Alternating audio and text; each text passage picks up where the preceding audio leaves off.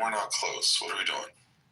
Like Russia already responded to that, Your Honor, to the 19 points or whatever that is, and they said hell no. Well, certainly one of the most important. No, it was three that was automatically dropped. It was that, the military, and the Constitution being rewritten so they can't join it. And all of this is rumored, right? So, and I don't know, Trent, I don't see what you see, to be honest, right? Just because there is an agreement, there has been a long-term agreement over multiple rounds of this between Ukraine and Trump and the United States in a similar pattern. Then the United States comes up with maximally something, then Ukraine pushes back, Europeans push it back, they agree to something. I'm not debating all that. That's what I'm saying. I'm just saying the reports that are coming out from viable news sources like NBC News and ABC News say that there's agreement on some of the points. I think that's good. Can I finish? Hold on. Can we take order in conversation? Go ahead. Just want to, literally, it just came out 30 minutes ago, all right? And this is the this is the Deputy Foreign Minister of Russia, Ryabkov. So he says there can be no question on any successions, any surrender, or any approaches to any key elements in addressing the challenging facing us, including in the context of SMO, which is a special military operation. I emphasize that the various elements of it, which was when Putin met with Trump in Alaska, they represent compromise solutions of their own. The president of Russian Federation, the 8-point plan, is the one that they came up with in Alaska. And they're not going to give up on those particular demands, period. Just came out 30 minutes ago. That came out a month ago. I had a friend who traveled out there for jiu-jitsu in Kiev. Got donations and everything for them. They said that they expect to still be in war for another 5 years. So, mind you, this was something that came out 2 months ago. So I truly don't think, I think it's past any of that stuff. It's past it. It's past it all. Hospitals are bombed, a bunch of more shit. These people they're not looking for that anymore. These people are looking for retribution. And Vladimir Putin's not trying to play nice. So, I don't know. I think everybody that's acting like Russia's this nice superpower and we're all going to come together and fix it, it's insane. I beg you to go and watch that documentary. I'll post it in here. Yeah, I'm looking at I'm looking at what Yuri Yuskov, tell me how to say that correctly.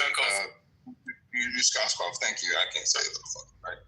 But what he said openly. Okay, now let me give the full context. He said, no, the peace plan was not discussed at Abu Dhabi. He told state media, he said, Moscow, this is from the Moscow Times, by the way. Abu Dhabi? He said, Abu Dhabi, right. He said Moscow has not received the newest U.S. draft, but the peace plan hasn't been discussed in any detail at all. But then he goes on to say, some aspects of the proposal can be viewed positively, but added, many require special discussions between experts. He also argued it was completely unnecessary for European officials to be involved in the process. This is very, typical Russian style of negotiation. I think you would agree, neoliberal. But the fact that he even said some aspects can be viewed positively shows you that there's a bit of movement from this, the ridiculousness that from the Russians that there has been before. And so I'm hopeful. If you're not hopeful, if you don't think that there's going to be a peace agreement, that's okay. I just think that we are a bit closer than I thought. We were going to be miles apart. I thought this was going to be dead on arrival. But it does sound okay. So Well, you're, for me, there are very hard points. Give me a second. There are a lot. Okay, Trent, you're misreading the diplomatic speak, right? What Ushakov is saying there is that he likes the initial proposal that doesn't exist anymore, right? And he doesn't like the new proposal in which Europeans were involved, right? So in diplomatic speak, but he's not rejecting the new proposal. He says, we want to go back to the one that we had before that doesn't exist anymore. Do you get what I'm saying? Yeah, I know. Yeah, I agree with that. Okay, so it means that we have further away from a deal, right? Rather than closer, right? If the Russians are indicating that they are rejecting the current proposal and they want to go back to something that was a non-starter, obviously, for Ukraine and Europeans, which means, right, that, like, if I want to give you some wiggle room, it's either a stalemate or they rejected it. Well, these motherfuckers wouldn't even put out the proposal before. No, they have. Of course they have. So, What were you talking about? They have been putting up. I mean, a couple months ago, they didn't even want to negotiate peace because they wanted to try to take the maximum amount of Negotiating since the 2020, since March of the 2020, the Belarus and then Turkey. Hello, they have been negotiating. Ukraine has always been open to negotiations. Stop! You don't know shit. You're talking out of your ass. Sorry. Look, I put a video for you in Russian, official video, with English subtitles for you in the Telegram chat. Go look at it and listen. Educate yourself. You don't know what you're talking about. Man, I get what you're talking about. I'm just saying that when Trump first came into office, they pretended like they wanted to have peace. It was a pretend. I don't know that we don't know that the proposal that was put out, I thought was a ridiculous proposal, like many do. It was the same proposal from the okay, let me ask you, if you're so well invested. So what are you telling me that Ukraine is going to invest, is going to decline this, completely, and that they hold on. Let me ask the full question of Katrina, because she's invested in this. So are you telling me? I think everybody in here is invested in it. Okay, everybody in here. Let me ask everybody in here. So the United States basically may pull out completely if some parts of this peace proposal doesn't work, and is the expectation that all of Europe will now rearm to fight the Russians directly. Is that a big? Let me ask you a question. What do you mean by United States is going to pull out completely? Because what is the United States giving Ukraine right now? Arms and support and intelligence. Directly, no. No, they're not. The United States is not giving any arms or any weapons to Ukraine. No. Zero, zilch, none. Well, I'm giving Intelligence. Where the fuck did those javelins come from? Honestly, a year ago, You got to go see this. The javelins came a couple years ago. Okay, so after Trump came into the office, he said, I'm going to sell this shit to Europe, and Europe, you can give it to Ukraine for free if you want to. Okay? Somebody gonna buy that shit, and it ain't gonna be That's what they are doing, period. Yes, Ukraine has American weapons, but they're not being given or sold to them, period, by United States anymore. Done. Yeah. Then you said, okay, intelligence. Well, guess what? I've spoken to plenty of people and soldiers, and they are saying it would suck if we're not going to get American intelligence. But guess what?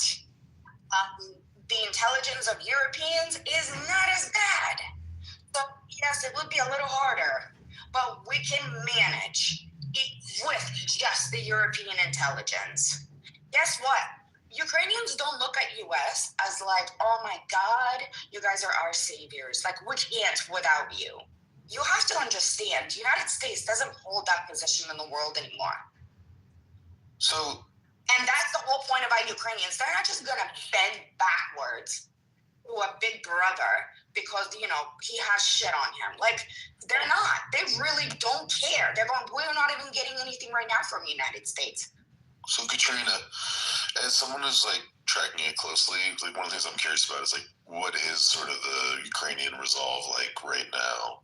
And like, regardless of what's happening in whatever negotiation, like, you know, are people deserting the military, for example? Are there people who are fleeing the country? Like, are there other signs of sort of resolve weakening, or, you know, are people sort of standing firm?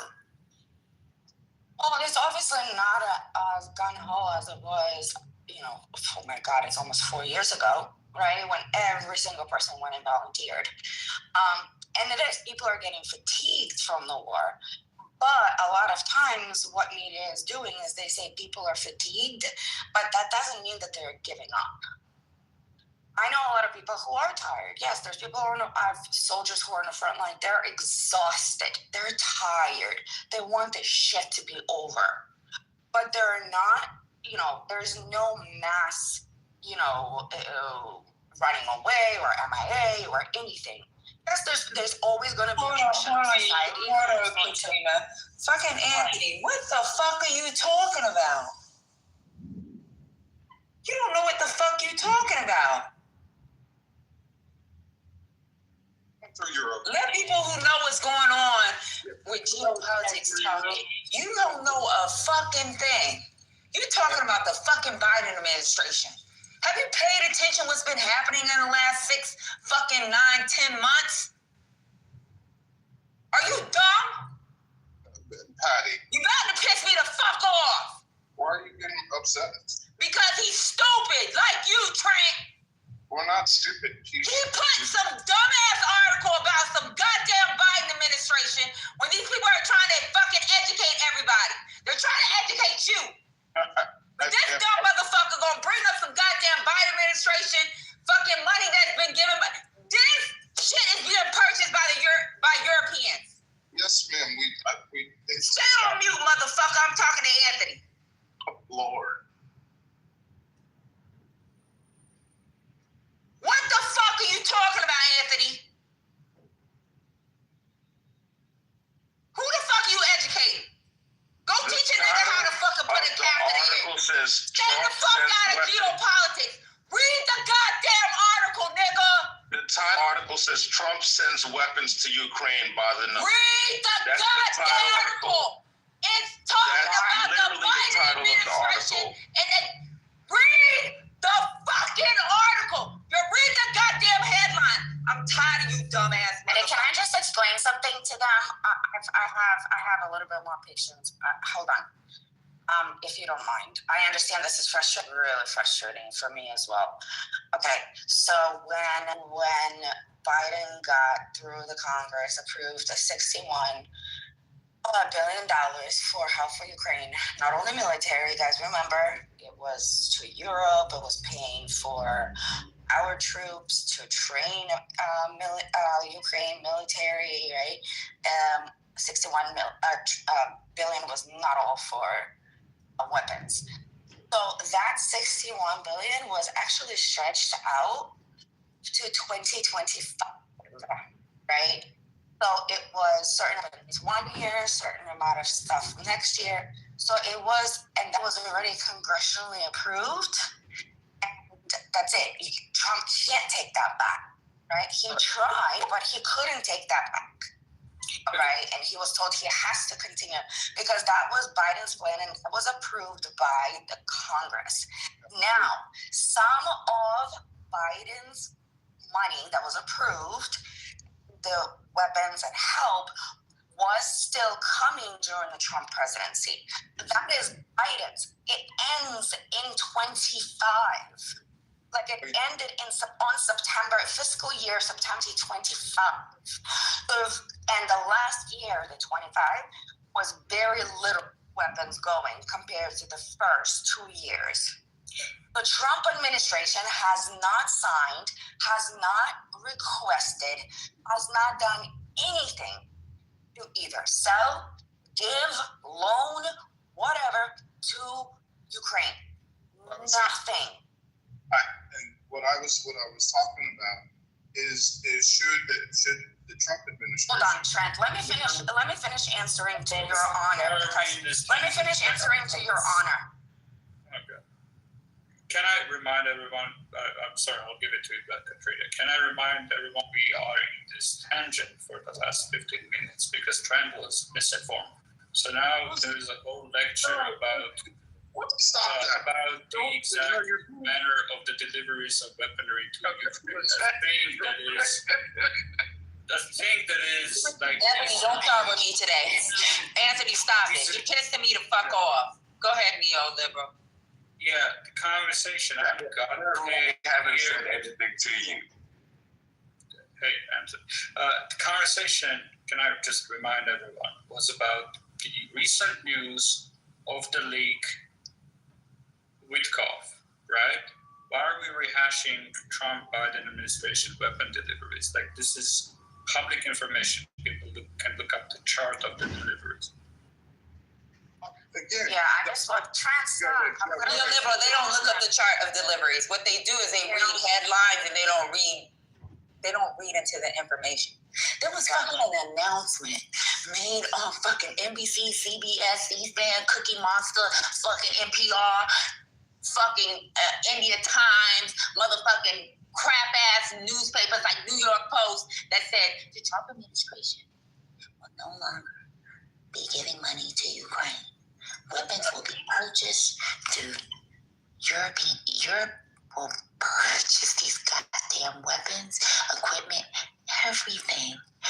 You motherfuckers keep playing. You are the dumbest motherfuckers in the world.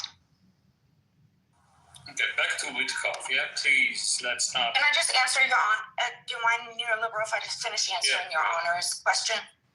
Yeah, your honor, if you're here, majority of the population, we're talking about civilians and soldiers that I know of, and I'm in a lot of groups and Telegram chats and directly speaking to a lot of soldiers and civilians. They're tired. They're absolutely tired, and they're pissed off that Trump is not making it easier. They're making it harder for them. But they're not giving up. There is I think the latest poll that they did a national poll about like seceding territories or anything. The only thing that was actually a high percentage, I think it was like close to 60%, was not seceding the territory completely, but it was basically the complete ceasefire, and we just stopped. But we're not giving the territory. And then through diplomatic, channels, get the territory back, basically. But there is no big amount, like a majority of population that says, just keep the fucking territory, just stop the war. No, like there is that chance, like percentage, but there's like a 10% of the population. Definitely not the soldiers. And the soldiers is what matters, because they're like, what the fuck did we do this for 4 years for? To just like give it all away? You kidding me? Like these soldiers have family and homes in the occupied territories, right? So no, are some people deserting? Yes. But I think just in like any culture in any other country, right, you're going to have a percentage who don't want to fight. That's fine. And the army doesn't even want it forcefully because they realize, like I spoke to somebody who was recruited recently, and he was just drafted. And he said it's not that like when you don't want to fight and you try to run away, they're never gonna like forcefully send you to the front lines because you're not somebody that they can be counted on, right? They don't need people like that in the field, right? Somebody who's gonna betray them, somebody's gonna be afraid, somebody who they don't. If they actually do draft them, what they do is they have them working in like warehouses and shit like that. but they will never like put them out on the front lines. Got it. So yeah, Thanks people for are still sharing. getting I drafted. appreciate it. Yeah, people are still getting drafted. A friend of mine just got drafted 6 months ago. No issues. Went, got training, 3 months. And they're fighting and they're not planning to give up. They're just pissed that United States is making it a lot worse for everybody. Well, so the bottom line of what I'm asking, okay, and we don't have to, I feel for your family and people in Ukraine. I know many of them. They are great people and they fought valiantly. But the real question is, because the Trump administration may pull back support, however we want to look at it. Okay, we don't need to argue about that. Do you think Europe is prepared to step up with not only materials but possibly men as well to face Russia in this conflict? Do you think there's the appetite for that in the next year? Why men? Women, troops. Why? Yes. They would have to. But wait a minute. Because this is a threat on Europe as a whole. So what if they had to? What's next? Trent, you do realize that like Europe, the United States is like not the yes, we do have quote unquote that we have the biggest military, but you do realize that European countries and NATO countries, like they have their own very, very, very amazing, just as good as United States military equipment. Patty, right? Let's talk about Mirage, right? The French fighter jet, right? Let's talk about the Iris-Ts, right? They have good. Yes, I know. The Ukrainians have a very advanced army. That's not what I'm saying, but eventually you need people and you need. They already listen, Trent. I don't know where you have been for years. The entire Europe has already. I'm gonna be honest with you. If some shit happened with Ukraine, Europe ain't got no fucking choice but to figure this shit out. Even if the United States doesn't fucking get involved, they're gonna have to figure this shit out. And that's they're gonna have to. They have to. Because if they even show weakness, Putin's coming for their neck. You guys are fucking crazy. And you guys are fucking idiots to even think that this is even a conversation to be like, 28 points, go ahead and give it up. No, motherfucker, you guys are dumb. Not only does it affect Europe, it affects us. Yeah, I know, but are we seeing... It affects us. You know why you don't give a fuck or you don't even think about this shit? It's because you ain't been nowhere. What are you talking about, me? None of yous. Okay, ma'am, look. Motherfucker, go sit in the turret of a fucking gun truck and you figure this shit out. Because you know what, nigga? At this point, I got fucking pins in my leg. I'm already fucked up, right? You motherfuckers, maybe Anthony old ass may not be going nowhere, but you motherfucker need to be fucking sitting in the turret. You motherfucker need to be fucking outside. Yeah, ma'am, I wouldn't sit in a turret no matter what. Maybe not, because maybe you're overweight. I don't know. Maybe you can't run them out. I don't know what the fuck's going on with you. But I promise you, a lot of you motherfuckers need to be outside. Yeah, and then maybe you would have some goddamn empathy on what this looks like. I do have empathy, but no, you don't. Because you keep about a 28-point plan and doing cartwheels and flips, motherfucker. I don't give a 28-point plan. I don't give a fuck about none of that shit. I'm going to tell you like this. When motherfuckers be up here saying Ukrainians are racist, I don't give a fuck. They're protecting their goddamn country. They're doing what they need to do to push back on Russia. I don't give a fuck if they spit on me. Nigga, motherfucker, protect your country. Because there's a global economy. There's a fucking threat. There's a lot of shit going on that maybe you don't have a vested interest in, but when your motherfucking Capri Suns cost a little bit extra for your stepdaughter, or when you motherfuckers are living in a fucking country where sanctions are put on you because you got a fucking Trump as a president. I don't really see it happening because you niggas like to spend money like a motherfucker. You Americans like to spend money on anything unnecessary, necessary, whatever. But you dumb motherfuckers that keep reading articles for the headline and not trying to understand the fucking information are the reason why we are in this dumbass predicament we are in now. And I'm asking about there are Ukrainians hiding in Poland that have fled Ukraine. Who cares? But Can I? You niggas ain't even motherfucking volunteer for a fucking year. Who cares? I don't give a fuck. I'd hide too. If I didn't want to join the military, I'd hide too. I'm asking. But there's a lot of Ukrainians that's out. They have motherfucking farmers. They have women making Mazel Tov cocktails to fucking throw at goddamn tanks. So shut the fuck up, nigga. You ain't even went outside to go join a fucking National Guard where you can get fat and just deploy or have be a weekend warrior, motherfucker. Patty, I'm asking you a question. Don't ask me no goddamn question. Talk to fucking. I'm just telling you to shut the fuck up trying to go against the Ukrainians. Not going against Ukrainians. Go ahead, Hold No. Hold on. I'm asking if we think that the Polish and the Germans and the French. Stop it! There isn't many people. Trent, we were going back to neoliberal. Hold on, Katrina. We were going back to neoliberal. Go for it. I'm asking a simple question. I know, but it isn't your turn, man. It's not your turn. I didn't even ask the question. Yeah. And it look isn't how your dumb. turn. Look how dumb Anthony is. Russia didn't attack until Trump left office. This nigga don't know what the annexation of Crimea is. He don't know what Minsk 1 is. He don't know what Minsk 2 is. He don't know that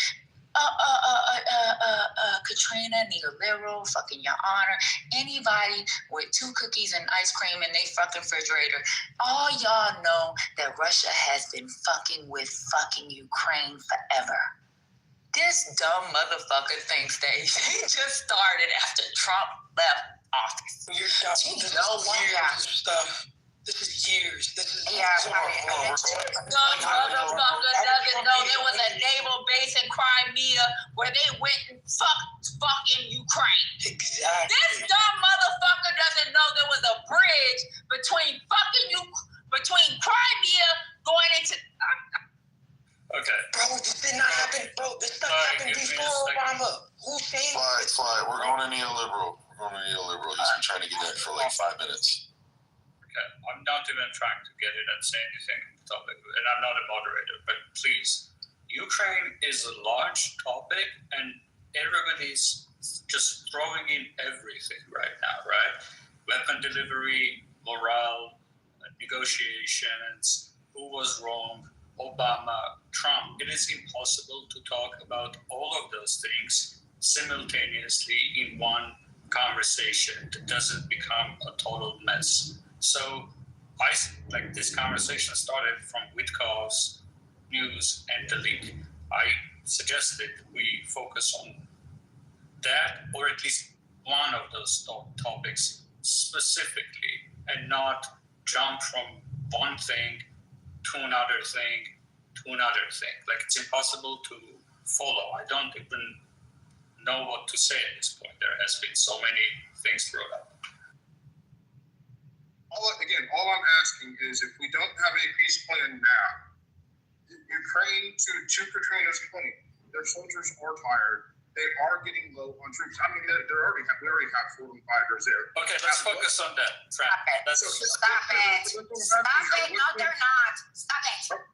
You just said they're not. You're spreading misinformation. I said that they're tired, but that didn't say that they're low and everything else, and that morale is low. I said they're tired, and they're saying that the United States is not helping right now, and they're pissed off about it. Just let me get out the question. At what point do Poland, Germany, and France, maybe possibly the UK, begin to commit troops or get involved in this fight? Or are we going to see a prolonged attrition war, which favors Russia for the next, 3 or 4 years? Go read Macron about 6 months ago and what he said about sending troops to Ukraine. Go do your homework. I'm serious. I'm sick and fucking tired of Katrina, Americans. like, this is not helping. Can we? This is Like, if you're ridiculous. answering, just answer the question, please. For Fine. God's sake. Like, Yeah, but it's just Okay. stupid fucking questions. Okay, Trent. okay, Katrina. Europe is maybe- willing to send troops. Europe is willing to send troops if that's necessary. Period. Done and over. Goodbye. I have a question for America. For anyone who doesn't know about this Ukraine shit, does anybody know when the USSR fell apart? 1991. Okay, what happened after? I know you know this, Katrina. You're cheating. What happened after this? All the Baltic states left. What are you talking about? No. What? Why do you think we're at where we're at right now? We know the history, bro. Obviously not. Because motherfuckers were just saying. I don't know the history. That cool in the chat sounding dumb as fucking Anthony. Y'all Y'all don't know the goddamn history of shit. Y'all don't know the history. This has been a problem since But way is before. it possible to Motherfuckers sat here and said this is an Obama problem. They just That's what I'm saying. I'm like, dude, this has been a problem this since fucking shit on tissue paper. Soviets were still. This was a problem after the USSR fell apart. They were all together. What the You fuck know, is actually, like, No. do you guys even know history about Ukraine and Russia? Do you even know that they? It wasn't even before. We know we were smart to protect them and give up their. Are we gonna go to the You don't even Mongol know. horde and Don't know, bro. Kiev and Rus next? What is happening? Can we focus on specific Yes, part I'm gonna of just say the that. history? Neoliberal. I was just Stop gonna say trying to be that the there's voice no of point in reason, going. please. There's no point in going all the Please way stop back to trying to be the voice of USSR reason. because we can go all the way back to literally like neoliberal. Can we not? Liberal said that's Russian. Moscow was still a freaking literally a swamp when Ukraine. Go ahead, neoliberal. Again, I'm not a moderator. Can we not spread 1,000-year history on a clubhouse when, like, it's impossible to talk?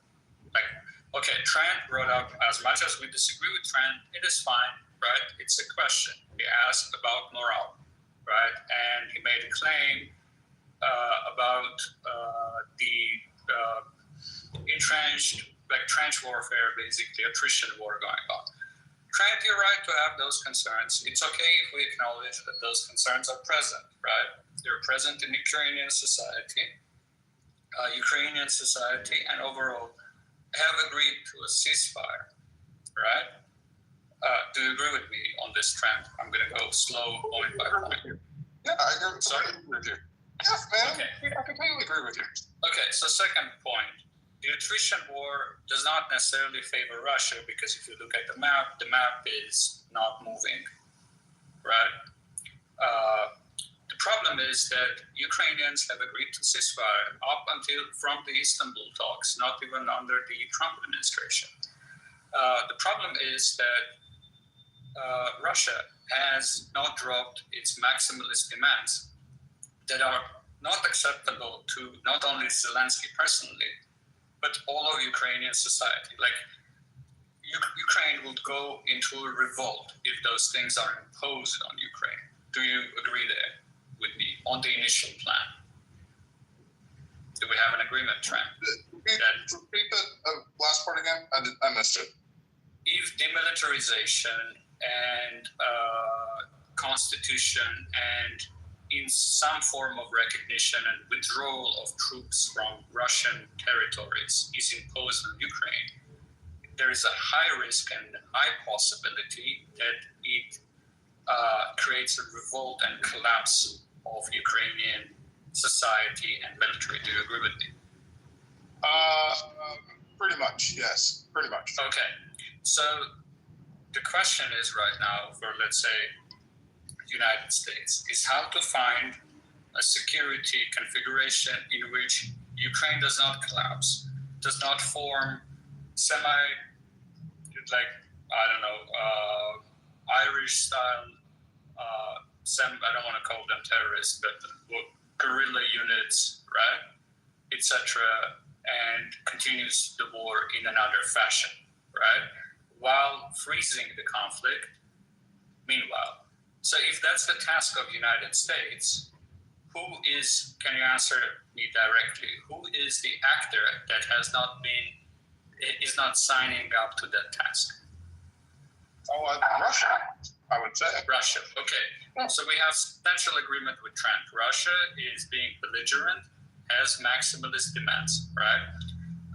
Ukraine has pretty much accepted all it can accept and is teetering on that line where it cannot force on its own population referendum on constitution because people will not go for it, right?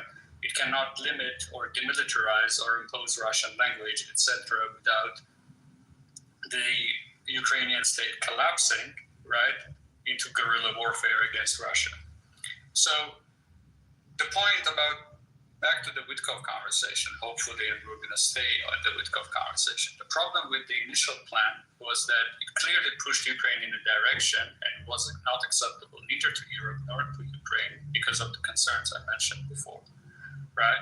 So they worked out something that is acceptable to Ukraine. And we don't know the future, but my prediction is that we're back at Alaska Summit, we're back at all the negotiation rounds starting from Istanbul, right, where Ukraine agrees to something, unconditional ceasefire, direct negotiations with Putin, all of that type of stuff, right? And the party that rejects it is Russia. Do you agree with me that there is a pattern like that? So we can skip and not focus on me. I agree. We're going to end up agreeing on 95% of what you say. I believe Russia was a belligerent. I believe Russia is the one who does not want to settle this conflict. We don't have to.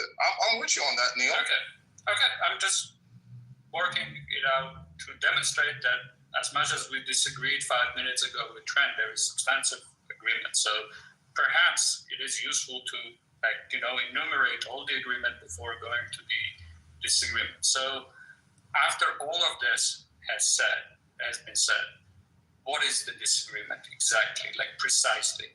The only disagreement we had is it wasn't even a disagreement. I just said I interpreted movement on what coming out of the Russian side and out of course the US side, which can be propaganda itself, but that there was movement and then we were closer on this peace deal than I initially thought we were, and it blew up into this, that's not possible. And I'm just saying, well, that's our media is reporting something. Now, again, this is the Trump administration that is feeding this, so I'll take it with a grain of salt.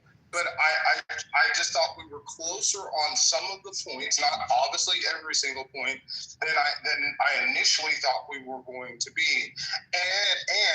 And I see fatigued at this point on both sides of the conflict of fighting or prolonging this war, because to your point, it really hasn't moved since 2023. The fault lines are basically the same. So we're having enormous loss of life of young men and throwing away their lives for I don't want to say for no reason. Ukrainians are fighting for their homeland, but at this point, because there's no movement, it feels a little bit like World War I. Why don't we end this conflict and see if there's a resolution? Because the only alternative is the Europeans getting heavily involved to push Russia out of Ukrainian territory. So I'm going to tell you why I'm getting frustrated and why I'm cursing at y'all men. Because even the other day, when we were talking about international law, because I know as a woman, sometimes when I say shit, you motherfuckers want to try to challenge, like if we're dumb. So I said, hey, neoliberal, let me ask you a question. Is this legal? No, it is not. So, neoliberal, yes, you are correct. Why in the fuck did he have to explain something that maybe Katrina was already speaking on? And all of a sudden, you guys understand. Anthony's in the chat talking about, you're correct, neoliberal. But he was challenging fucking Katrina the entire time in the chat. What the fuck is going on with you men? You guys have a problem with your mother Do you hate your mother? Are you mad at your mom? Are you mad at a girlfriend? Is something wrong with you guys? That Katrina can't say something and it makes sense? Is there something wrong that women can't have? No, I want to know. I want reality. I want to know. Is there something where women can't say things and it makes sense? That we have to go through a goat? Where he had to reword something that maybe me and Dr. AG were talking about? He's like, Patty, go sit down and put your skirt on. I got this. Or I have to ask neoliberal questions and he has to answer. What on? I would like some of you men to explain to us why you don't understand shit that comes out our fucking mouth. I'll answer since Anthony's not on the stage. As the whatever. Look, both my senior vice president and my COO are females that are excellent leaders. I was actually trying to ask you the question because of your military experience, what you thought. But Katrina was well versed. I heard Katrina. I was talking to Katrina directly. I think Katrina, probably of all people, has the best sense of what yeah, but y'all still challenged her.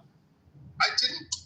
Or it was okay for you to talk to me because I wear a uniform and you think I got a dick. I don't have a dick. I have a vagina. I gave birth to a daughter. I have a daughter. Okay. And I don't have a dick. I may get loud sometimes in this room, but Patty really does not have a dick. And I like to be soft. But you niggas like me to be hard. That's the problem. Let me ask you from a military perspective, because I wanted your military. No, don't ask me from my military perspective. Katrina, let me tell you what's so funny, right? You know why me and Katrina actually got a little deep and cool? Let me tell you a secret. You know how me and her got hooked up and cool? There was this little room we used to go to. She was one of the only females, and I'm talking about you men didn't know shit about equipment, where the equipment was coming from, and didn't even know some of the weapon systems.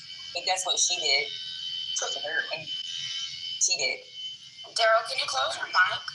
Yeah, Daryl about to go to school. She did. We were in a room full of men, and she was the only one that was able to have a conversation with Patty on what weapon systems were actually able to help the war. She was the only female that me and her can have a back and forth where we could talk about fucking real weapons, not your little 9mm you got in your closet. I'm talking about real motherfucking weapons. Like what could be attached to F-16 and what cannot be attached to F-16? Can they make, moderation? And she's a mom that takes care of her babies and takes them to school. She's a soccer mom. Patty, can I ask you a direct question that you can answer? No, don't ask me a direct question. Ask Katrina when it has to do with let me ask Katrina a direct question then. How long should, in your estimation, should American support withdraw from this conflict? And maybe we stop, but I'm not saying that this is going to happen because I think that the Trump administration will always take money. But if the Trump administration stops sending weapons through Europe, and it is a solely European, Ukrainian conflict, how long do you think that this war will go on until Ukraine begins to take back territory from Russia? First of all, American weapons through Europe is never going to stop coming. Number one. Never. Because Europe owns certain weapons that they bought, right? What is Europe doing right now is they're actually a leader in Europe. They're literally buying everything brand new from the United States. You people, Americans, you don't even understand how much money and how much promotion the American weapons have literally done in this war. If you go and look at Lockheed Martin, if you go and look at Boeing, and you see the amount of orders that now Europe is getting for HIMARS, HIMARS used to never really sell. They cannot keep up with the orders. They're backed. Ask these men what a HIMARS is. Ask these men what a HIMARS is. Does anybody know what HIMARS is? No. Okay. She's a soccer mom. Ask the soccer mom what a HIMARS is. We just said what it is. The point is, how long do you think that this conflict goes? Ask them, Katrina, you know what tank is, Which one? don't say the name of it. You know what tank has been most productive in helping Ukrainians move forward in this war? Because we've had the conversation. Yeah. Ask the men which one it is and see what they know. Which Not tank has been? neoliberal. Yeah. Which tank has been the most successful in durability and everything else? Like, which tank? Huh? It might be the German. It's the M4 Sherman. Which one? I'm kidding. The Sherman. I'm kidding. Well, do you have a name? Which? German. What do you mean German tank? He said Sherman. Germany might even have United States tanks. Which tank? Leopard.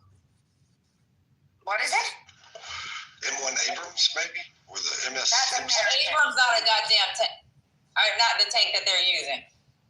Yeah, I don't really have Abrams. Okay, we don't know. We don't know. We don't know the answer. So the thing is, this is why I'm like so fucking frustrated. When she was speaking, what happened in the chat is you got fucking Anthony sending things talking about she don't know what the fuck she's talking about. Then you over talking her as if she's a dummy in the fucking room. She's a soccer mom. She shows up for PTA for her son. She fucking she makes sure her house is ready for her husband. She always talks about her husband's working. She always talking about little issues. But guess what? She's smart. You guys got to stop dismissing women. Are you talking about Katrina? Yeah. Katrina.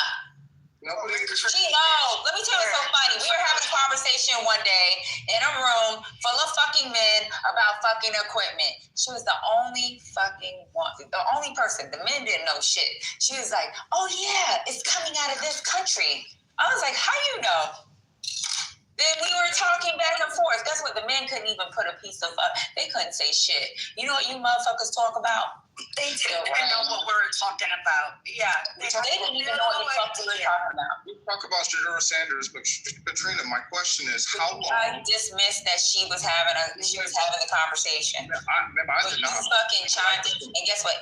Read in the chat where Anthony said, Okay, well, exactly neoliberal. I don't speak for Anthony. First of all, Katrina's a fellow Texan. My girl is in Austin. No, she's not. She's an American. She's a fellow American. No, she's in Texas. She lives in Texas, but guess what? She came to the United States and she was in New York. But Katrina, New York outside of her original country. got it. I don't consider myself a Texan. Thank you very much. Okay, so how long does this conflict last? Can I address what you're saying that I said exactly to neoliberal about? Nigga, I was listening, so stay on mute. But no, You're not gonna address I didn't nothing, say 'cause I'm gonna put you I back typed to the it in the Go ahead. How long does this conflict last in terms of months or years? And how many more lives, in your estimation, is it going to cost to unseat Russia from where it sits now? In other words, what's the off-ramp? What's the off-ramp? Okay, there is no only off-ramp. How is she The only off-ramp that there is, first of all, if like you're saying, if United States stop helping, like I said again, United States isn't even really helping that much anymore. You understand that? And we Americans need to stop thinking that we're like the power of the world, that other countries cannot manage or fight without the United States. My God. Okay, number one. Number two, Ukraine will continue to fight. Yes, it is going to continue to drag the way it is dragging right now.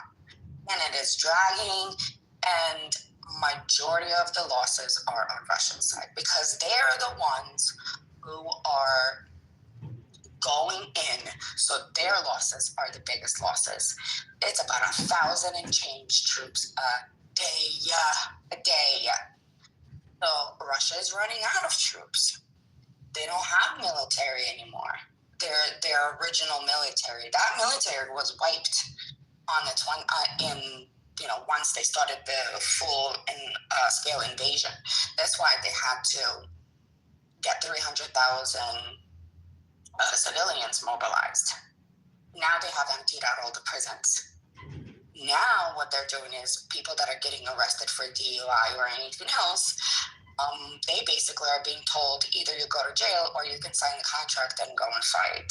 Right? That's their new thing that has been going on for about 3 months.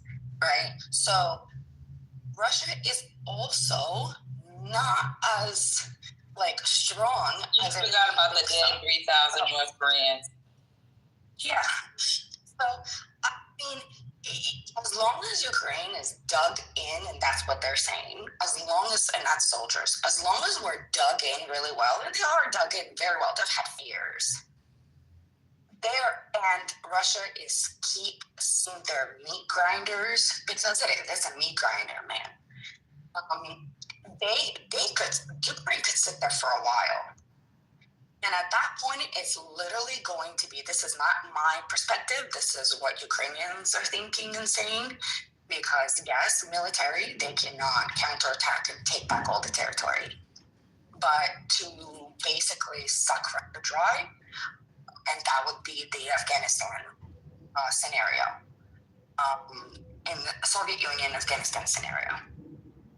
It got to the point where they just pretty much went bankrupt, right? And that was one of the big reasons why the Soviet Union fell apart. Because Russia is spending a lot of money on this war. So as long as United States doesn't lift all the sanctions and Russia starts getting a ton of money again, it's already having a lot of financial issues, and slowly but surely it will literally kind of have to give up one way or another. What if they don't give up? They can't. So we're going to, okay, I mean, what I hear you saying, don't yell. What I hear you saying is we're going to continue investing into this war. 1,000 people continue to die in the hope and a prayer that they give up. It's not a hope and a prayer, Matt. I just gave you 2 historical reasons why this happened again. Why this would happen. Afghanistan, 10 years. Do you know that part of history? What happened? They spent so much money on that war because they were refusing to lose. The end, they gave up. They lost, right? And that bankrupted the country. So did the U.S. in Vietnam and partially in Afghanistan. So there are things that eventually, after years, get lost and millions of lives. And so, I'm just asking if you see an end, if you see a near end in the next year. I just said no. That's the only end. The only unless Putin just dies tomorrow. Okay. Trent, this is very obvious to anybody that has looked at Soviet Union and ongoing collapse of the Soviet Union for people in the periphery of Russia, right? These conflicts rarely end. They are frozen and then they reignite, right? This is all over the X period of the Soviet Union, right? So anybody involved in this, right, and trying to achieve peace is beyond the headline that we have peace as ceasefire, right? For a successful implementation, successful in scare quotes, right? You can look at Korea Armistice Agreement. That is a successful frozen conflict, right? In ex-Soviet period, even if you get ceasefire right now, there is so much geopolitical shit in the periphery of Soviet Union that nobody expects this thing to go away in the next 60 years or something like that, whatever you do. right? So that's a given. That's what people in ex-Soviet Union understand. Even ceasefire tomorrow. And like we have, and this is viewed through the like American culture war and electoral politics of Trump wanting a ceasefire and solving the conflict. There is no solving post-Soviet Union conflicts. Like, it's not happening. It's going to go on for 60 years. You're going to get, the best scenario you get is... Neil, again, no disagreement on that. Like, we don't have to... Stop interrupting him. Let him finish. Okay. So, it is a choice between peace intermittent with war, right, and a stable security configuration in the interest of the United States. If you're speaking about this conflict, right, can you, like, this is, you have this type of approach, oh, wars go on, wars are bad, we want peace. Everybody wants that. Everybody agrees to that, right? That is a, like, basic table stakes to this conversation. So next, what is the United States interest in all of this, right? How to come up with a configuration that secures long-term peace and resolution to this conflict. So if you could start trying to answer those questions, we can have a conversation, because what I'm hearing is, like, some type of 60s hippie, war is bad, let's have peace. Okay, we all agree on that. Next, what? Then what? So, look, we agree that I agree that Russia is a belligerent. That's not what I'm saying. But here's the problem, because we haven't had a conflict with a full-scale war with a nuclear power in modern history. And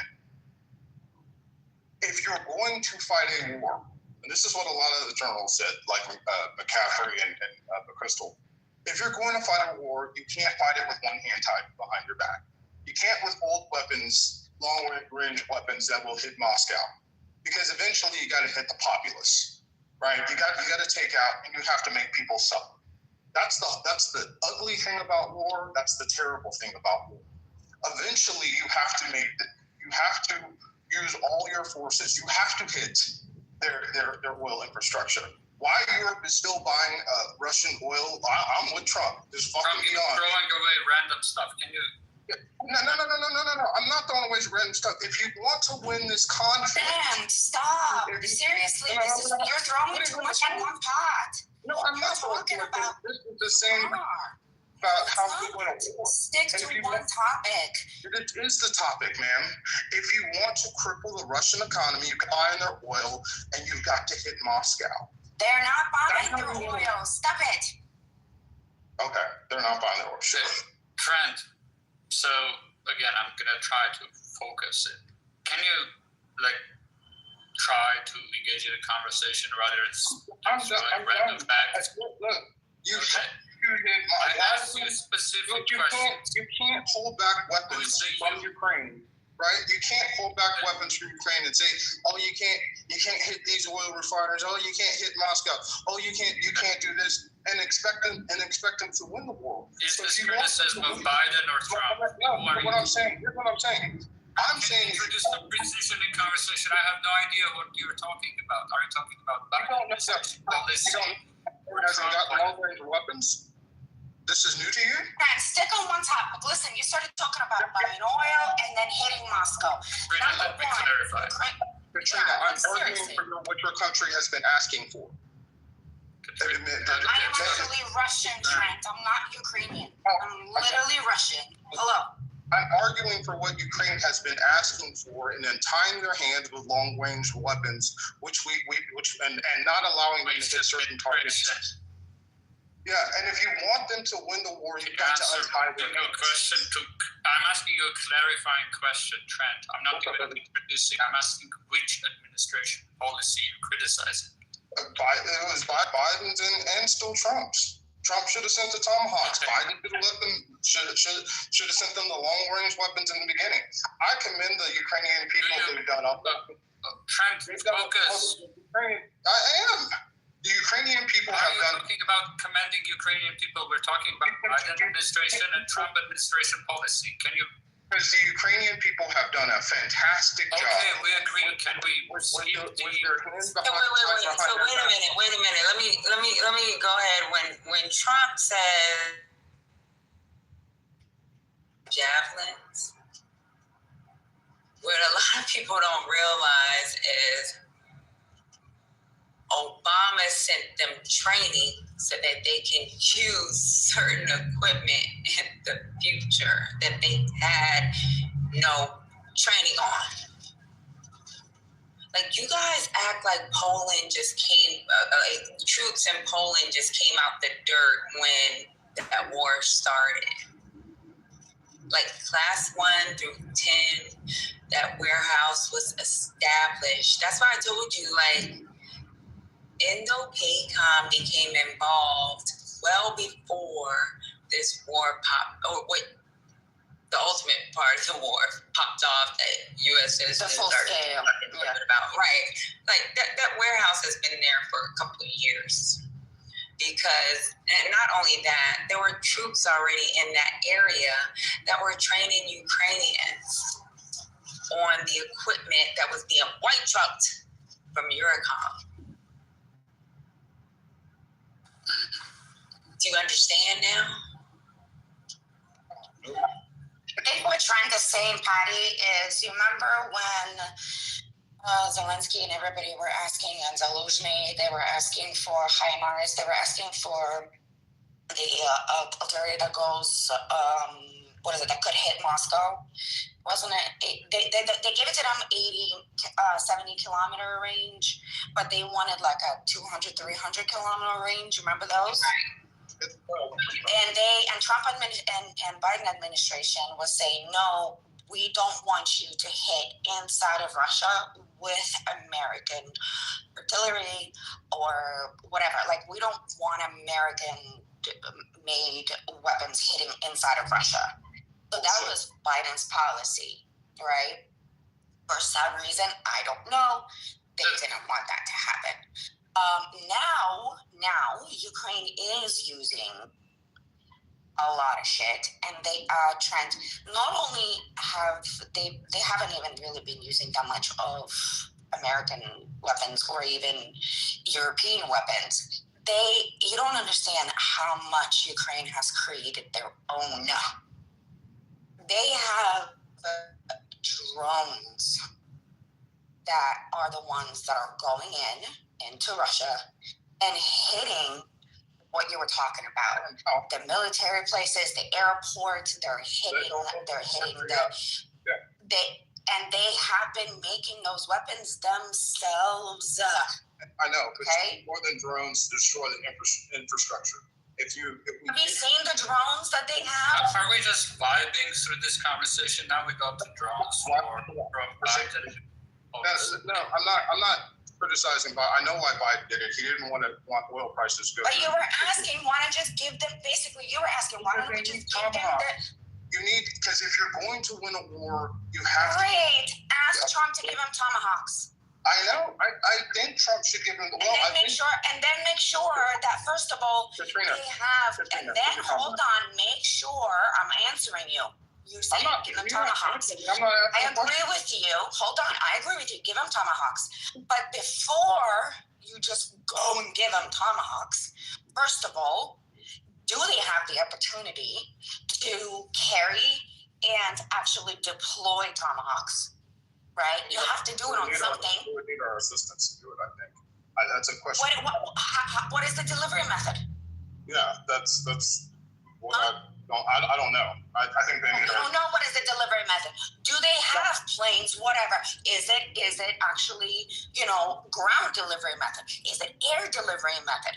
Do they have any of the actual ground or air delivery methods that is in Ukraine right now? Can an F-16, let's just say, do it in the modification that they have right now? Because they don't have the best modification of F-16s. Number one. Number two, do people know how to use it? You have to train people to use this equipment. Yes, I know. Okay. and I don't know if you're talking to everybody else. Okay. But Trump said he's not going to give them anything anymore. I know. Ever since Trump came in, he's not giving them anything. So what's your point? In a wish from La La Land, I wish that we give Ukraine freaking back. Just let me respond, Katrina. I agree with you, like 100%. But no, ma'am, nothing. We're not arguing. I think everybody on this app wants to argue with each other. I'm not arguing with you. What I'm saying is, until you give full rights to Ukraine to use all the weaponry available short of nuclear weapons at any range that they want, the best weapons in the world like the United States have, you're having a proxy war with Russia. You're not really trying to win. And that No, Trump. No, we have a law against that. We have a law against that. We cannot. United States. I know there's laws. I know whatever we think the law about. But okay. When what is the law about certain class? What is the law about certain class of weapons being given to another country? Yeah, look, when missiles are hitting Moscow downtown and St. Petersburg downtown and Belgorod downtown, when missiles begin to nobody's going to be hitting civilians. Nobody is going to be hitting civilians. Are you crazy? In Ukraine. Yes, but Ukrainians are not doing that. They're not fucking animals. Do you know that? What did the Germans and the British do in World War II? Did they brand down? Stop. Now stop. No. Listen, no, I'm not saying. They're not going to kill civilians. Stop it. When you break the will of a populace, when you turn out the lights, when you destroy the water system, it doesn't matter. I have friends and family. They don't want to. Katrina, you're getting trolled at this point. I'm not getting. I'm not trolling. If you want to win a war, pause for a second, please. In all seriousness, if you want to win the war, you got to turn out the water, you turn out the lights. Yeah, sure. We got your point. You're not really trying to win. Okay, stop, please. Jesus Christ, reset. Do we want to switch the top? Like this trend has been just throwing out statements, half of them are wrong, and then when it's wrong, people have to respond it's wrong, and then it goes to another No, look at this. Let's just decenter him and have the conversation. You got people in the chat talking about it's a war crime that don't know what Russia is doing to Ukraine right now. Why can't Ukraine respond like Russia is doing to them? Why? Because that's a war crime. Done. Don't want to win. I don't want to. Okay, Ukraine doesn't want to win the war, right? Of course. The longer-awaited exit happened, or something. I don't know if it was a trend exit or there's an angel in the moderator area, but either way, why don't we just move forward without having a better conversation before he did all this? Yeah, the initial topic, why I don't know how we got here into World War II and Kiev and Rus, and Ukraine doesn't want to win a war. But this whole thing started from Witkoff, ridiculous leak on Bloomberg. So I guess the leak happened. It's another shit show like the Signal Gate. This one was on WhatsApp. The Russians are also blaming each other. Kirill Dmitrenko, Ushakov said that it was real. Kirill earlier said that it was fake news. So Russians are fighting each other too on this. That was the news. We can switch to other news.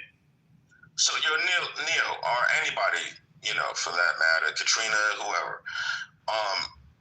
Do you guys think that the solution would be to just give Ukraine whatever they want and say you have unfettered access, use these weapons however you see fit?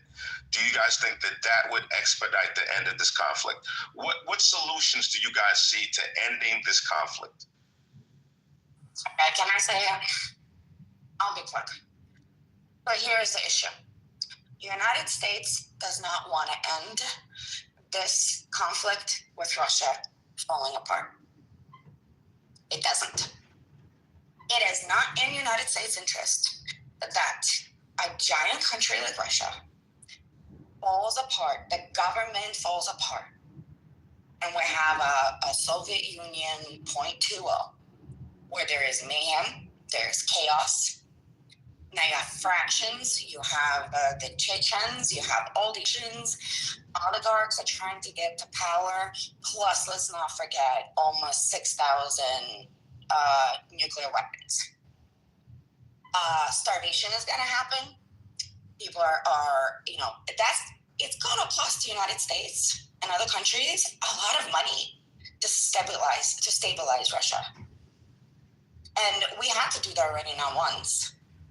Starvation, the United States have literally spent millions and trillions of dollars on humanitarian aid and food in the last 150 years in Russia. Katrina, I hear everything you're saying, and I don't want to cut your wisdom. I just want to know what solutions do you have? The only way that this ends and its benefit to the United States and to Ukraine is continuing actually bankrupting the government. That's it. Or the best solution is probably going to be just assassinate Putin. Doesn't that go back to destabilizing Russia, which you initially said the United States doesn't want to do? Isn't it that potential if Putin gets assassinated, that there's a power vacuum and the multiple factions in Russia fight and it becomes destabilized? Isn't that a possibility that you started? Unless we do like we do everywhere else. We'll get rid of Putin. We'll put somebody there who we can trust. That's it. Okay, so we have enough influence in Russia right now to get rid of Putin and put somebody else there. If you're okay, there's the equation, right? We have the Russian side of the equation and we have the Ukrainian side of the equation. Is there something that we could do on the Ukrainian side of the equation to try to address the situation and bring this conflict to an end? Is there anything we can do as it relates to that? No. The only thing you can do is give Ukraine more weapons so that at least they can dig in and, actually the ammunition to address these hordes, right? The little meat grinders that are coming in, because a lot of times they're literally running out of ammo, right? And they're just fucking coming crazy like hordes. So no, the Ukrainians are gonna be continuing then, give them the weapons that they need, right? And then let them hit Russia financially. The oil refinery factories, the airports, the military airports, and everything else. And Russia will dry out. At this point, it is who is gonna last longest. So, Katrina, if we were to stop supporting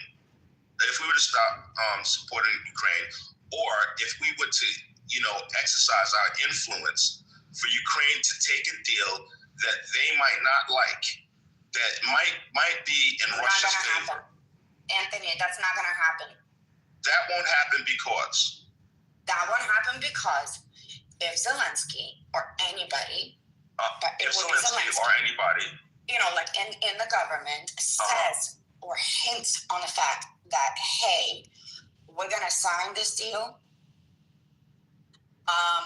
there is going to be another Maidan. People are going to come out and they're going to demand to remove Zelensky before he even has a chance to sign that peace deal. That's Ukrainian people for you. They have done that more than once. They don't fuck around with their government. Their government for them is a management. We hire you, period. And recently, there was some kind of scandal happening about I forgot who it was, but somebody in Zelensky's office. And did you know, in the middle of the war, there was a giant protest? People came out and they demanded for that person to be fired, and he was fired. So Ukrainians are not. They're going to come out even in the middle of the war, and they're going to demand for Zelensky to resign. Not only that, the armed forces themselves are not going to stomach any type of unjust. Exactly. Yeah, so it's not like Zelensky controls the army and there is a personal loyalty to Zelensky or anybody for that matter. Neo and Katrina, right? If they're not getting material support from the United States, and they need stuff in order to fight. And if they're not getting support, what's going to happen then? They're going to refuse to fight and then let the chips fall where they may. They'll just fight to the last man. Is that what you're suggesting is going to happen? No, stop with the I'm just saying, if the threat is that we'll remove our support, Anthony, hold on. we're not giving them any intelligence, not giving them any weapons. Hold on, you already said that. We're already not giving them pretty much any weapon, okay? That's already off the table. They're buying our weapons through Europe, through NATO, through our allies. They're buying our weapons. I'm saying to you. Okay, hold on. So, United States, with certain classifications of weapons, cannot demand that this weapon cannot be resold to a third country. You do know that we have an arms export act, right? Where there are certain weapons that cannot be sold to a third country and some can. And so Europe not only can continue in giving or selling or whatever Ukraine, US military equipment, and we can't tell them no, right? But Europe has a lot of military equipment of themselves that they have boosted a lot of production on, and they have been sending to Ukraine. So without quote-unquote American weapons directly from the United States, it's going to be harder, but it is not a deal breaker. Katrina. Okay? Katrina. And then, yeah. Can I at some point interject before I say there are new people on stage, and I think, does somebody else want to speak? I don't want to hog it. Yeah, so I just wanted to compare the weapons that are in fact going into Ukraine. So when it comes to air defense, the Patriot missile batteries and the NASAMS systems, they're going in, as well as the Hawk missile systems. The Stingers are technically being supplied, but they're because Russia aren't doing airstrikes in the conventional sense with bombers and fighters. There's not really much point in having ground troops walking around with the Stinger on their back. Now, if you have a look at all of those air defense platforms, they are all old platforms that have been superseded by things like hypersonics. When we have a look at artillery kits, the HIMARS, high mobility artillery rocket system, and the GMLRS rockets, which are both the 155 and 105 millimeter howitzers. These are Second World War / Cold War era weapons. For ground vehicles, we've sent the M1A1 and the Bradley fighting vehicle. Again, these were used in Deserts 1 and sparingly in 2. These are old systems. Anti-armor systems like the AGM-88, harm anti-radiation missiles, and various drones, they're being supplied, but a lot of the drones that are being used both on manual control and on fiber line, these are Chinese manufactured commercial drones that are being repurposed for military use.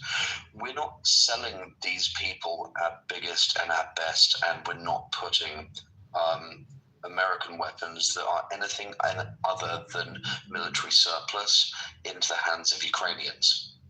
Or what we're doing or a write-off. Yeah. I mean, their surplus to requirement, their only purpose is to be disassembled.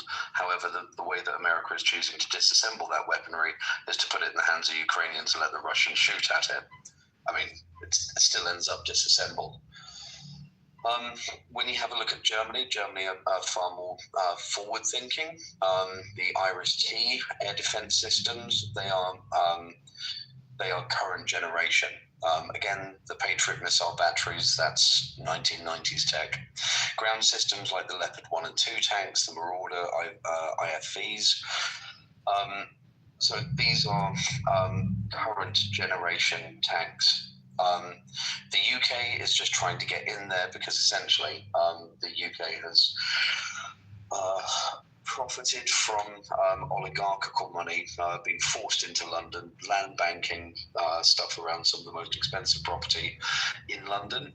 And what they're essentially trying to do is to labour the Ukraine with debt for just selling them anything that we possibly can in order to be able to keep our manufacturing in the UK up. The real winners through this entire war have been India, and India have been creaming off the fact that Russian exports have dropped by about half since the sanctions, but Modi and the Ambani family and the Tata family, they have made a lot of money by getting around the sanctions by just selling energy from Russia through India. Those exports have been dropped in price, and the savings haven't been sent on to the countries that would have typically bought Russian oil and gas. So the idea that we're going to starve Russia out is pretty absurd, because they're mineral rich. They can carry on existing even at a quarter of what they're currently existing, which is half of their export economy prior to 2023. All that we're going to do is we're going to accelerate an Indian takeover of global politics and global economies. India is poised to take advantage of all of these NATO fallouts.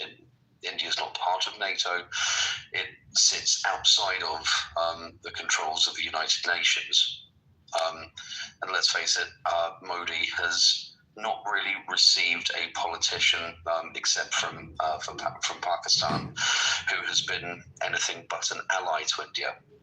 Okay, it sounds like you have a little bit of a bias to India, but I mean, my wife's Indian and I'm living in India, so I do have. I would like to just respond to you when you're done. Please give me a chance. Sure, I'll wrap in it regards up. in regards to yeah. Okay, so I'm married to an Indian and I live in India, so I do have a bias, disclosure. When it comes to people saying that someone should assassinate Putin, what I'd say is that he's 73, which is exactly the life expectancy of a Russian. I'm really sorry. Like, you have said really a lot. Is it possible, to everyone, to make short points and have a conversation and people want to respond to maybe 5 things you said already? Okay. Yeah. Katrina, can I speak? I need the mic, Neil. Yeah, you go. I really wanted to respond about the, economically starving Russia out. But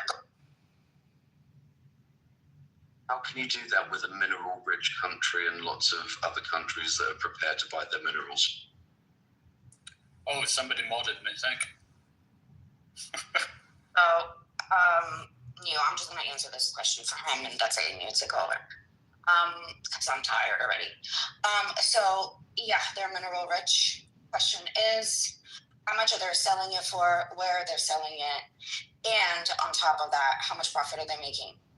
Number one, if you actually go and look at the latest budget proposal for Russia, you're going to see for next year, that there is so much holes in the budget. They're cutting any possible social programs. There are literally not raising pensions. Financially, right now, Russia is already like bad. When you're saying that they're selling their crude oil to India, they're selling it for literally like pennies. The amount of work and the amount of production they have to do in order to get that crude oil and then sell it for dirt cheap, they're not making much. Remember that. India is the one that actually takes that oil and then sells it to other countries for like triple the price. Now, China has been buying a lot of oil and minerals from Russia. Again, China has been having Russia over and backwards because China has been dictating the prices and everything else. And they're in that position because they know Russia is effed because not that many other countries are going to be buying their oils and minerals. Okay? So they have ton, but when you have people who are buying and they're buying it dirt cheap, that you're basically making even, and nobody else is buying, like where are you going to get that money? Lukoil right now is about to go bankrupt. Do you know that? Lukoil is about to go bankrupt. So, yes, they are a rich country in minerals and oils and diamonds and everything else. They're still bankrupt.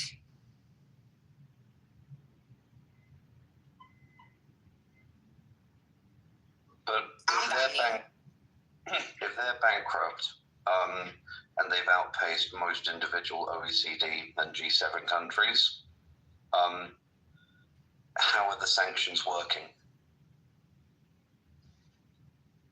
Because majority of that is military.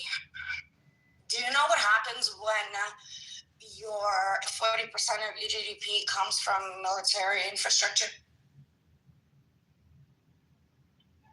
What does that mean about the economy of the country?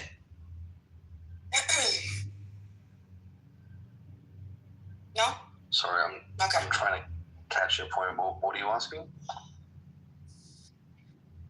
How have we got here? What was the question? Sanction effectiveness? No, how Russia cannot be bankrupt. Basically, dry them, slowly but surely dry them and lead them to bankruptcy. He was saying that that's impossible because they have oil and minerals and everything else. I was saying that they're already in deep shit. That 30 to 40% of their GDP is coming from military, basically, military defense or production or, even paying the salaries to the soldiers. That is bringing more money into internal economy. So my question is, we all know, I think, what happens when a country has 30 to 40% of its GDP based on military. What happens to that country? Extreme inflation. I mean, remember how Americans were not really happy with Biden administration when inflation was 9%?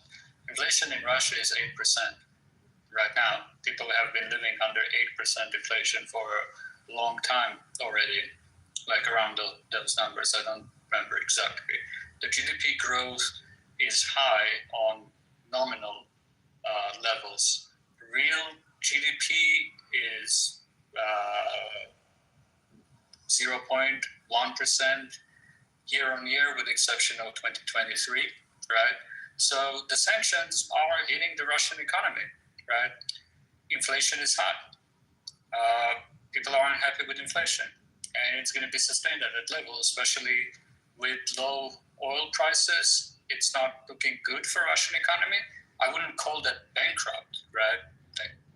But again, the war economy, while it does initially deliver economic growth, Keynesian war state, etc., it shows up in inflation. Right, and destroys all other sectors of the economy that is not war-related. And a lot of people in Russia is a very big country, are not in war-related sectors. right? So they're sacrificing the future of their country, right, for this effort, which is, I mean, I don't know. Do we consider that hurting the economy of Russia? I would say yes, right? All Russian IT companies, all Russian R&D are not in Russia anymore. They're in periphery countries and immigrated to elsewhere. All Russian companies that had any innovative expertise have re-domiciled themselves and relocated all of their staff basically to Turkey, Georgia, Armenia, Uzbekistan, everywhere else by Russia. So yeah, the sanction regime, I mean, can it be tighter? Can it be better? Can a lot more stuff be done? Yes, but it's working, right? It's causing real pain to the Russian economy, and it's hurting the, like, between policy choices, no sanctions, and the current regime of sanctions. Clearly, Russia would be in a much better state than it is right now. I think that's like a fact. So Anthony, you had a question that we went from like to a large tangent, unless the room like wants to shift the topic completely. Anthony, do you want to restate the question? Just looking for solutions to the conflict. It seems, you know, we've talked a lot about the issues in very broad terms, but specific solutions is how this thing can get resolved. You know, what I was hearing from some people as it related to trying to coerce Ukraine into, you know, accepting some kind of agreement that might be, you know, viewed as more on the Russian side than the Ukrainian side. They said it wouldn't be palatable and they would continue to want to fight. I don't know how true that is. And then, you know, like, I think that given trying to approach it from the Russian point of view or the Ukrainian point of view, I think it would bear more fruit approaching it from the Ukrainian point of view. I don't see forcing Russia to do anything in this case. I think if we're being honest and saying, like, the perception, who's winning, who's ahead in this conflict right now, I think the argument would be that Russia's ahead. But, you know, people may have different opinions about that. It's not a hill that I'm willing to die on. But I think Russia right now has the upper hand, and trying them to concede is going to be very, very difficult. That's my... Okay. Neil, there is actually a Ukrainian in the room right now. Can you bring him up? I don't see. Knyaz? I don't see a hand up. No, he doesn't have the hand up, but if you can send him an invitation, his nickname is Knyaz. Sure, trying to. Okay, thank you. Meanwhile, trying to. Sorry.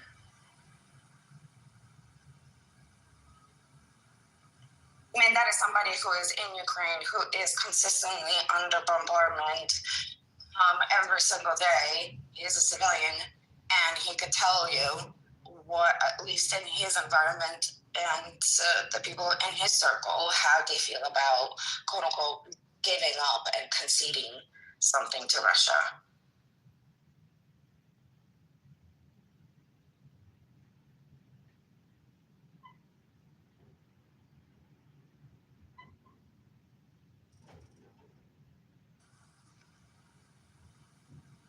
What's his username? I can't find him. Oh, here. Okay, got it.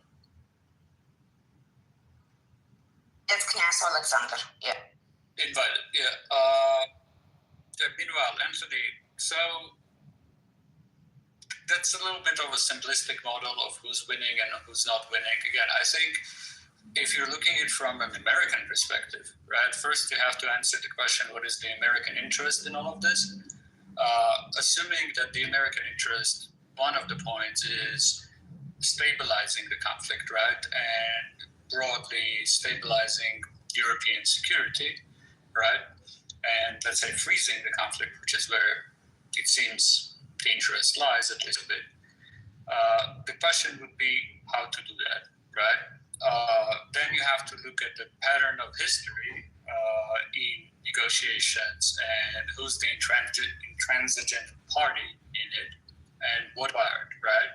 So Ukraine, in my opinion, and I agree, that cannot be pushed further into concessions because it threatens destabilization to begin with, right? As Katrina explained, that if you push Ukraine to like an unjust peace, and Ukrainians want diplomatic solution, right? Ukrainians also have agreed to a ceasefire,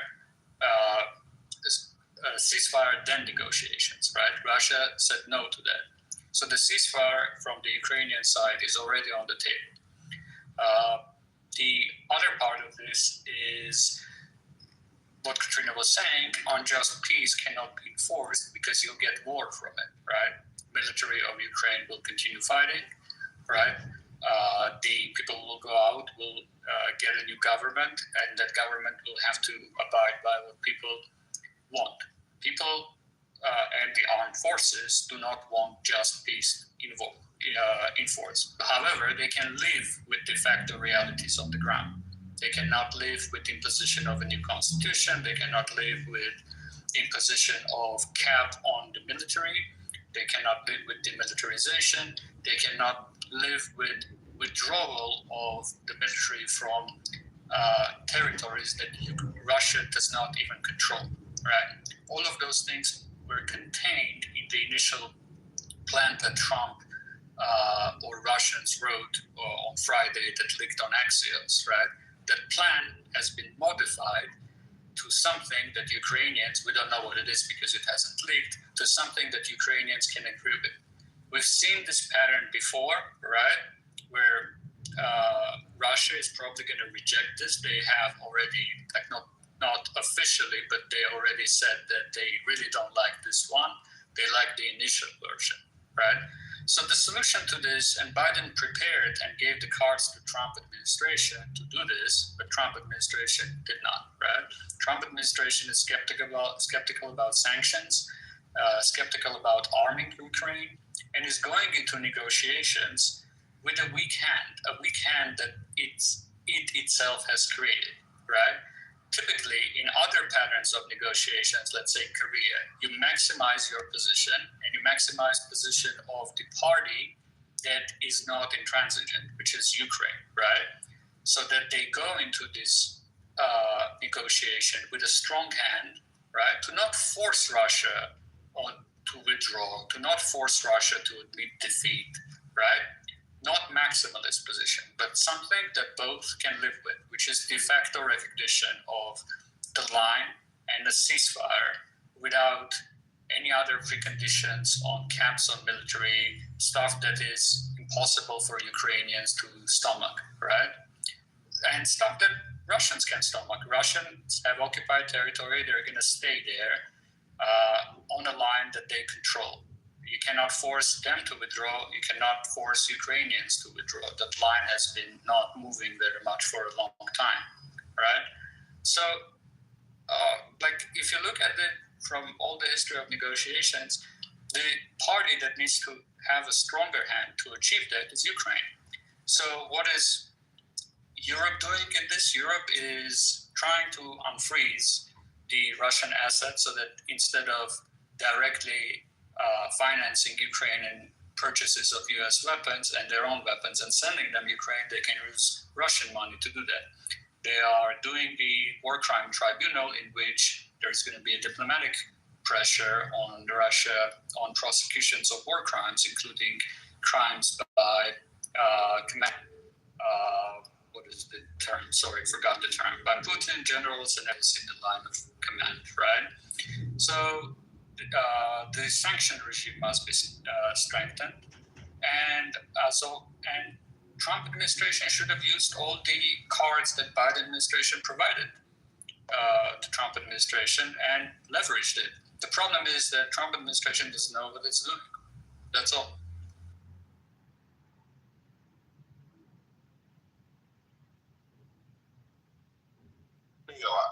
I hear what you're saying, bro, and a lot of what you say I agree with. But this idea that, the Biden administration handed him the cards to resolve this conflict, I think it's disingenuous at best. this conflict happened after Trump left office. If the cards he gave him were so good, he would have played them Anthony, I'm himself. sorry. I have to interrupt you because what you're saying is factually not true. This conflict. I don't like it when people interrupt me. Yeah. Don't interrupt him. You can combat it once he's finished, okay? Thank you. If you feel like he's a piece of shit and he's a liar, you give it to him as soon as he's done. I love you too, Ayanna. I love you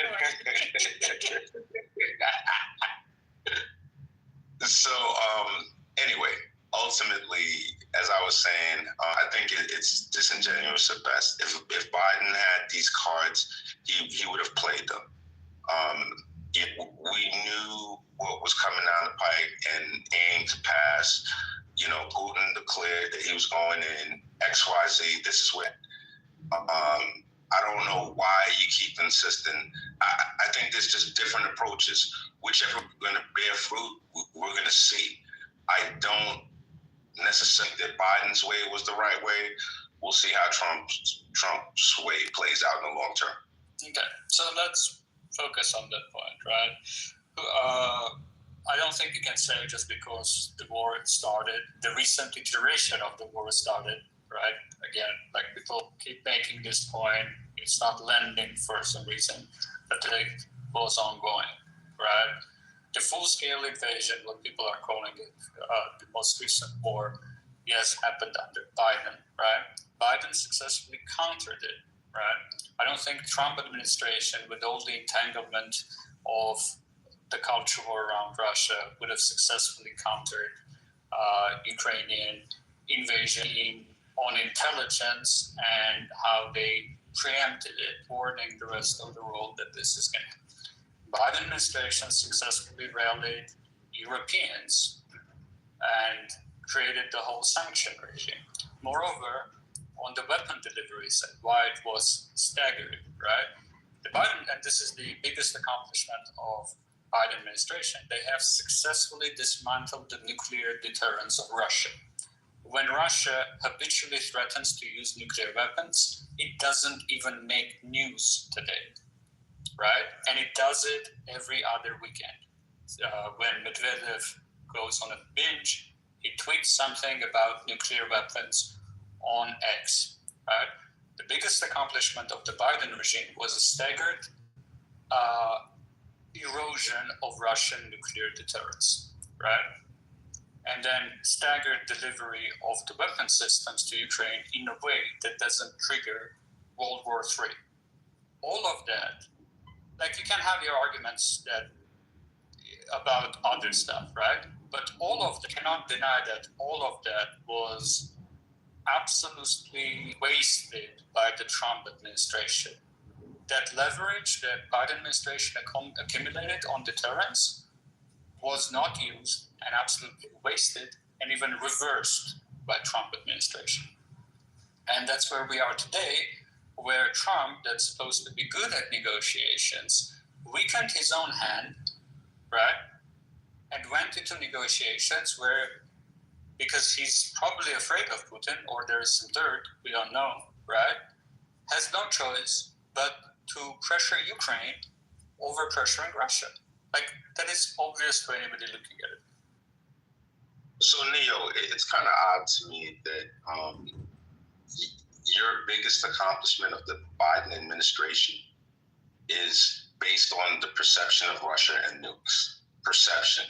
Nobody ever felt that Russia was using nukes, right? Just because, you had some headlines screaming what Medvedev or whoever said whatever about, nukes in Russia, who cares? No one was worried about it.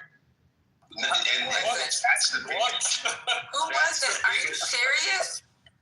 I told you, in the beginning. No. So I told you in the beginning of the war, we used to watch the war like these VTCs, right? So even with the VTCs, like there's younger people like me or other that'd be like, yo, we need to attack these motherfuckers. Like, let's jump in. But these 4 stars were like, no. The access that Russia has to, because Russia has nuclear weapons, that was our threat. That's why. What do you mean, you people? You work in a hospital. The experts, the SMEs, were afraid that is what.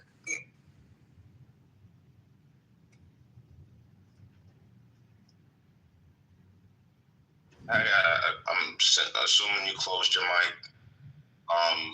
What I was saying is, I really don't think it was a credible threat. Yeah, you don't. But guess what?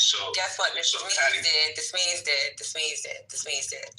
So we really don't care what you thought. I wanted to jump. A whole bunch of my friends were like, "Yo, like they need to attack this. Like they need push them out like they did in Kuwait." Like people wanted to plan for that. The younger ones, the younger freaking officers or strategic planners. The older strategic planners. Let me have Patty in the Matrix. It's like my most it's with her. Like I said, guess what? No, it wasn't a good idea. Go ahead. Yeah, so ultimately, right, what has changed between now and then is one word. It's perception. Russia has not used any nukes. Anthony, you're just proving your own point. Deterrence is perception. Like, what is deterrence other than nuclear? No, the reason why I'm saying what I'm saying isn't because I changed my belief system.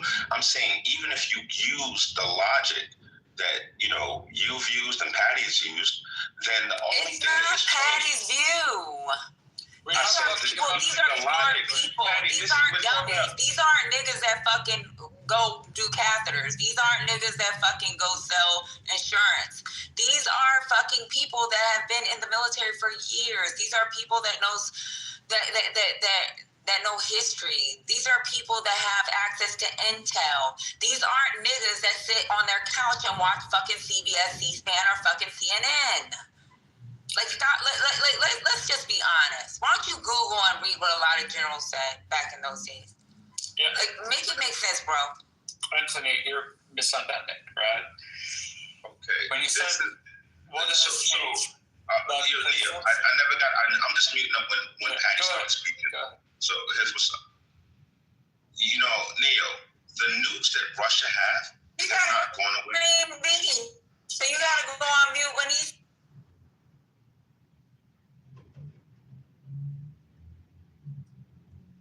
She's breaking up. Who's talking? Anthony. I was saying neoliberal has and I'll stop speaking when a mod starts speaking. If you want to speak, Neo, you got it. I'll stop speaking when you're speaking. No. Go ahead. Just. Thank you, Neo. I appreciate it. Cool. Thank you. So the nukes that Russia has not gone away. They are there, right? So it's either their threats are effective or their threats are not effective. Until they take an action, it is just a threat. At this point, no one is taking their threats that they, by your own admission, continue to make seriously. No one is worried. This is what I'm saying. This is, you're comparing Biden's greatest accomplishment is perception. This is what you're saying. And I find that odd. It doesn't make much sense to me. Perception is his greatest accomplishment. This is it. Listen, if Russia was so concerned about the cards that Biden gave Trump, they would have been effective. In the time that Biden was in office, this did not stop anything. This current iteration of the war happened on Biden's watch. We did not have this level of aggression during Trump's first term. It did not happen, and it's not a coincidence. But what did they need javelins for during Trump's term? If you really think there was nothing going on, why did they need fucking javelins?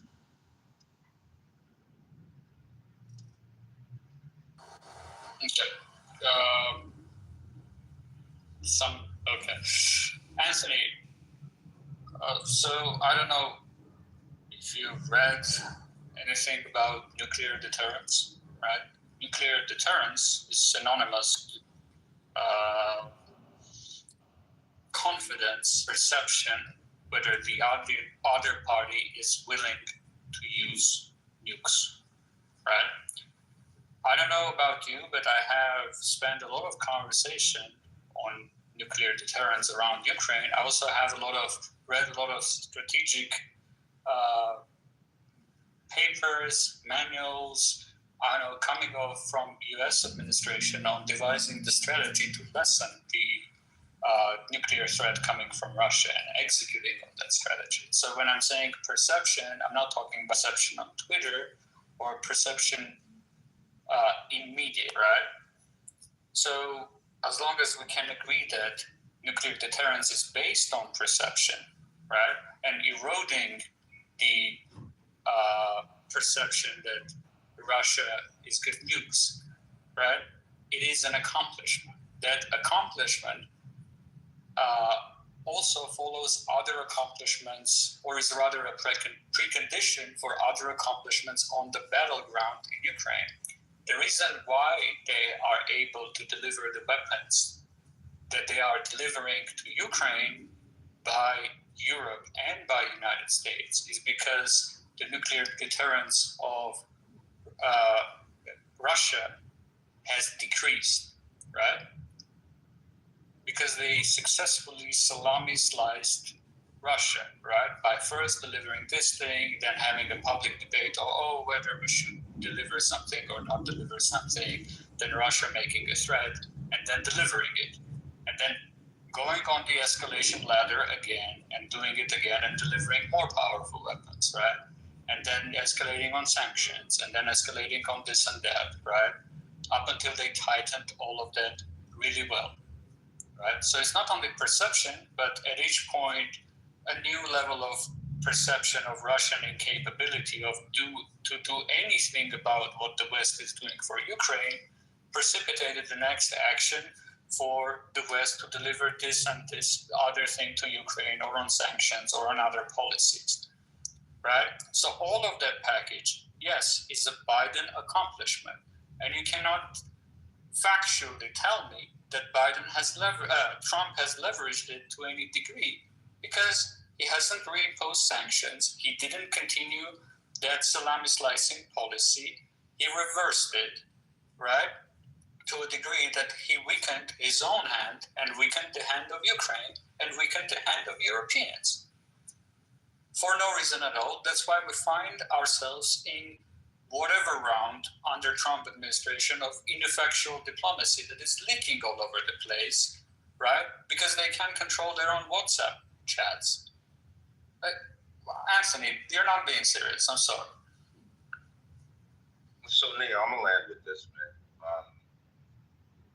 The perception changed as a result of inaction over time. It didn't change as a result of Biden's policy.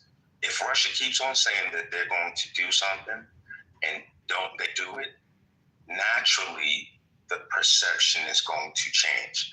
That's how shit works. This is not rocket science.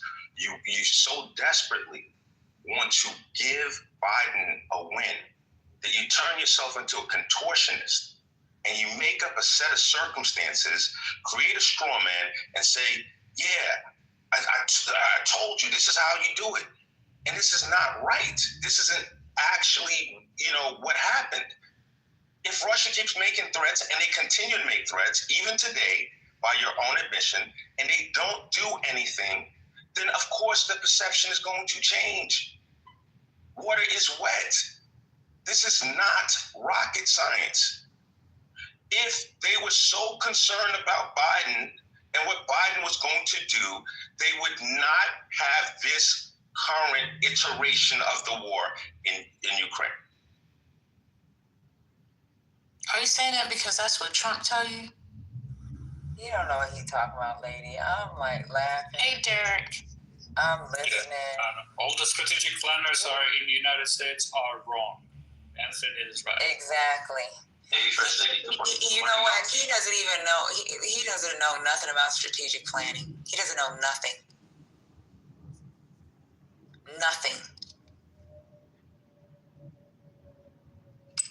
A fucking runner. Someone that just carries a fucking card so that they can push information from one area to another that has their TS card. Them motherfuckers know what to do.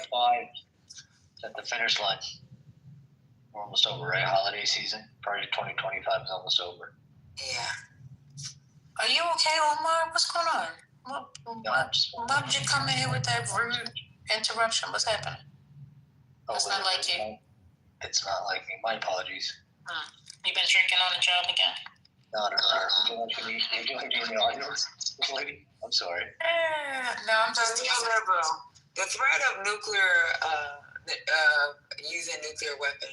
Who did he threaten? Who did Putin, or who did Russia threaten that they would actually use nuclear weapons if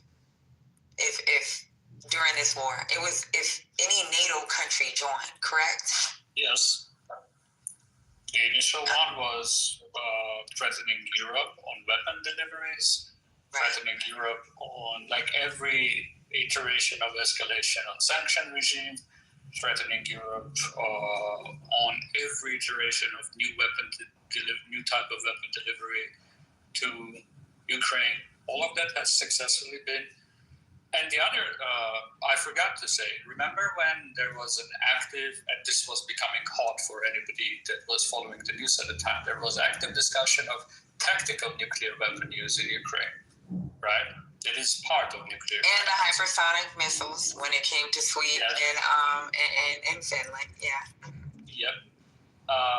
All of that has been successfully countered by Trump administration. There were deliberate leaks at the time that they said that they warned Russia, right, that any attempt to use nuclear weapon in Ukraine, including tactical nuclear weapon, will amount to NATO conventional response on Russian territory, right? And after that, nobody... Right, but what is that? Didn't they write a whole new nuclear doctrine?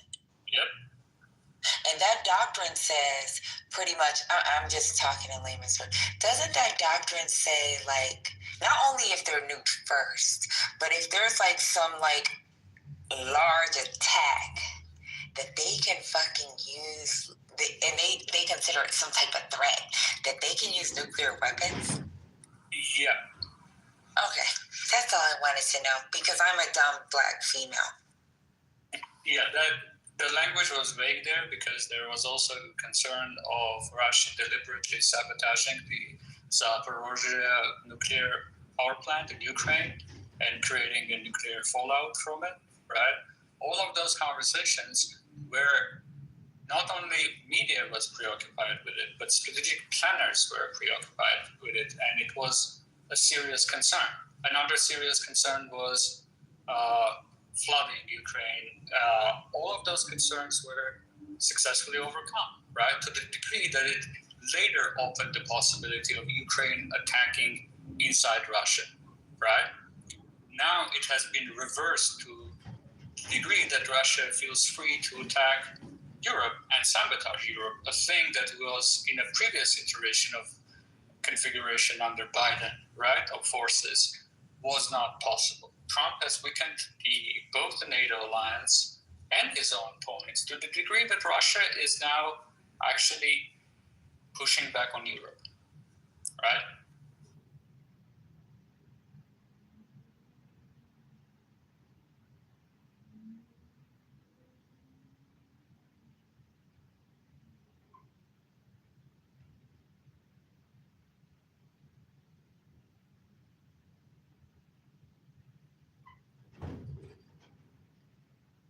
Anthony, have you read the Stephen Witko's pathetic chat asking, basically almost begging the Russian counterpart to praise Putin Does it sound like a good, like strong hand in negotiation? Where It sounds like a strong hand in negotiation. In a linked chat is begging the Russian counterparty to ask his boss Putin to praise Trump. Does it sound like a strong hand? Doesn't sound like a strong hand.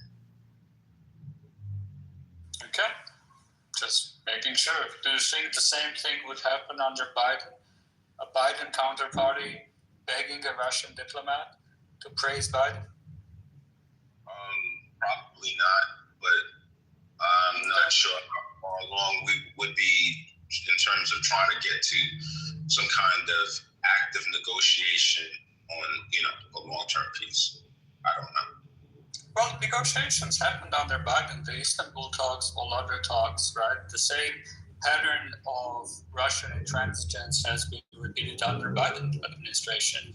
The Biden administration just realized that Russia wants to continue the war, and there is nothing that they can do with that. Some things are suddenly outside of the United States' control, right?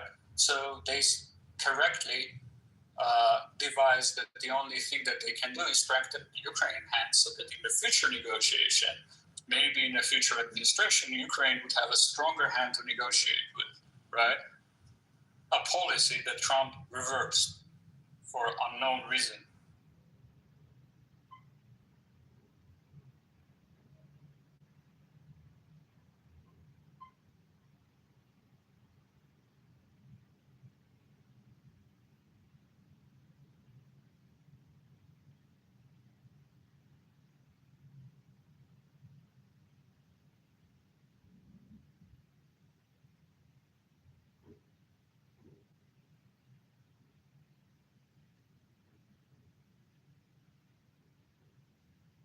I would like to give an update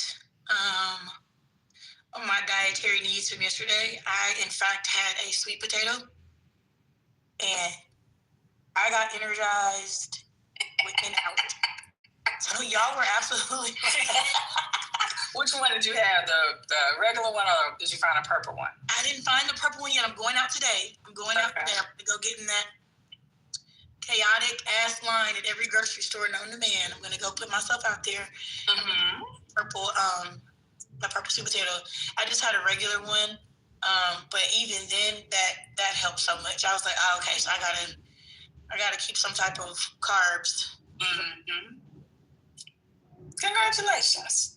Thank you. Y'all do be right. You know what I'm saying? Like a lot of people they tell me shit. Well, I ain't gonna hold you. Y'all was spot on with that one. Y'all was spot on.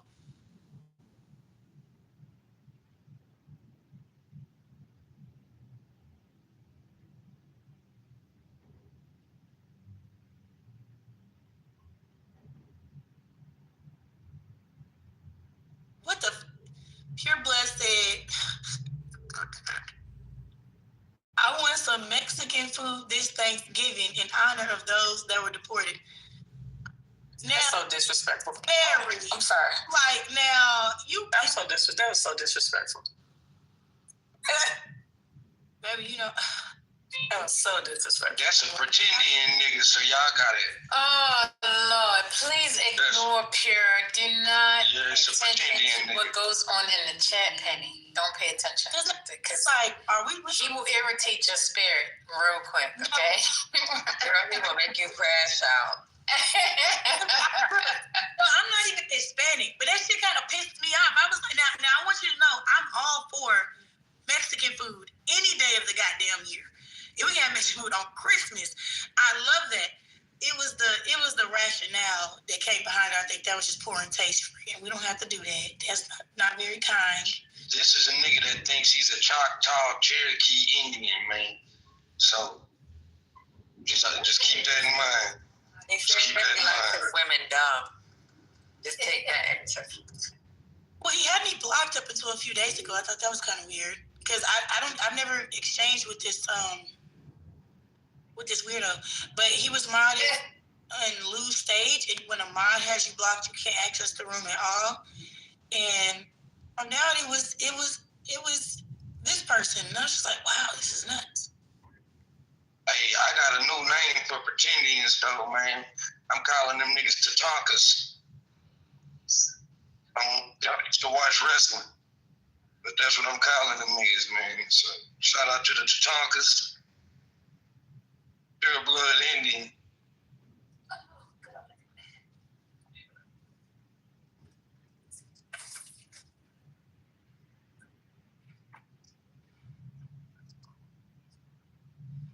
Yes, Jamal. I want everybody to make sure and write this down. I definitely bullying the dummies. That is my area of growth, is to find a way to conduct myself better in spaces when I'm with, or in having to engage with complete idiots. I've not done well with that on this app or in my real life. Girl, I'm glad you didn't come in earlier. Oh hell. And I got time today. I'm still working on me. Wait a minute. I need to clarify something. Did you say that Louis Martin Pure? Is that what you said? Yeah, he was definitely modded in there. You lying. I think that was a one-time thing. Just one time. I don't believe You that. know how Lua mod some hoteps every now and then. Just to keep the chaos going. Exactly. He don't talk a lot. Right. Exactly. The stage one. He probably types some bullshit. I'm sorry, babe. Not a stage. You're right. That makes sense. Decorative piece. There was a time, I believe it was yesterday, where somebody thought they were about to bang on Hattie or First Lady. I want to make sure I stamp something real quick. I want to find something safe to go do.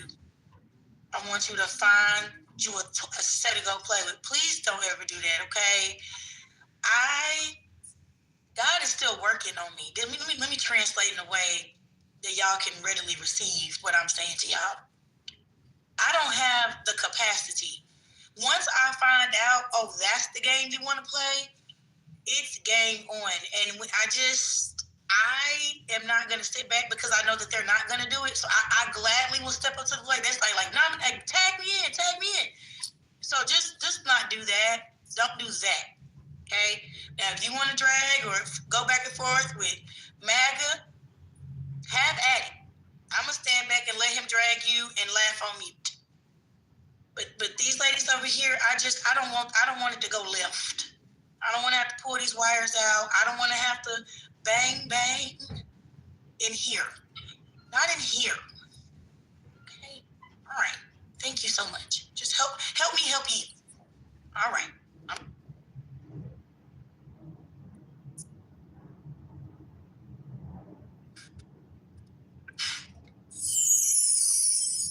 And thank you for that public announcement. Yes, you already know, girl. Listen. They have been warned. Expectations have been given.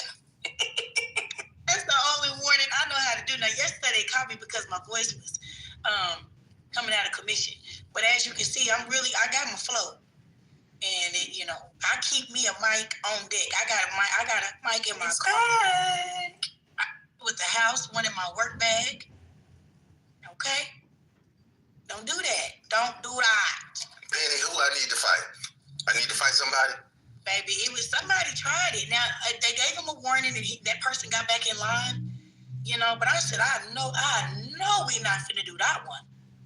You might want to put that card back in the deck. Don't pull that card. That's not the card you want to pull. You got to do that when I'm not in the room. Yeah, you can't do that. I got all the John Wick guns except for one. They don't want. See, these ladies have an eclectic group of friends. As you can see, some international, okay, some domestic fools. They selected my ass from a different side of the app. So I come in here, and I find a way. I code switch. So because I respect the space. Please don't make me tap into my first character. I don't want to have to do that because once we start going, ain't nobody on the stage gonna be able to stop me. They just gonna have to goo me. They just gonna have to put me in the goo. And even then, I bang in the chat. So let's just not do that. Let's keep it on the up and up, friends. Play to your strengths. Thank you. Right. I'm gonna bring the dark side out.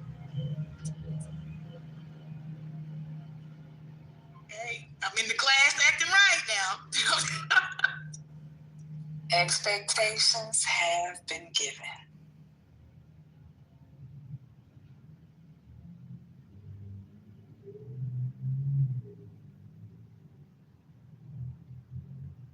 All right. First Lady, have y'all heard, I already really went over them 6 Democrats he's claiming he wants to be arrested? Yeah. Well, we did. I don't know if we talked about it in full. I think they all given like a little interview. I'm not sure. But what you think about it? I honestly, man, I hadn't got a chance to really do no reading into it. I was finna sit down in a second and fire a blunt up and read up on it. Oh, I was just wondering if y'all had discussed anything. oh Lord. Yeah, I don't gotta be to work till 11 tonight. That's why we love you, I thought you Who said that, man? That was funny. I bet you I could run faster than you at 41. No. Let's slow down there. Let's not do it. Nah, I'm telling you, I'm still fast as fuck and I can hoop. We always hoop. I'm always down for a good hoop sesh. It get hot in that kitchen, boy. I'm a slim nigga, man. My knees still work. I can still shock and rock. My south side is elite. You feel me? So like, just let it be known.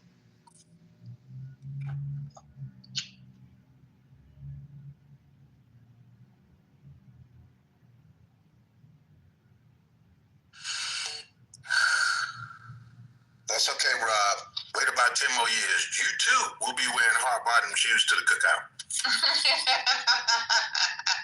Hey, we'll cross that bridge when we get there, big dog. We'll cross that bridge. Nah, by 10 years, I'm going to be an elite smoker on the grill, so I'm only wearing sandals. Well, That's a fact. now I'm in my 20s. I'll do it that down. Real hot dogs and a pack of pre-seasoned hamburger meat. Just stop it. You can't grill. Stop it. I'll put some motherfucking ribs to work. Stop playing with me. Ain't no smoker ring on your brisket. Who the fuck? Like, come on now. You in here grilling George Foreman. Don't come in here acting like you the grill master. Who said that? Who we talking to, Billy? You have to come out here. I'm talking to you, Rob. I said in 10 years, baby. Oh. I'm not the grill master right now. I can grill, but I wouldn't call myself no grill master. Fucking trigger right now. We'll get to grilling. What are we talking about? I'm a type of person. I believe barbecue is a fit food for every event, including black tie. I can eat barbecue at a wedding. I do not give a damn. I love barbecue. I swear, I love. Why would it not be something you can eat everywhere? Well, so you feel like that because you're in Texas, right? So, yeah. But everywhere, like in New Hampshire, they're not having barbecue at a wedding. Nobody give a fuck about New Hampshire, with all due respect. Example though, like in Texas, It's 22 niggas up there. We value barbecue. Like in Texas, barbecue will get you cussed out. Let your barbecue sauce be too watery. Okay? This shit is just real. You know, Let it not be right. Let it not be right. Full contact sport. Okay? I'm telling you, barbecue is a big deal here and in Tennessee. I just feel like those two states, Texas has the best. I'm just saying though. But those two states, like, play with something else. Don't fuck up the barbecue. Hey, I hear Kansas City is real underrated on barbecue. That's what I was gonna say. People is up there. Hey, Arkansas, I'm gonna give Arkansas this, man. They connected to us in Tennessee, so they got lucky, and they kind of border Louisiana, so they kind of lucky. Pull up. Pull up where? At Arkansas. I'll be in Texas next month, man. So I will not go past state line and dirty my spirit, but I'll be out there. I'll come pick you up, I promise you. I'm not going to the Smith Keys projects. I ain't going, man. In Texarkana, Arkansas. Oh, hey, And alcohol is legal in Bowie County now. So when I go visit my people, we don't gotta go to Arkansas to get liquor no more, man. So fuck Arkansas. Oh, yeah, all the way to Arkansas to get liquor? Wow. Well, you know, Texarkana, Texas is right dry. there. Yeah, you know what I'm saying? Yeah. It was dry till shit. I didn't even realize it wasn't dry till I was 35 years old. I was out there. Yeah. And Arkansas do got good. And there was some liquor. You literally have to go over 4 lanes just to get on the other side of Arkansas so you can get some liquor. Shit was hilarious. Yeah, that shit crazy, man. But yeah, Penny, I really can barbecue though, man. I feel like when I look at some of these niggas that's like elite that I know, I'm like, damn, I ain't that nigga, dog. Like, them niggas is elite. Yeah, I'm like, if your brisket ain't marinated for 2 days, it ain't brisket. Get out my face. Yeah, I feel like on the scale of 1 to 10, I'm like a 7.5, 8. That is facts. Look at that. If your barbecue don't fall off the bone, you try to pick it up and eat it. Don't talk to me today. I know that's right, that's tender. That's some tender meat right there. I mean, it's like, I know niggas say that it's some niggas that really be cooking like, nah, that's overcooking it. But I'm like, man, I would much rather my ribs fall off the bone than not, because then it's like, they kind of a little more difficult to chew. So I'm like, nah, make them hoes as tender as possible. Come to Destination Smokehouse out here in Cali. Great time. I know you did. Man, I ain't going to nowhere from California for nothing but some damn weed. Make us cuss you out. Don't you ever open up your mic.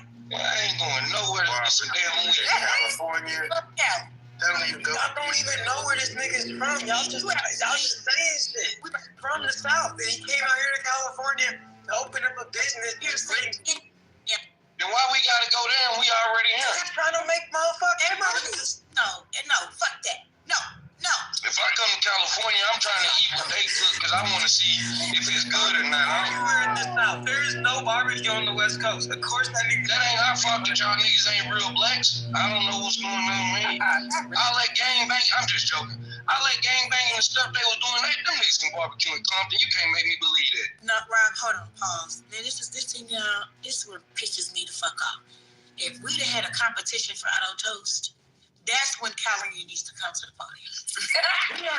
we have a competition for people that run 5Ks a month.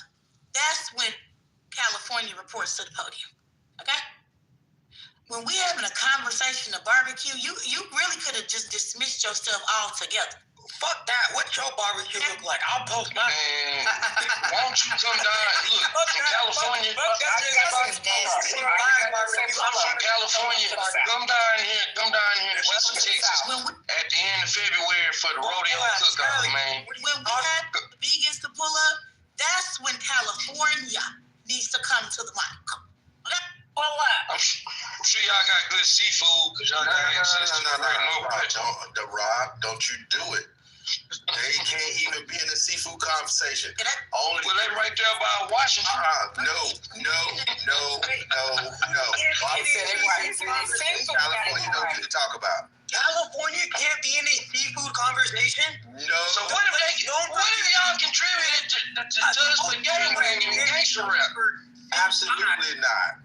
That's what if y'all contributed? That's the low country. Animals out the swamp and y'all call that seafood. No. California can't talk about seafood. You know, a lot of people don't like Gulf of Mexico seafood. They try to talk down on it. It has a different taste, though. Y'all getting fish from man-made lakes talking about. I don't like it. I don't like Atlantic salmon. Right there. Season with oil. What the fuck? I wish somebody might give me some seafood boil from California. Man. Have you ever seen how these people be making gumbo around these Not in Louisiana people. This is reality. In 2025, man, it's almost 26. The internet gives you access to everything. You feel me?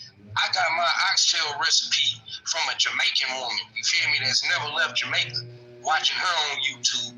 Bam, I used her recipe, flipped it to how I needed it, boom. You can go and find somebody grandma from damn Magnolia Projects. I guarantee you she on the damn internet and she gonna show you how to make that rule correctly. And if you can't make the rule correctly, you really shouldn't make gumbo. Just That's why I don't fuck with gumbo. Right. That's why I don't just stop. I don't fuck with gumbo like that. You feel me? Like my rule always come out a little weird, so it's like that ain't my ministry. But yeah, man, go get you one of them old big grandmas from New Orleans on YouTube and watch that shit. He's talking about y'all niggas, big grandmas. But not even big grandmas, just a grandma. Got some jiggle up under their arm. Well, nah, cause I know some small women that can cook their ass off. So I don't want to throw that out there like it's all big women can cook. That's not fair. But the point is, man, you need to get somebody from the South. Don't get no Yankee. Dirty South. I'm assuming they can cook good in Georgia. I ain't never been there like that, so I'm assuming they can Georgia. Georgia's okay. Georgia's good. Georgia can cook. I done heard good about North Carolina barbecue as well. No, South Carolina barbecue. North Carolina, they just here. Damn.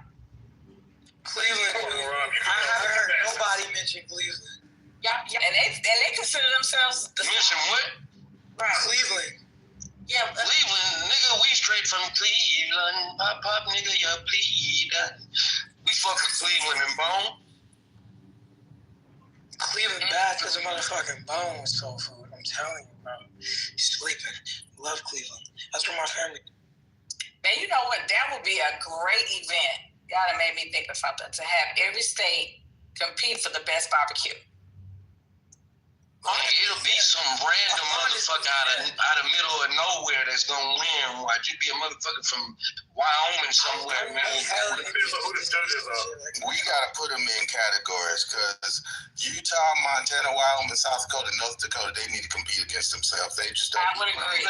How you gonna compete with nobody from the South? I agree. How you gonna compete against a nigga that's cooking on Yellowstone? Man, this nigga get the grill, you can't get it.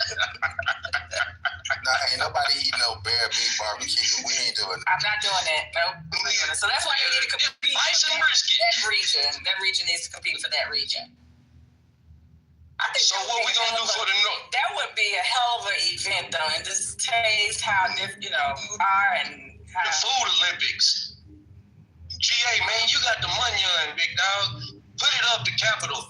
You got Ayana, she can advertise well, she speak well. I'ma just be down here in Houston, Texas, getting the freaks ready. I also got the hotel plugs. You feel me? It's going down. Right. Yeah. You know, man, if it's gonna be some food, you know it's gonna be some freaks. Don't get mad. Wait a minute, Robert. How you gonna take my idea? Hey, people that call me Robert either pay me or trying to go with me as a woman, man. You gotta tread lightly. It is. Texas has better Mexican food than California. I'm just fucking with you. I've been fighting with the Californians for years. I live in fucking San Diego. I live next to Mexico. Texas has San Diego beat by fucking milestone. But I feel like I'm just gonna tell you now. We appreciate our first generation Mexicans and Hispanicals better than anybody else. California, y'all make them assimilate. They have to talk like this, and they got to cover up their. When you bring up California, where exactly? Because LA. Where I'm at, oh yeah, then no shit. Nowhere near the border. But in Mexico, come near the border. It's a whole different conversation. It's different. We fuck with our Mexicans. They do assimilate, but they still be Mexican though, man. No, you gonna see you guys go to San Diego, it's different. That's so close. Tijuana's right there. Now, if you go to LA, further away you get from home, obviously, that's what you get. If I don't have to repeat myself twice, I don't feel like that's the real Mexican. If there's not a language barrier with me trying to communicate with you, trying to order I don't want to eat the food. I'm not fucking with it. I want a real Juan and Miguel back there doing the thing. I want to see through the motherfucking. What's the best food like Dallas, man? I can't sit here and say I done just had Mexican food in Dallas. Up here acting like a crackhead, fiending for the tamale lady to come on with these goddamn chicken tamales. I place my order every year. She talking about she not gonna bring it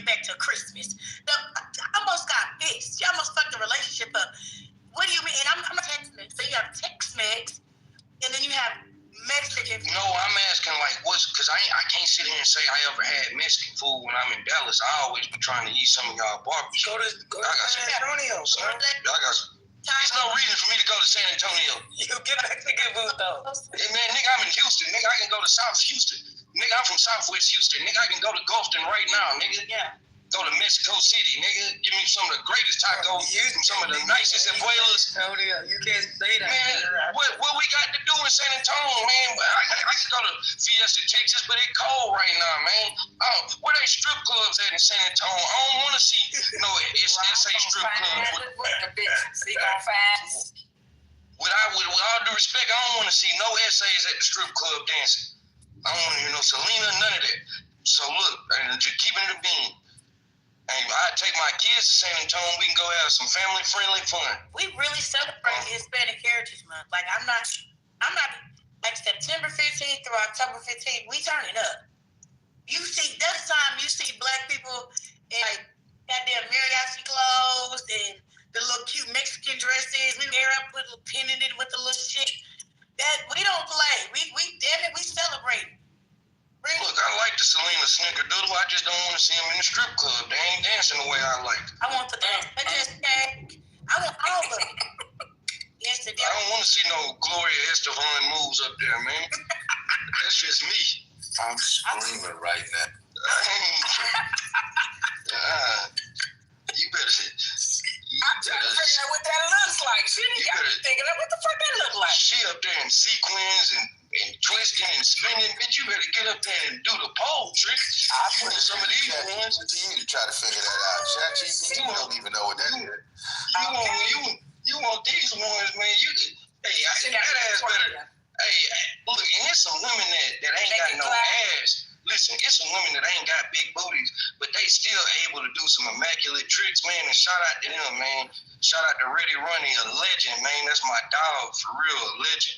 About 5'10", 130, Slim was a pole climber. Could have probably been a gymnast, one of the livest to ever do it, yeah. So you ain't got to be super thick to be an excellent performer. You just can't be up there doing them old dance routine steps. You got to have some motion and rhythm. You know what I'm saying? You need to go watch. If you watch Diamond on Players Club, start there. You feel me?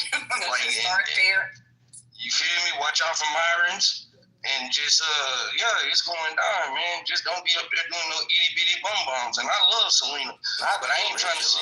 Rob, you got to go. Yeah, man. Man, I'm from the game, brother. I'm really from Bissonnette Street. Look it up. Yeah, Jack. Yeah. Wait, are you saying you don't want? I came at the wrong time. Pardon me. Good morning. If you're a Selena and you strip, I need you to throw that ass like you're black. You know, what's going on, G? CC, what's going on? Hey, Sal. First lady trying to change the subject. No. That's just for speaking to the people. I was about to say I need to send my trick money this week. Listen, I'm going to tell you today, and I need you to mark it. Don't refer to me as chick. Or I didn't say chick. Or whatever the word you just said. Because that's I said. Don't even skin. Exit it out your book, okay? Thank you. Carry on with your little strippers.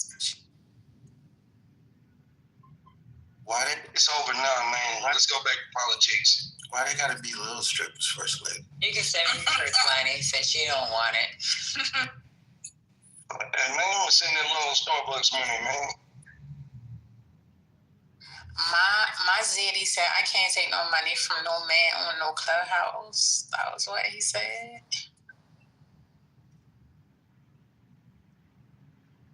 All right, what's going on?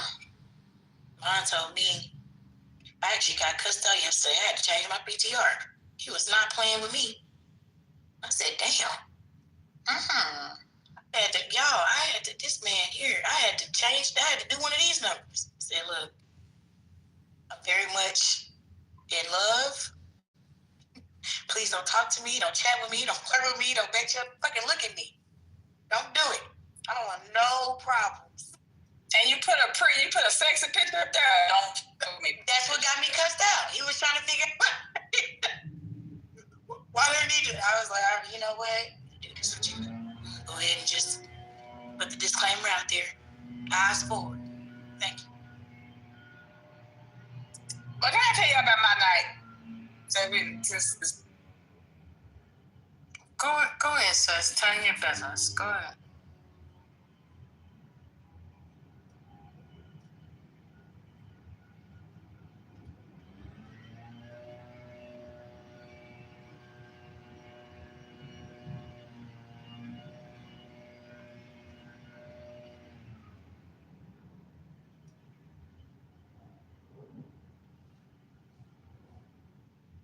Is anyone talking? Can y'all hear me?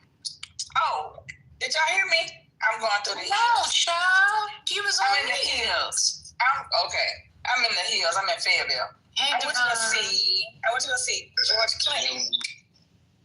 He's an 85-year-old, but is still performing and doing a hell of a job.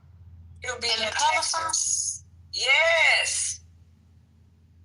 They was out there performing. Yes. What was the weather like? Well, I'm in Fayetteville, Arkansas, so it's cold right now. Oh, it's cold? It's cool, real cool. Mm-hmm. I'm up in the hills. And he 81 years old, still sitting there dancing. He's 84, 85. He didn't have any colored hair, but the band was still good. It looked like the original damn band. I was like, damn, these motherfuckers is old. They still getting it.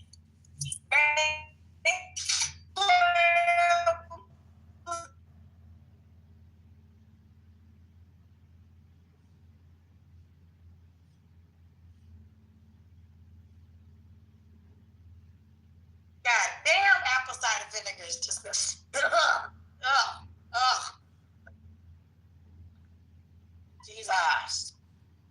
Jesus. Ooh.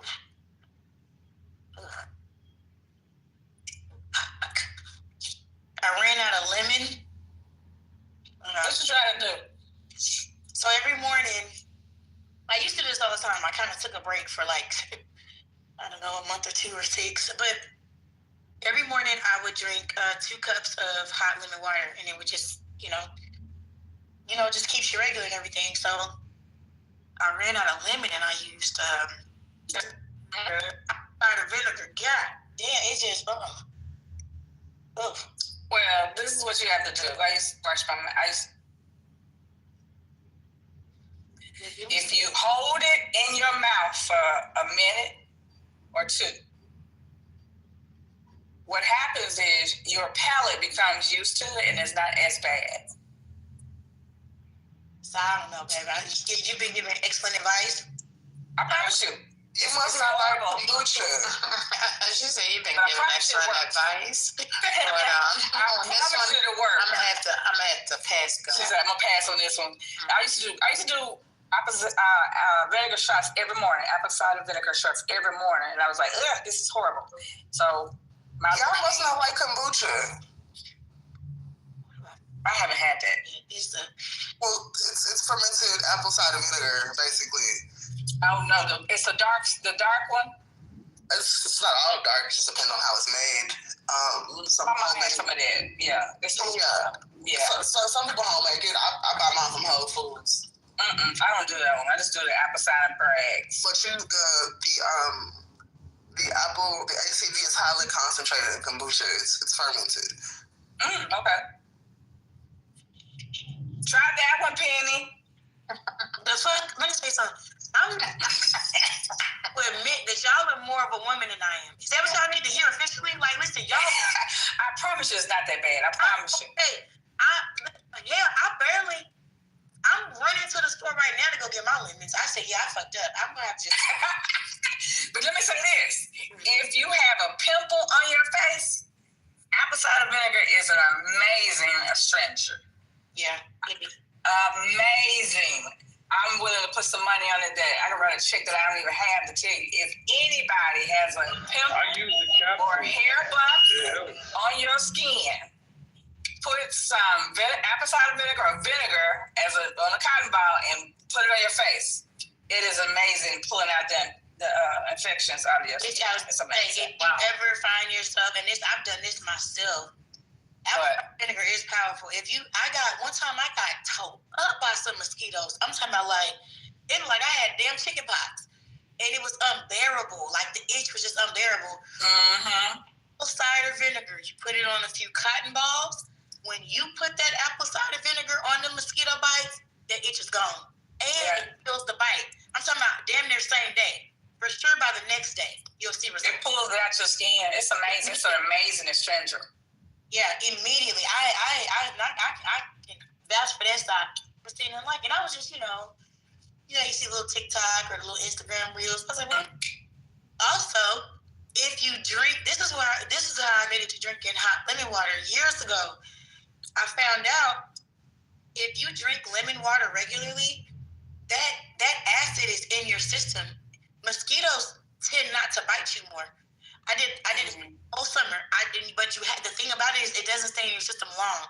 So you have to do it pretty much like either you do a tablespoon of apple cider vinegar 2 to 3 times a day between the morning and night, or you have to drink, larger quantities of lemon water. But the mosquitoes won't even bite you because if they bite you, it comes out your pores. Yeah, because it's just a lot of acid. It's too acidic. And then the one time I forgot to do it, it was like I think I forgot to do it that morning, but I had like 2 or 3 mosquito bites by the end of the day. I said, wow, that's crazy. But I had not and Texas has a mosquito problem out of this world. But I'm telling you, if you keep that in your system, apple cider vinegar and lemon water, you can alternate. You can do one or the other. They're not going to bite you like they normally would. What kind of apple cider do you use? Bragg's. So, Bragg's has a book. It's from the letter A through Z, and it gives you everything that Bragg's that you could do on a home remedy, and it's literally like 2 pages per letter. It is absolutely amazing. For people who are homeless when they're going to school to be a podiatrist, I think I said that correctly. If I didn't, I apologize. People that work on your feet, they use vinegar, apple cider or vinegar, to help clean your feet.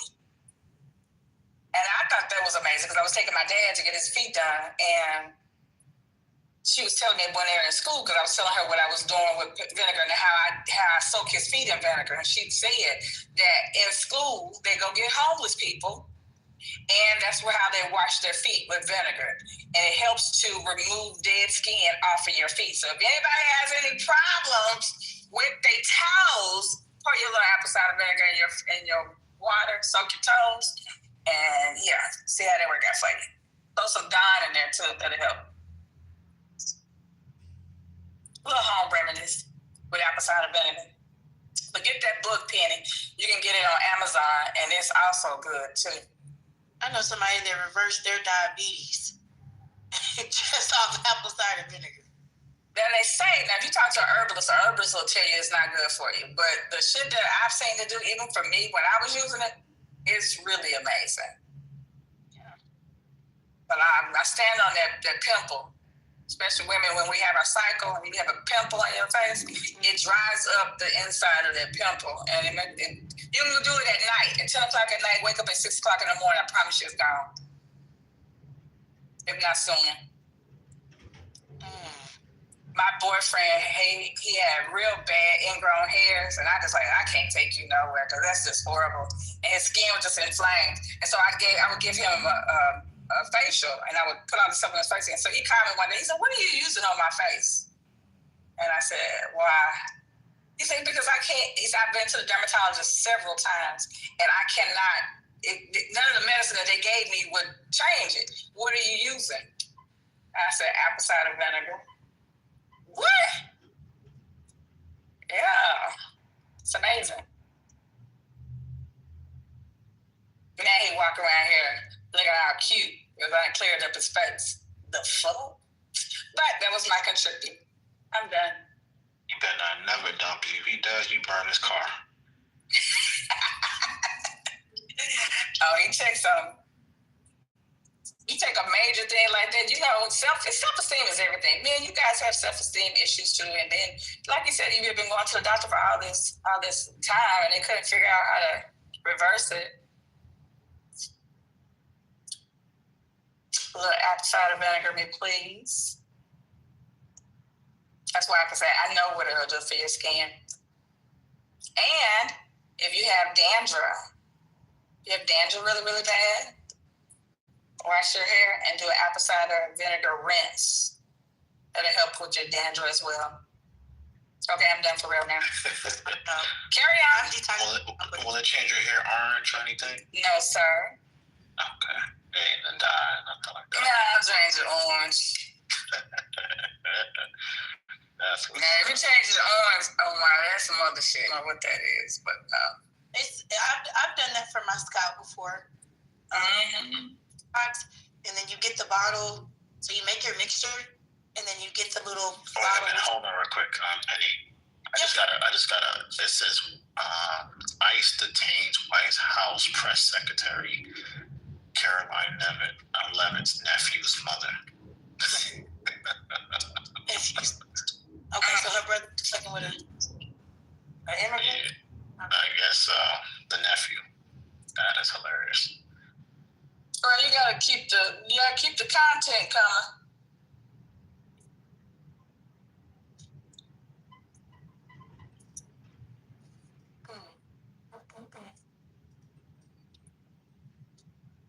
Okay, Penny, what you put in your mixture?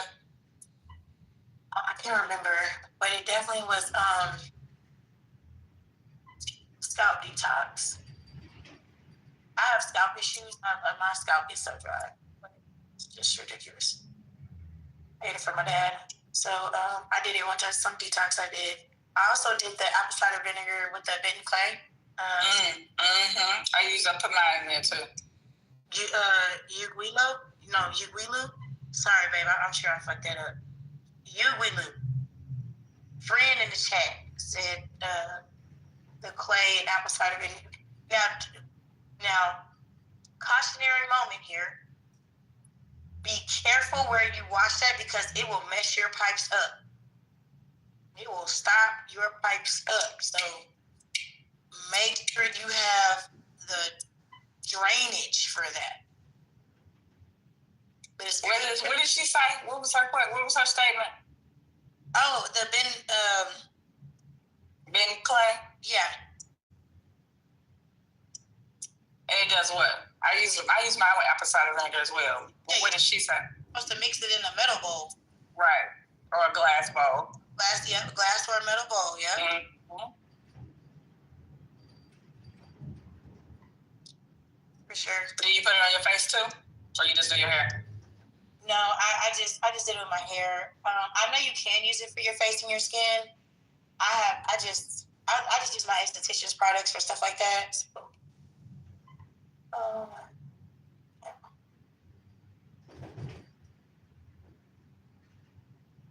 It's amazing on your skin too. I'm trying to figure out where is mine?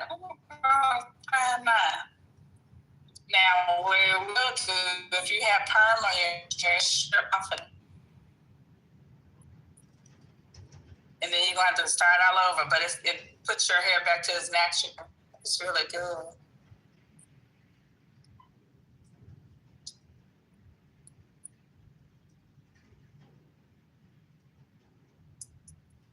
Egyptian clay. They say Cleopatra used to do it. Let's see. What did school say? One time, I'm trying not to really dry.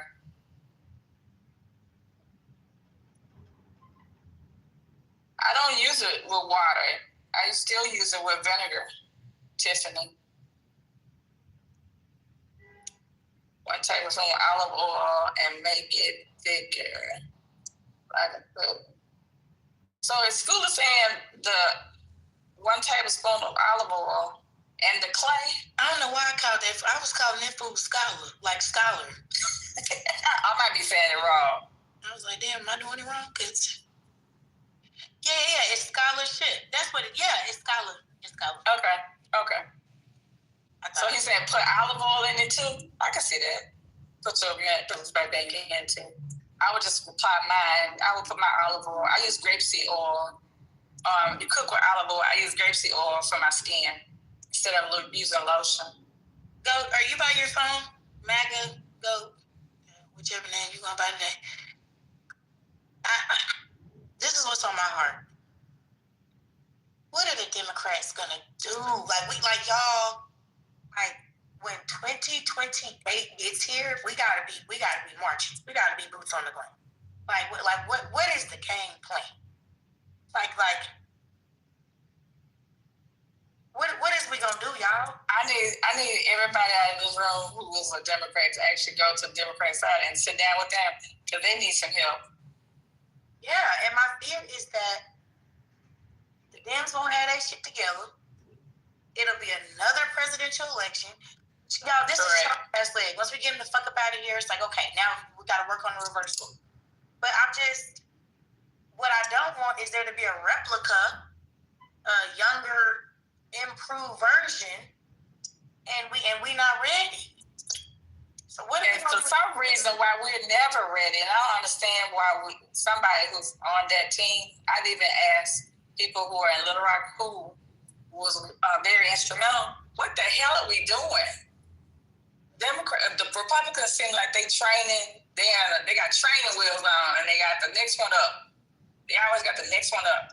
And then I feel like Democrats, we scrounging through trying to weed out who we think can do it. We haven't even trained them. They're not prepared. We're just not prepared. People in this room that are Democrat, I think we could put y'all in D.C. and y'all would kill it. They wouldn't know we hit them.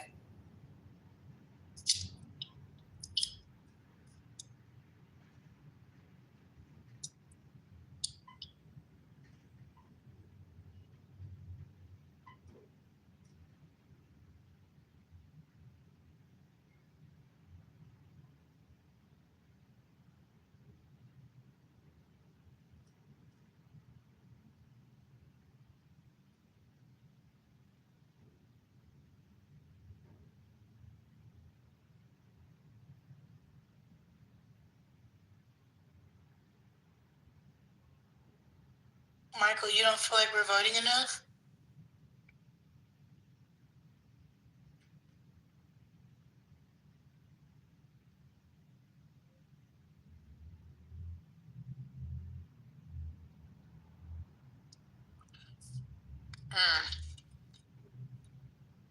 Vote.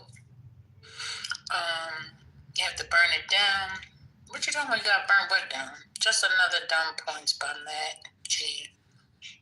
Added to a long list of failures. What is going on? Y'all be acting out in this chat.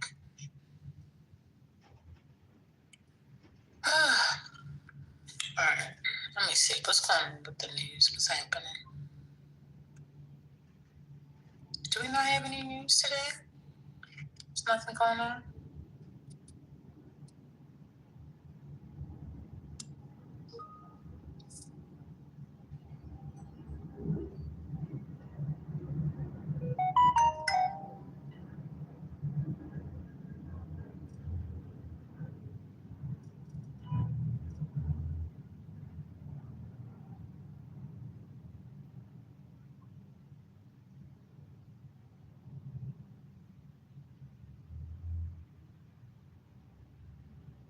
Yeah, I'm gonna tear this plate up. You know I keep up here talking about this detoxing and everything.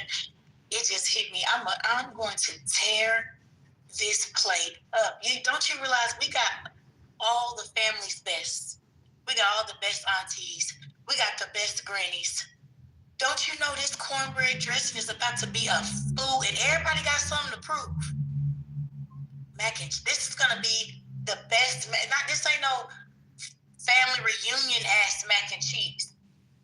This is the mac and cheese where the person that made it has to defend their title as to why they keep getting promoted to make the mac and cheese every year. This is about to be a cook-off, if you will.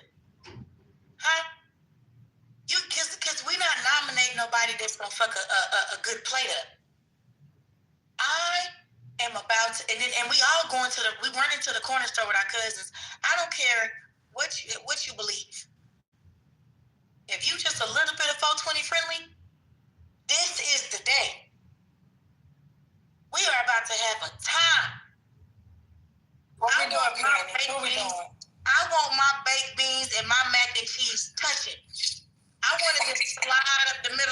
to get the best of both worlds and let it be an orgasm in my mouth.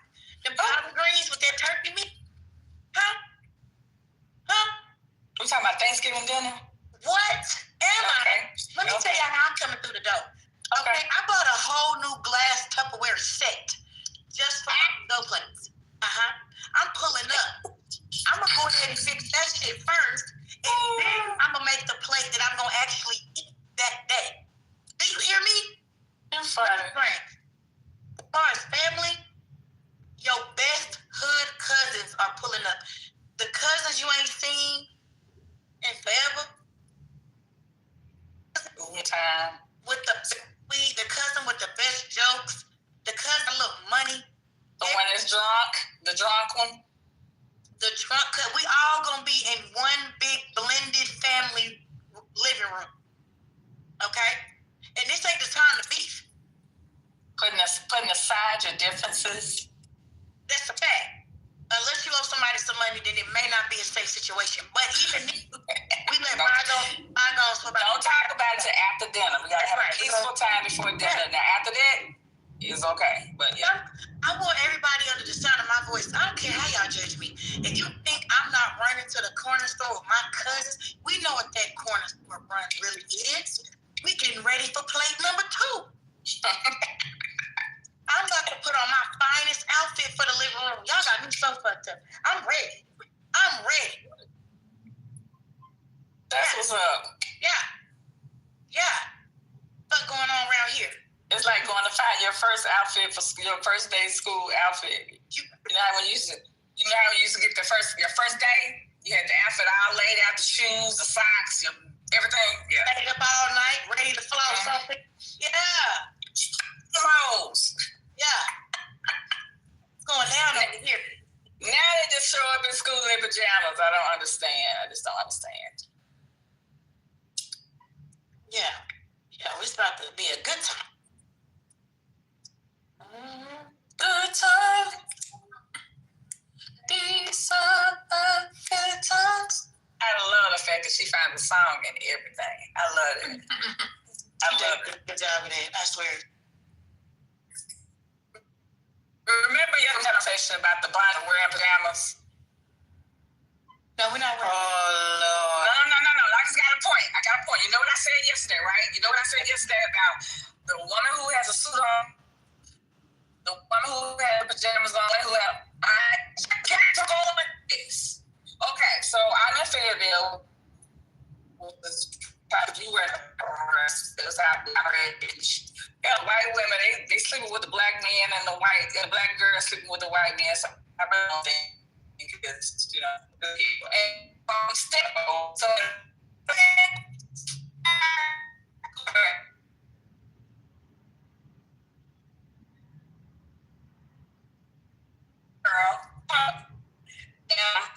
I'm dressing, but I have on a skirt, some heels, and a blazer, okay? There's another girl came in, she looked like she had on her robe. That so happens to be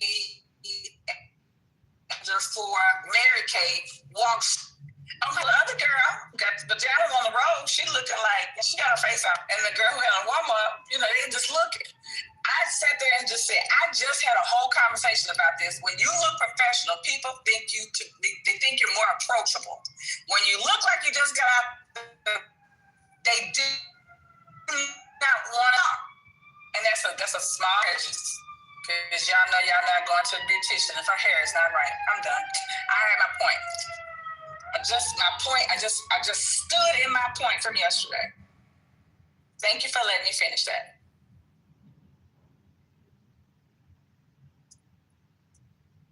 Yeah, I was thinking about that when you guys were talking about school and people dressed like they just got out of bed.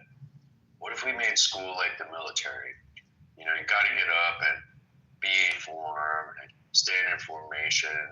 I mean, that would fix a lot of things that's wrong with these kids, but certainly like understanding, presenting yourself and being ready.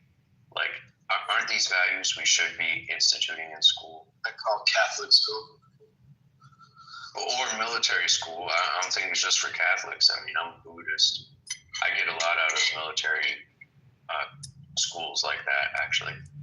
I understand the structure, Jason. I understand the structure, and that's what I was kind of talking about yesterday.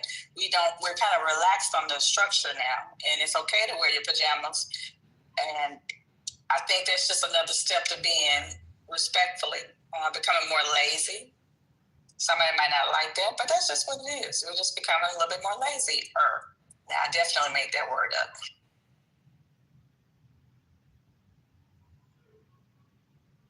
Yeah, it's definitely true. I don't know why you want to go back there, Si. I mean, what are you trying to do? You repeated exactly what you said yesterday. I said, no, we're not going there. And then you said, no, it's going to be real quick. It wasn't real quick. You went through the blender. You went through the matrix. And then you come down to the yellow brick road and then came back. Yes, ma'am. Absolutely. And still hadn't landed the plane. I did say I was done. No, I did land. Jason just came in with his military thing. And were you not going to go back and forth with him? You just want to get into that? I'm not. The family Tinkerbell. The family Tinkerbell is done now. I'm done speaking. But I just thought it was really cool, though. I just said this yesterday. But yeah. So carry on, wear your bonnets out there, and then just carry on. So what's going on in the world today? Well, I'm out here in Graceland with the trees. You in Memphis? I got another 130. Like Elvis Memphis? I'm in Arkansas. I'm up here with the Razorbacks. Okay. Go Hawks, go Razorbacks. Because some crazy lady apparently was arrested for claiming that she was the sole heir of the Graceland. Yep. I think she's doing Elvis and Epstein is somewhere on the island somewhere. Old as shit right now.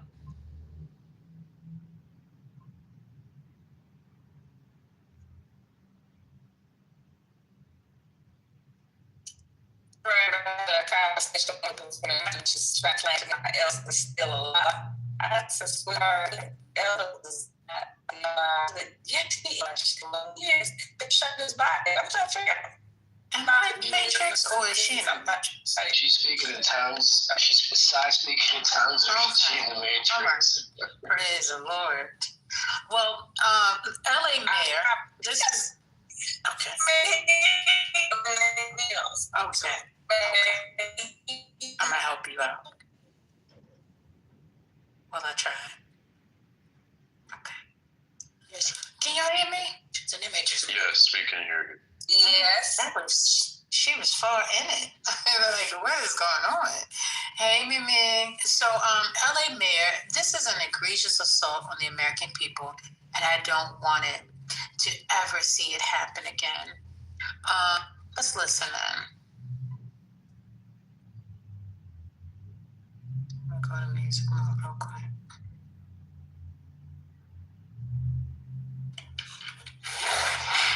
Of course, you're a former member of Congress, back with members of Congress today. What was the main point of this? Yeah, well, we actually asked for a congressional investigation into what was going on with ICE, in particular, some of the abuses that have taken place, but also specifically about U.S. citizens who have been detained, and also people who are here legally, who have the proper status and the proper papers.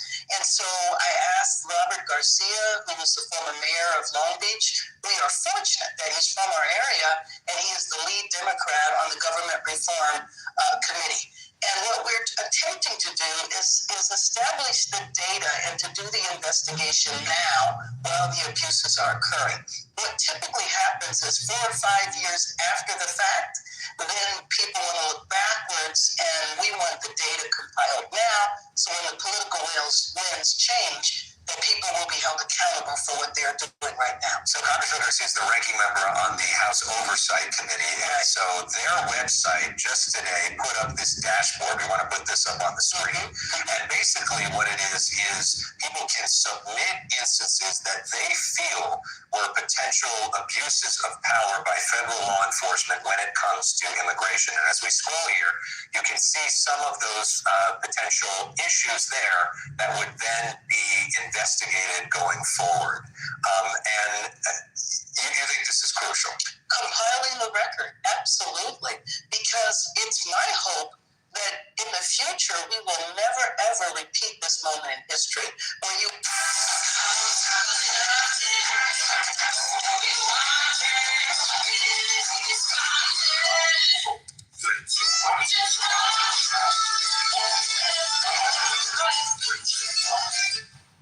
essentially use the U.S. military inappropriately, using them to deal with a domestic situation, which we have laws against, that you would just detain people. There's over 5,000 people in the Los Angeles area alone that have been detained.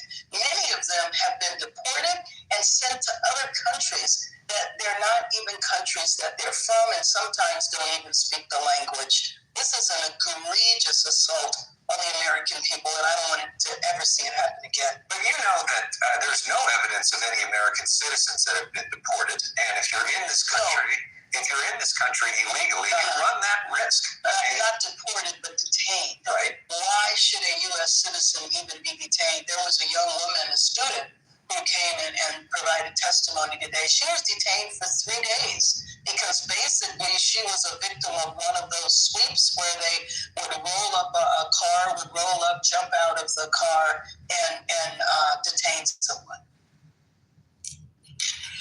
All right. Of course, you're a former member of. So I guess American people are getting detained. Because that was the LA mayor, First Lady. Yeah. And good morning, by the way. Good morning. day. Good afternoon. Good evening. Good day. Good day. Good day. Good day. Good day, mate. Good day, mate. Oh, sorry. Still getting over No, you sound horrible. Got a bit of frog, you know what I mean? Good God. You should get yourself fast to. Lord. I should do what, baby? Where's that? That wasn't me. That was side. That's why you couldn't My hear. bad. I said, go there. I'm in the hills. Go to it. Buy soup, chicken. It will help you knock all that out. Oh, yeah. You're right about that. I've been swimming in chicken soup the past few days. Just don't let it be from Campbell's. I don't know if y'all heard that recording. No. Don't do Campbell's. Don't do Campbell's. No. Might as well just eat a bag of salt. Right.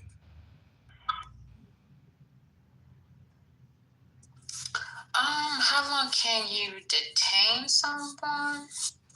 I think maybe, depending on the state, but I think 48 hours, I think is the longest. It might be shorter in other states. But, I mean, I just wouldn't want to be locked up if I ain't have to be, especially when I didn't do nothing wrong. Would y'all be okay with that? Y'all signing up to go sit in jail for a couple days? Mm-mm. I've been having anxiety. And then they're like, oh, sorry, my bad, clerical error. I'm like, really? Whoops.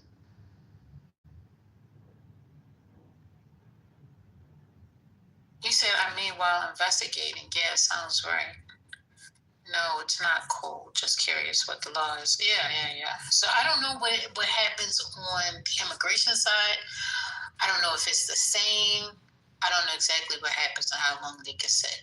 But if you get locked up, I think they gotta they have 24 to 48 hours to press charges against you if they are going to do so. Otherwise, they have to let you go. And when it comes down to immigration, I'm not sure.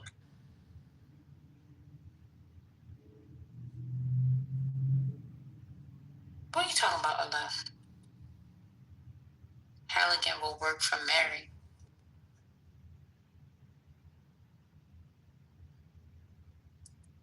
Period. he actually got followers. Hey, Love, how you doing? Happy Wednesday. Happy Thanksgiving. How are you? Thanksgiving. Happy Thanksgiving. Happy Thanksgiving. Your toilets being unclogged. What's going on with your toilets? Oh my God. Who has toilet problems? What's happening? I said happy Thanksgiving and I wish you holiday and your toilets well. And then I apologize. What's going on? Yes, I don't get it.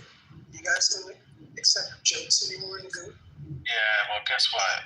No one wants to So hear that's your not back. allowed to express himself at least. I didn't even get it. I thought you was coming about talking about Halligan. Oh, yeah.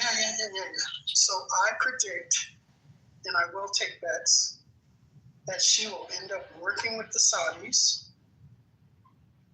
and she will marry a Saudi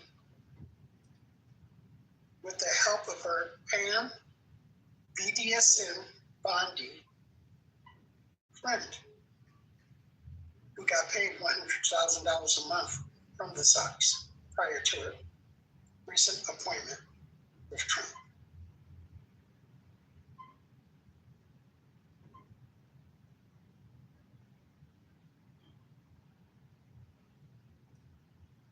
I know it's that First Lady.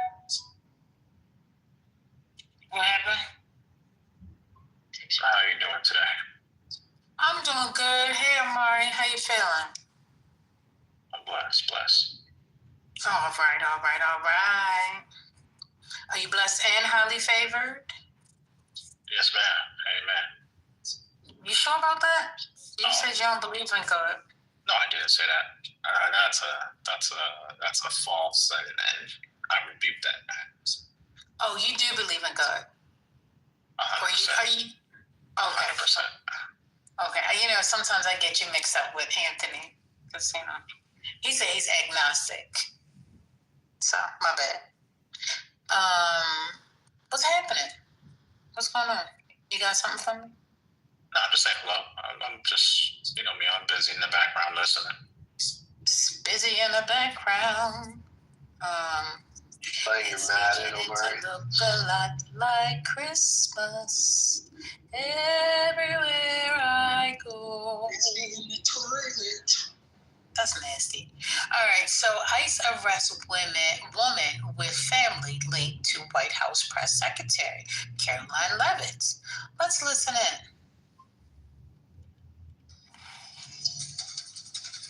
Can you hear? Welcome back to ABC Newsline First. Can you internet? Yes, no. ICE arrests woman, a source says, has a connection to White House Press Secretary Caroline Levitt.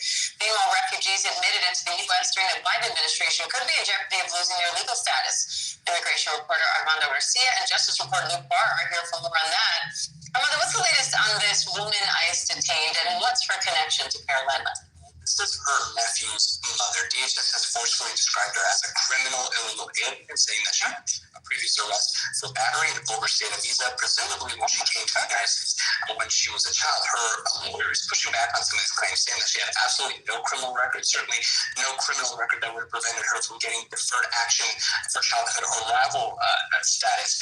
And he's also saying that this is somebody who is now being held in Louisiana, thousands of miles away from home. They plan to challenge her arrest in federal court. The memo obtained by ABC. You dared to do what you love.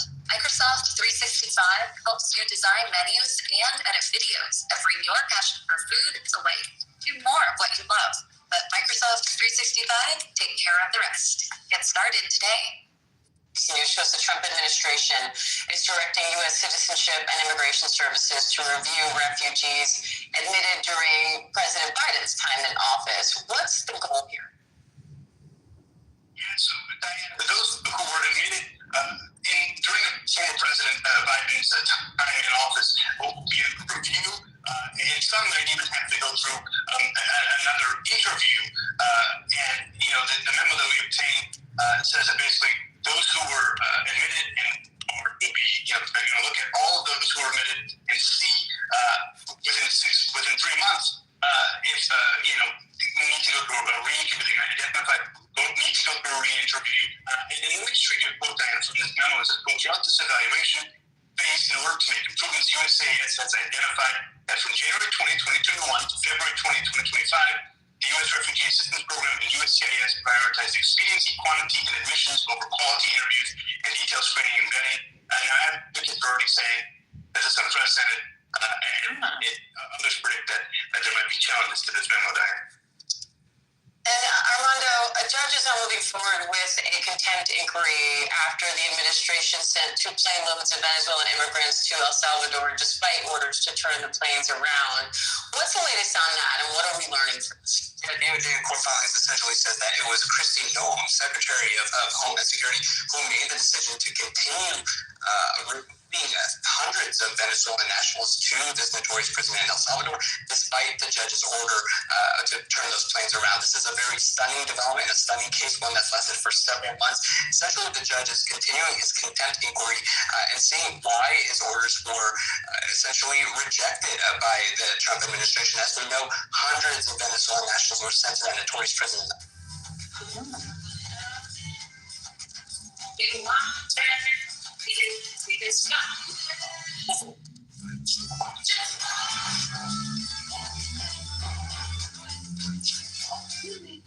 El Salvador, where they reportedly endured inhumane conditions until they were released several months later. And meanwhile, it also just struck down a DHS policy ruling thousands of immigrants eligible for bond hearings. So what are you watching for there? Yeah, this was a DHS policy instituted in July that essentially forced thousands of immigrants who came to the country without inspection to remain in detention during the removal proceedings. That could take years because of the millions of backlog of cases in the immigration system.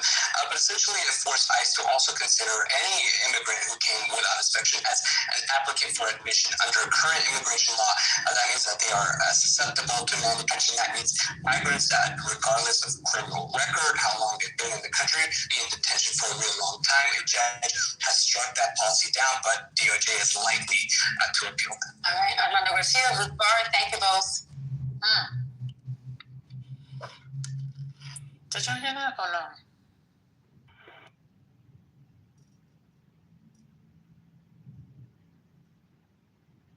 Yes. Yes.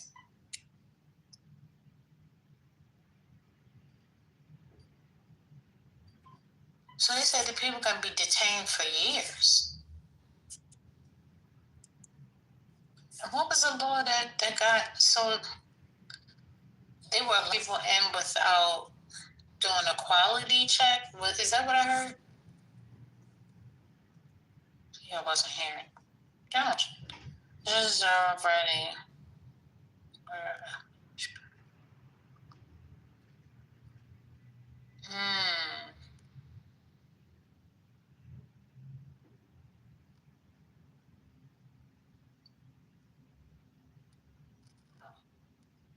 So the judges already were admonished by the Supreme Court to stop issuing TROs and other injunctions against the Trump administration action.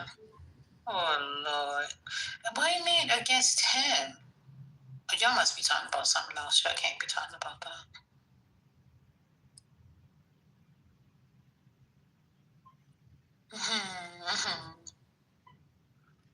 Well, why am I going to play another clip, baby? Y'all need to talk. I got work to do. And it's a fresh read on the nation's fiscal health, the aforementioned Steve Leach from those headlines, and probably also talk about the Fed. Steve. Yeah, Brian, thanks for that introduction. The Treasury reporting that the deficit is an October record of $284 billion with a bunch of asterisks. I think that's expenses were boosted by a calendar change moving from into October from November, about $105 billion. So that's also an issue, but they were reduced also less than 5% by the shutdown. Some payments they didn't have to make. Revenue was boosted by delayed payments from California. Remember, they delayed the requirement that certain payments, corporate tax payments, and other. Every dog knows this dilemma. How do you give them real freedom without worrying about their safety? The answer is the Halo Collar 5. Pure fun for them. Peace of mind for you. Don't miss out on this deal. Get the Halo collar now. Because of the wildfires. So we got a bunch of that in, so that changed the numbers. Custom duties, I don't think there's an asterisk on this one. They reached an all-time record for any month at $33 billion. Do the math, that's about $400 billion per year in tariff revenue coming in. The previous high was last month at $29.6 billion. Now, another thing on the other side, gross interest on the public debt increasing by $22 billion to $104 billion in October, compared to $82 billion last October. It was an all-time record for an October, but not for any month, due to increased debt outstanding as well as higher inflation accrual. Brian, just a little note. This report itself was delayed by the shutdown. Should have been out a couple weeks ago. Okay, can I pivot quickly? You just heard our conversation. Too fast. How much has expectations? Keep your foot down and then pivot so you don't get called for driving. I get called for everything. Mostly double dribbling and ups and downs because I've got a 4-inch vertical. Steve, how much has the Fed rate cut chances? How much have they pivoted in the last couple of days? See what I did there? Okay, so before John Williams spoke, probability of a rate cut was 33%. And we had been talking to a lot of hawks out there. They had been talking a lot. And then John Williams came forward and said he thought the Fed needed to cut in the near term, which everybody took to mean December. And also everybody took to mean that was reflecting the view of Fed Chair Powell because, hey, he's the president of the New York Fed, and oftentimes there's no daylight between them. So now I'm at 76%. I'm at the 85 that you were talking to. But we use the Refinitiv numbers. You could talk about CME. But yes, it's a big deal. It has moved substantially and very forcefully in favor of a rate cut.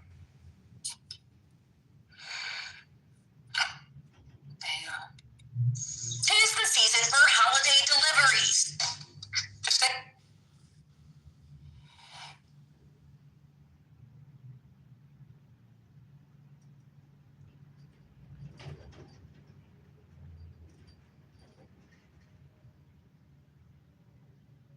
Alan, won't you come up? Who are you talking to?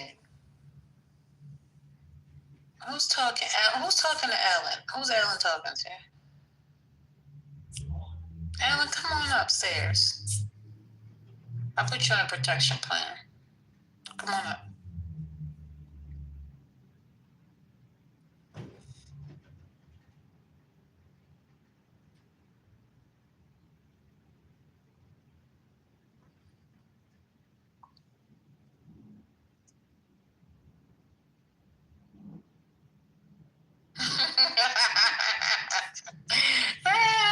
Alan said I lost my voice. You just whisper, Alan. You don't have to talk at full. Oh, God. Why y'all crazy?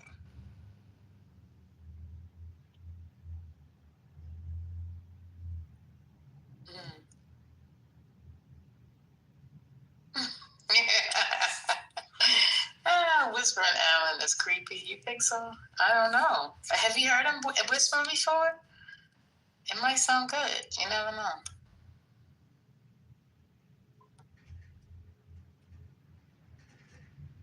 You haven't heard Alan before, First Lady? It takes about 3 or 4 minutes to get out 3 or 4 words. Hey, baby. How are you? You is looking fine, baby. That is not how you sound. That's exactly the way I sound, sugar. Keep it up and you're going back to the good. You'll never find a love. Oh my God, that is Alan. Wow. Yeah. I wasn't on screen, so I didn't know. I thought that was Moose trying to pretend like you. Okay. No, that's me, baby. No, I'm not gonna argue over this and I get aggravated. But yeah, this. Don't get aggravated. I'm just trying to understand. Okay. About the forts. Exactly. Okay. Yeah, I just put the link in the chat. I mean, think about it. There's been something like close to 300. I forget what the tally is. There's been like almost 300 of these TROs, injunctions with the district court judges all over the country, issuing orders challenging the Trump administration's actions. And with one or two exceptions, they've all worked their way through the courts up to the Supreme Court. And with one or two exceptions, they've all been upheld by the Supreme Court. So by their own actions, the Democrat, and these are, in generally speaking, Democratic judges, Democratic appointees who are issuing what? There were one or two exceptions of. That's not true. In any event, yes, it is true. So in any event, it has not been Democrat with just one or two exceptions. There's a lot of them Bush. I know you love. Alan, wait a minute. Alan, no. Alan, you said with one or two exceptions, they've been Democratic appointees. That's not true. That would be impossible. The First Lady asked me to speak. I don't give a fuck what you did. Okay, well, I know you just love to wait for people to speak. I haven't spoken in 4 hours. With them, Douglas. So please, thank you. Just don't lie. No, just don't lie. No, I'm not lying, MAGA. You're the hypocrite. You just said, except for one or two exceptions, they were Democrats. Bitch, you want to get into this bitch? That's gay. No. Come on, Alan. Why are we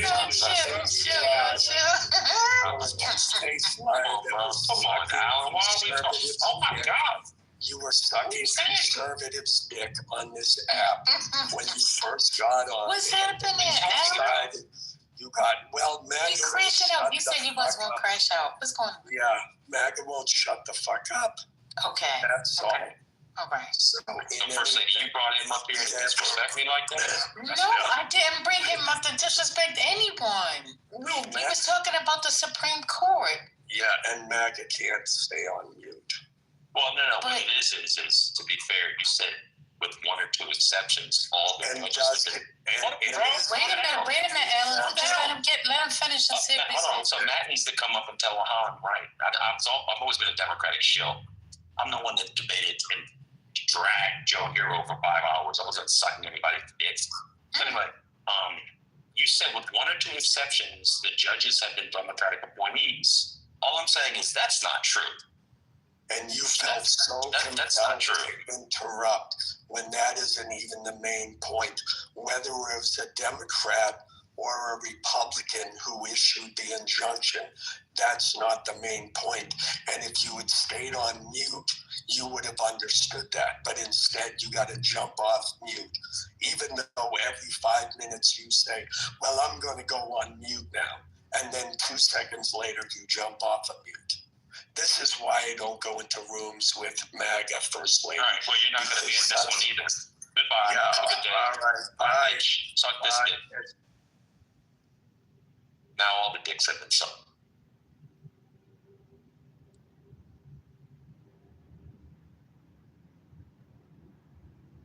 See how easy that is? That's the difference.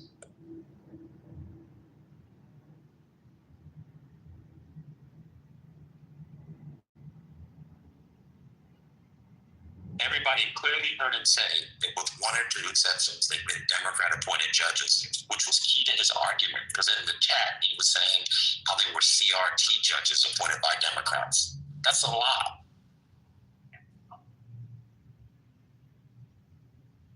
Go ahead, Snoop. If you have something to say, you can say it too. And if you get on my nerves, you can also join in the hallway. I've been on mute for 4 hours. I haven't said anything. Guys. Well, I have never criticized you for speaking. Just not once, Margo. Just go ahead and speak. What do you mean milestone past the mic?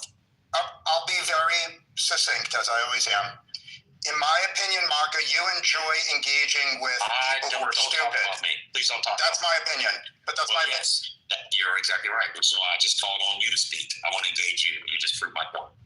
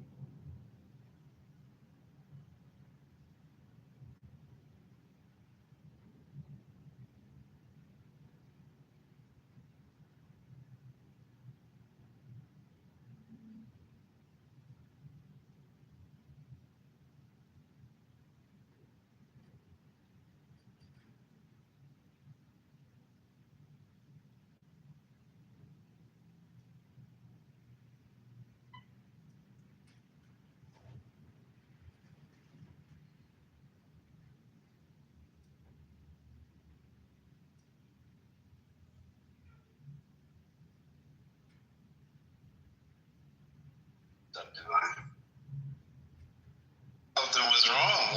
Why is it so quiet?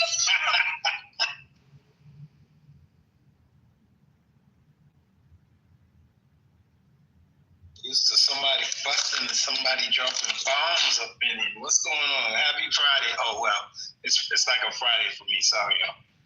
Happy pre-Thanksgiving to you all. Get with your family.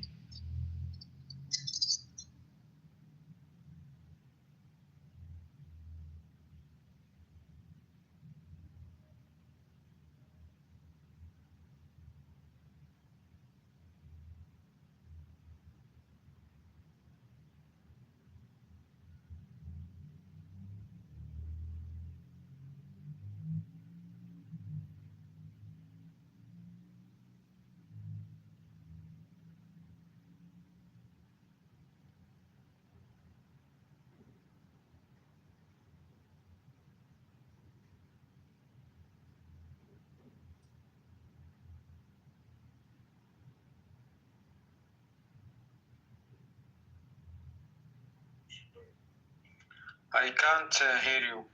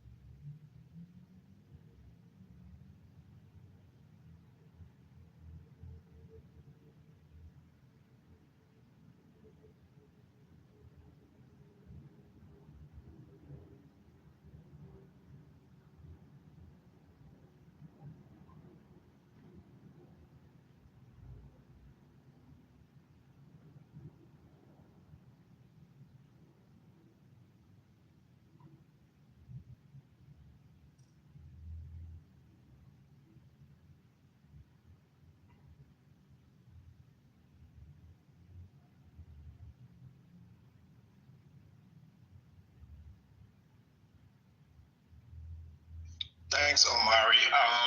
I'll read. At least 36. Oh my God. Fuck your paywall. Okay. Will it let me? Okay, it will.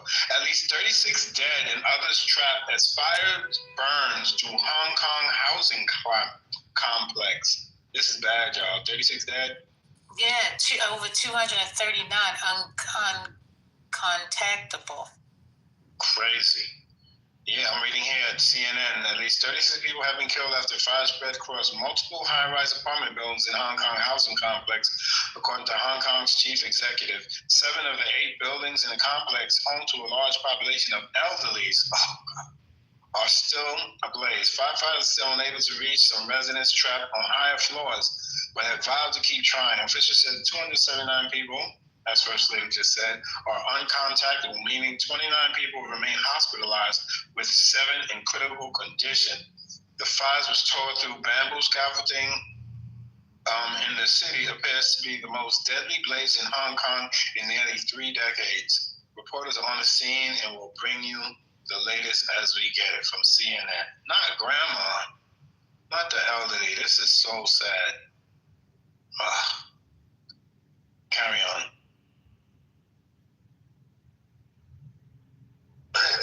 Excuse me, sorry, Divine. I was away from my phone. Where was that? Hong Kong. Wow. Well, I have some other breaking news. I'm not sure if y'all heard about this, but drum roll. It says. That sounds like a drum roll.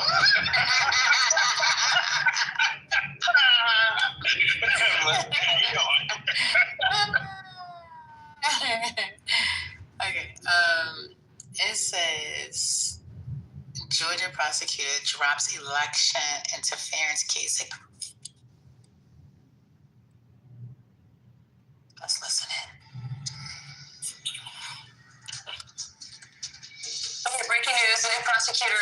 County election interference case is dropping the charges against President Trump and other co-defendants. Chief Investigative Correspondent Aaron Katersky has these breaking details for us. So, Aaron, this prosecutor took over after the previous prosecutor, Fonnie Willis, was disqualified for accusations of misconduct. So why is this new prosecutor looking to drop this case? He says that never before and hopefully never again will our country face circumstances such as these, the effort to overturn the 20 election results.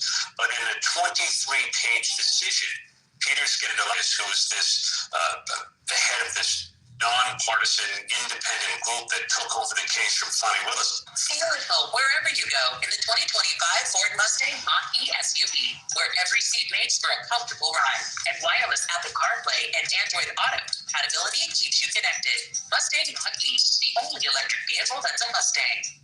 Says the case is now nearly 5 years removed from President Trump's infamous phone call with the Secretary of State in Georgia asking for extra votes so that he could win the state and therefore the election.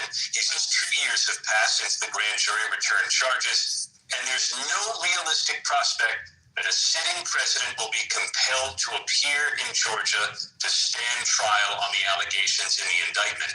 And so he concludes, he says in his professional judgment, that the citizens of Georgia are not served by pursuing this case in full for what he says could be another 5 to 10 years.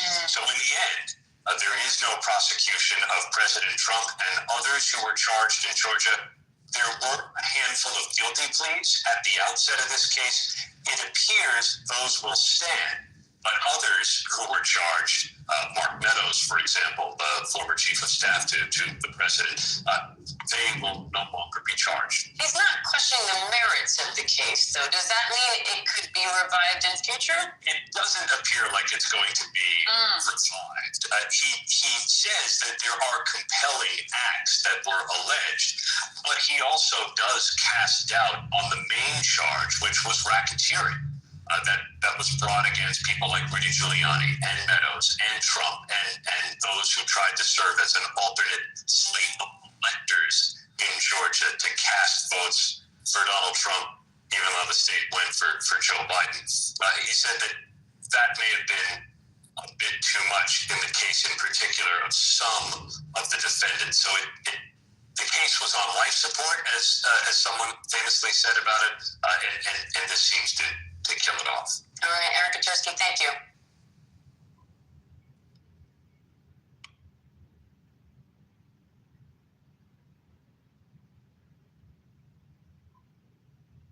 Was it the judge or was it the prosecutor? The prosecutor said. No, I'm saying the prosecutor said it. That's weird. Now, is this a MAGA prosecutor? This is what it's boiled down to, right? Whose side you on?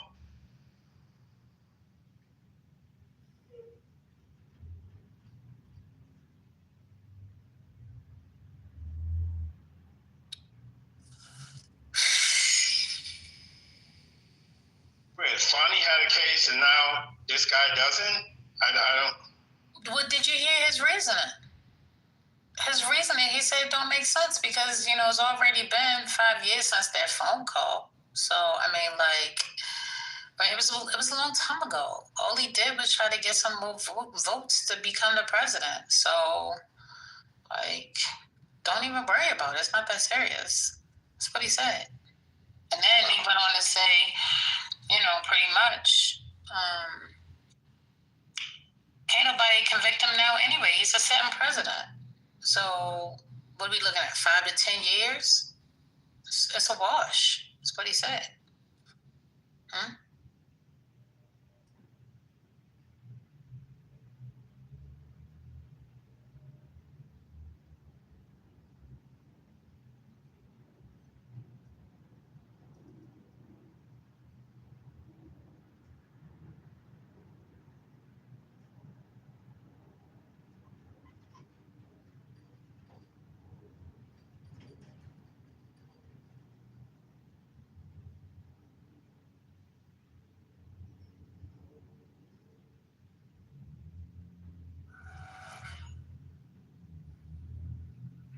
So, did you guys hear about Caroline Levitt's nephew mother she got deported and they got her in an ICE facility in Louisiana?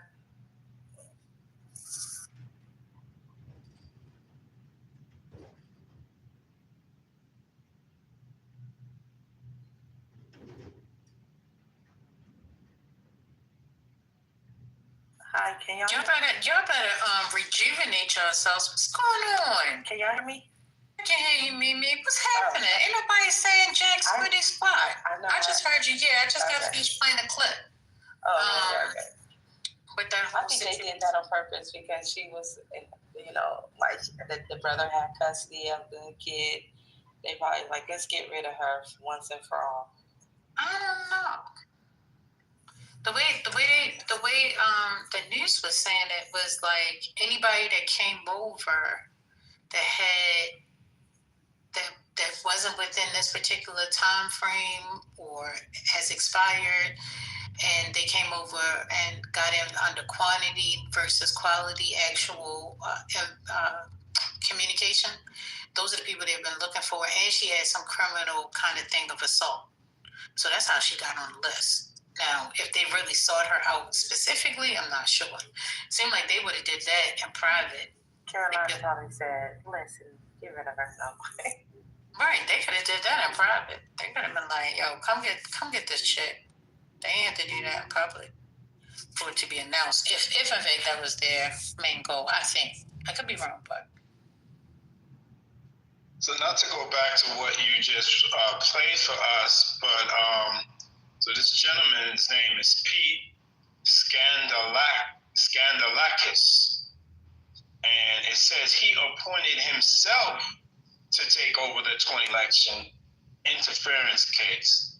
The only remaining criminal case against him has been revived after Georgia removed, what it says here, Pete Skandalakis, a Republican, and the executive director of the Prosecuting Attorney Council of Georgia, the state body that provides legal training and is often charged with mitigate prosecutorial conflicts, wrote in a statement on Friday that he would be taking over from Willard. So this man appointed himself and threw out the charges. This is crazy. And I had to go back because I'm like, who is this man? Because everything at the top of the search is what he just did.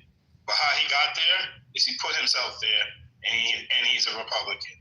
I mean, they got the cheat code. Just join the GOP and do whatever the fuck you want at this point.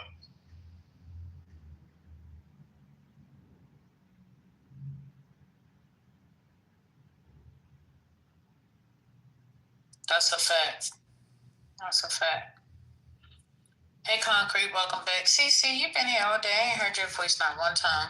Hey, Omar. SpongeBob, what's going on? What you doing? What's going on? What's going on? Good afternoon, First Lady. How are you doing? Good afternoon, sir. I'm fine, thank you. How are you? Blessed and highly favored, if I do say so myself. Yes, you better speak it. You better say it. You better be it. How about that?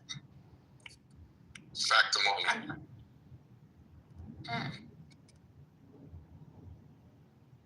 You got anything, Concrete? You got any news? What you got? You know what I like to do?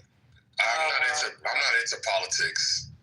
I like to, hear some inaccuracy or not some underdeveloped thought, and I like to pounce on it, and I like to dissect it in its most, granular details to the umpteenth degree.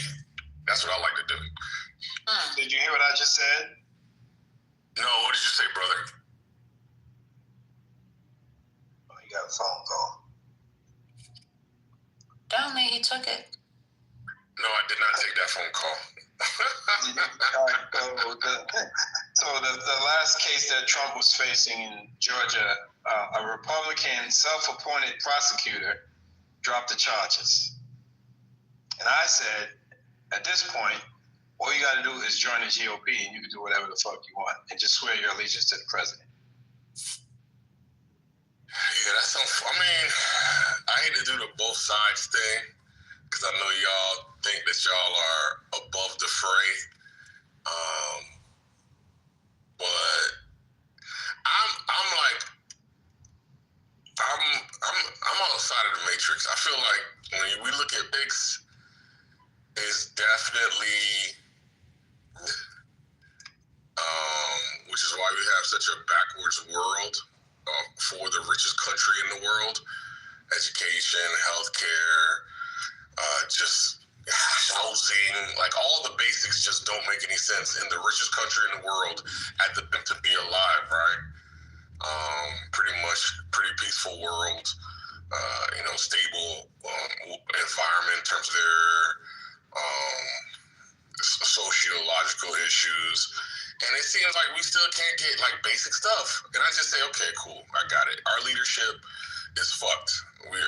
So I can't involve myself in any, I would say, emotional or invested way with these machinations, these events, because it's just bullshit. It's all bullshit. I mean, yes, his bullshit is way more egregious than any of Obama's bullshit or Joe Biden's bullshit. And I'm not trying to besmirch the good name of that good, clean brother, Barack Hussein Obama. I'm just saying they all play for the same team. It's crazy. I don't know. I don't involve myself to the degree that you guys get involved. But it is interesting from time to time, and I do understand the passion surrounding it. But me personally, I just look beyond it and see what's the big picture and how we're getting screwed. And it's no solution to it until all of y'all wake up. And y'all refuse to wake up. So there's a lot of evidence that the strength of America is specifically because so many people like you don't vote. The low voter rate may make the American economy so good, Concrete. Well, you presume that I don't vote. You should have inquired beforehand to figure out if I do vote.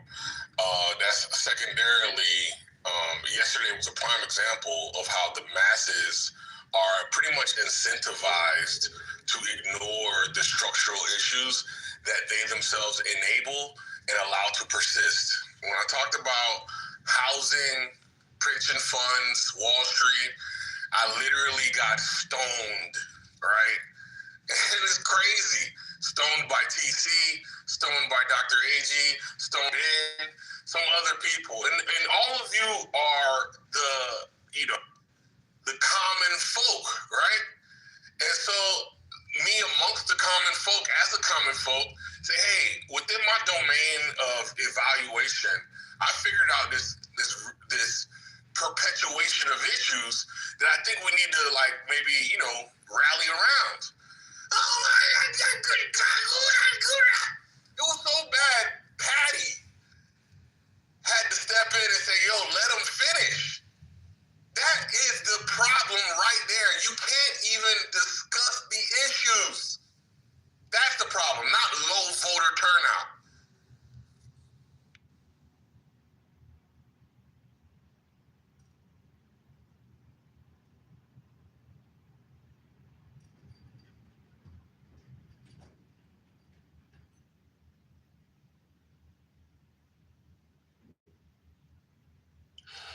I don't know what's going on either. I just came back upstairs.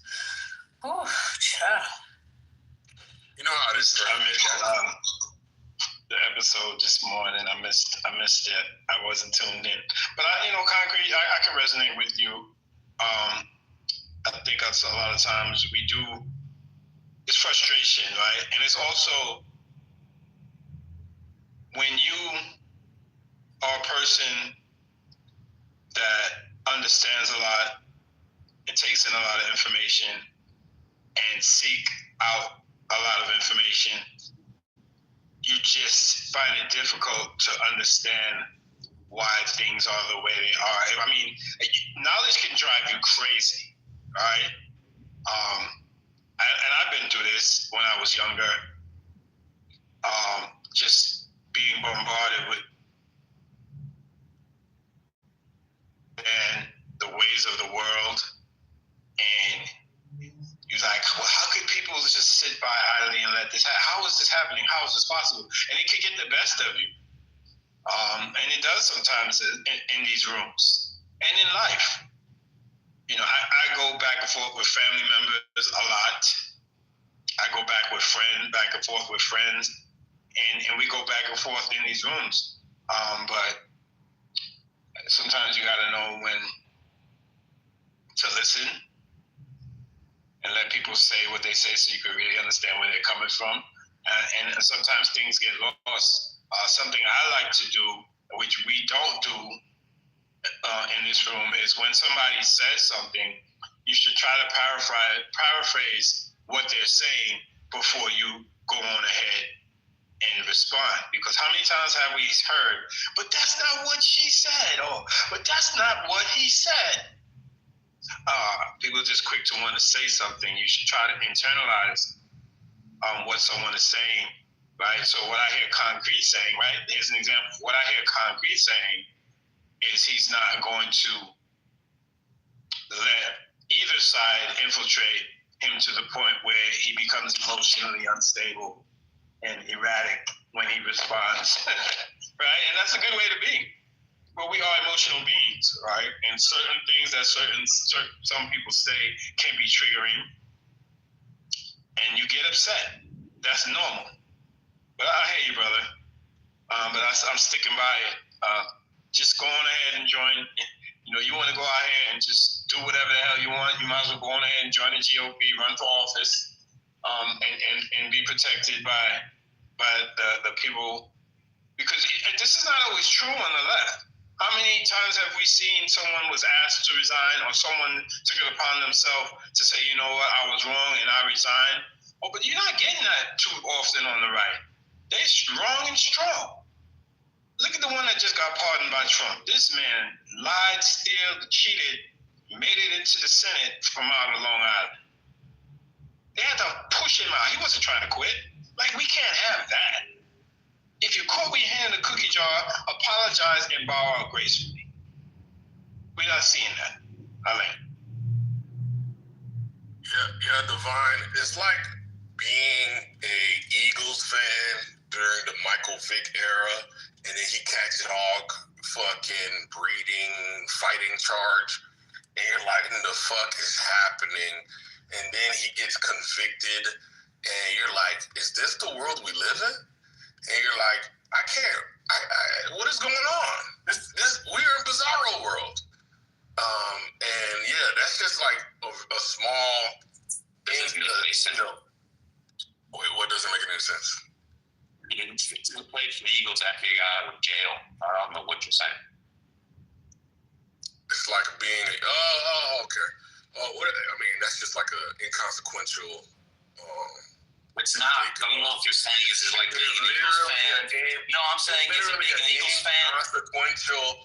It's not. I'm saying is it after he got out of jail? Consequential. No, let me tell you why it didn't make sense for me, because the feeling wasn't after, because he went to jail, and as an Eagles fan, you saw what he could have been if he didn't go to jail, or you're saying he was going to went to jail. That's what I'm saying. Okay. All right. So all you got to do is in your own mind, since you were able to catch that faux pas and that mistaken detail, you could have just superimposed the correct information, which would have been what Atlanta Falcons fucking. No, but he played differently. In which case, it would have still been the same analogy. It doesn't. No. There's two different readings, is what I'm saying. So I couldn't understand what you're saying. Because when he played for the Eagles, oh my God, Concrete. When he played for the Eagles, he was good. So the question was. Okay, I'm trying to explain why you're wrong. So it is. You're the one that was wrong, dummy. You got it wrong. Yeah, I was wrong, and you were also wrong. I'm going to explain why you were wrong. Shut the fuck up. You're not going to explain anything. Yeah. You're not going to explain anything. This is why, again, as a community, we suck, right? Well, you were wrong. I'm trying to understand. This is what our leadership looks like. I'm not your leader. Don't you have a dad? Even on a grassroots level, you need to see a dad, fucking insane egotistical weirdos who have garnered power and wield it with I hate you, bro. abandon, right? I hate you. I think think you're It's terrible. fucking weird ass shit, bro. I think you're an awful. Whatever. I'm gonna just finish, if I may. I have to fight for decency, fight for fucking, respect. Amongst a Christian who, do unto others you would have to do unto you. Amongst one other person, dummy. Again, another faux pas that you caught. Now I have to be landlord. I use a plural instead of a singular. I pluralized the Christian, and instead of singularly accounting for a Christian, but it is amongst Christians that I have to fight for respect, especially amongst the chief Christian who mentioned how he reads the Bible constantly, unlike myself, and is a better person, blah, blah, blah, blah, blah, right? And how are you a better person?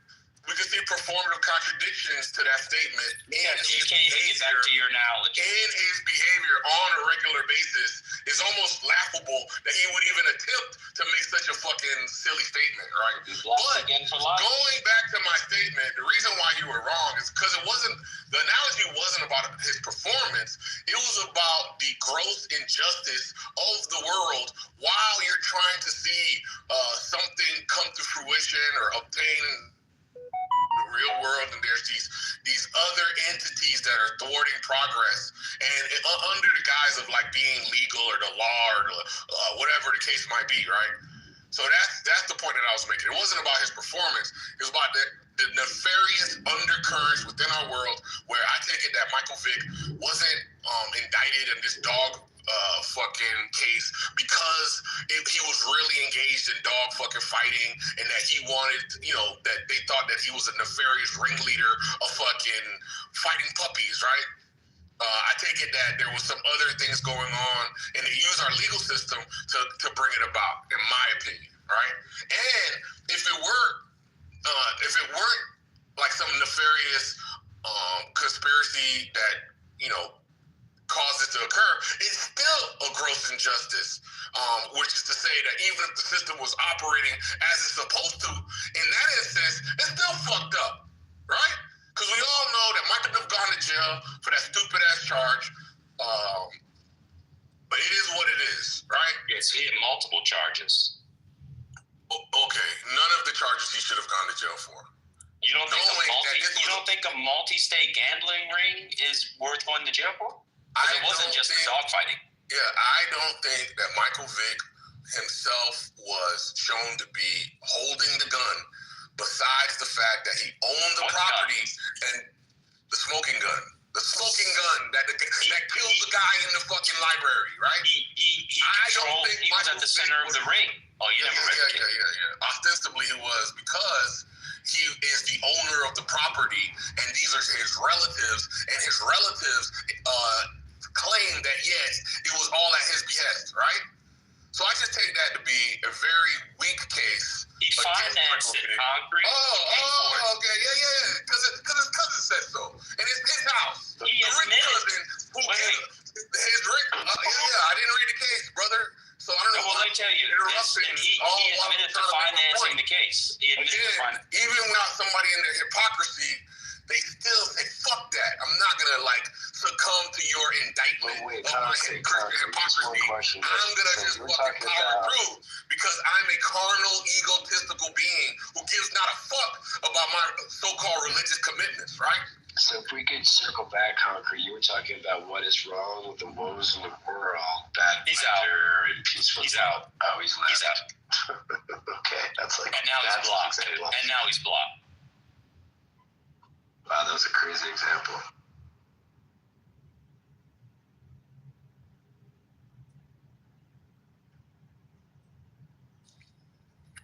Happy Thanksgiving Eve, everyone. Clubhouse is janking with my interface. The mic is now on the left-hand side. The chat is smaller and more difficult to read. And I don't know what the hell that button is on the right. Imagine thinking that Clubhouse moderators are community leaders.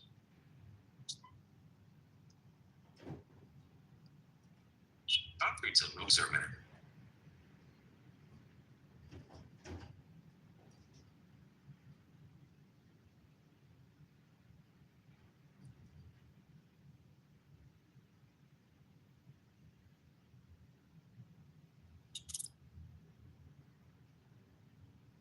If we're looking for a new topic, the DoorDash girl might get 8 years in jail.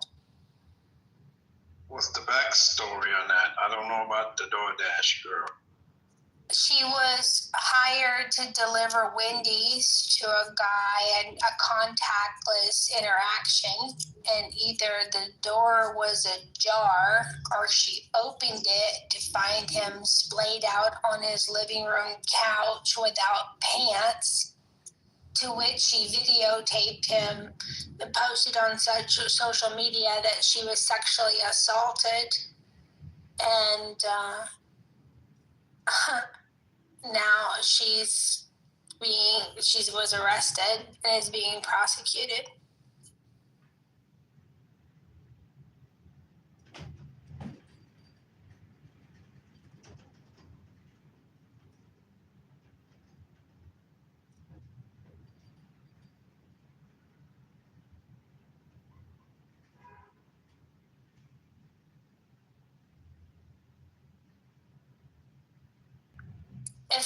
Tell us more, Monica. If that's not a good opening gambit, we can always go back to trashing concrete. That's fine with me too. No, tell us more about the what's her name? Sadly, I only know her as DoorDash Girl, but I can find a link from a video of Asmongold reviewing social media about it. What is the... Olivia Henderson posted several videos on TikTok in which she described the incident October 12th, including one that appeared to show a customer lying on a couch.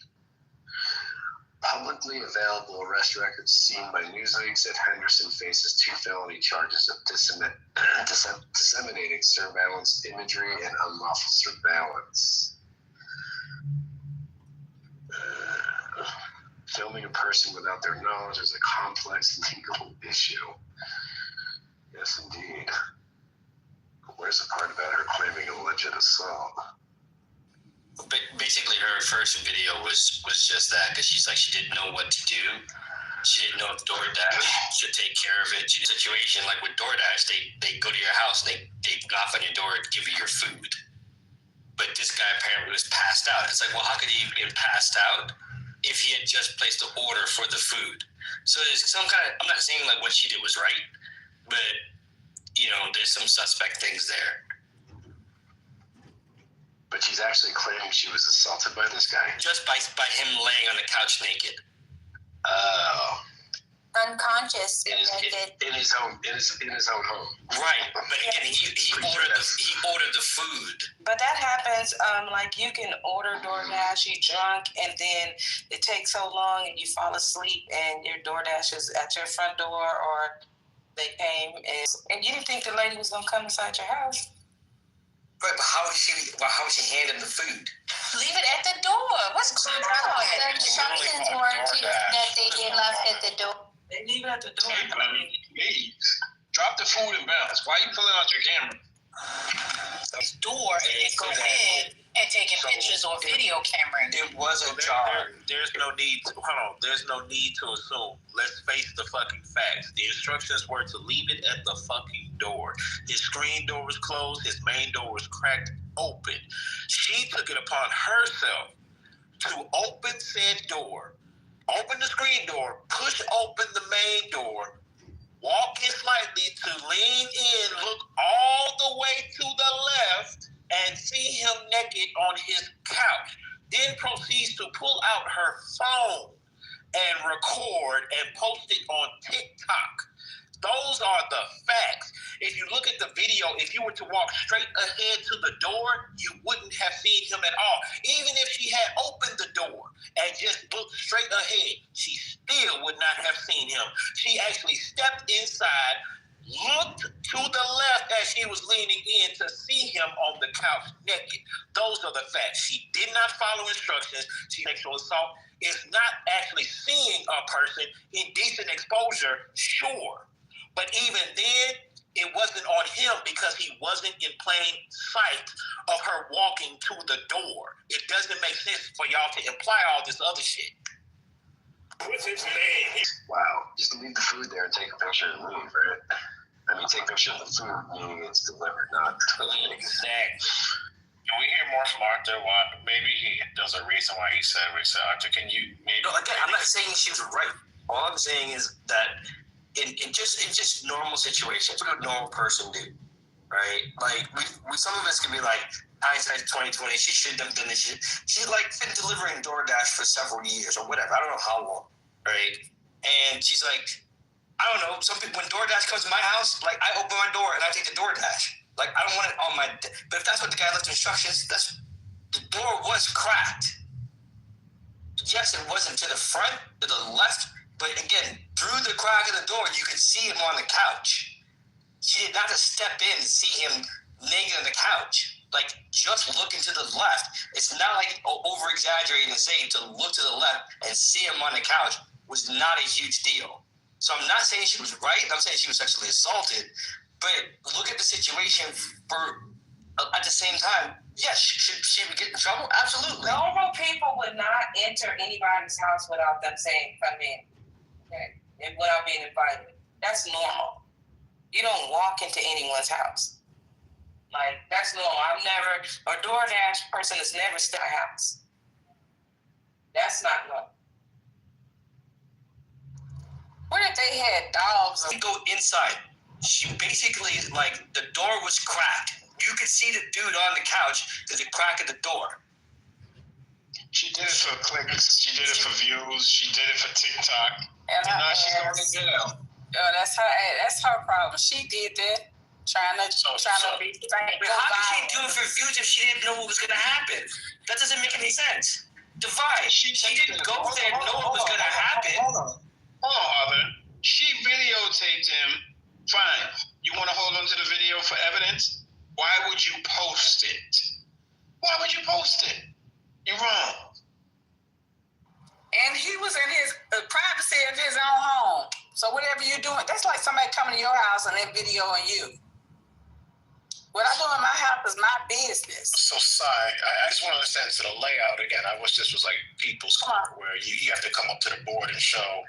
So the defendant, right, was looking at the door. You can see the man inside the door. She didn't walk in. Is that what you're saying, Arthur? She didn't walk in, but the door was cracked open. She pushed it open further, but it was open enough that when you looked through the crack of the door, you saw him on the couch. But Arthur, she still was supposed to crack that door. That food there.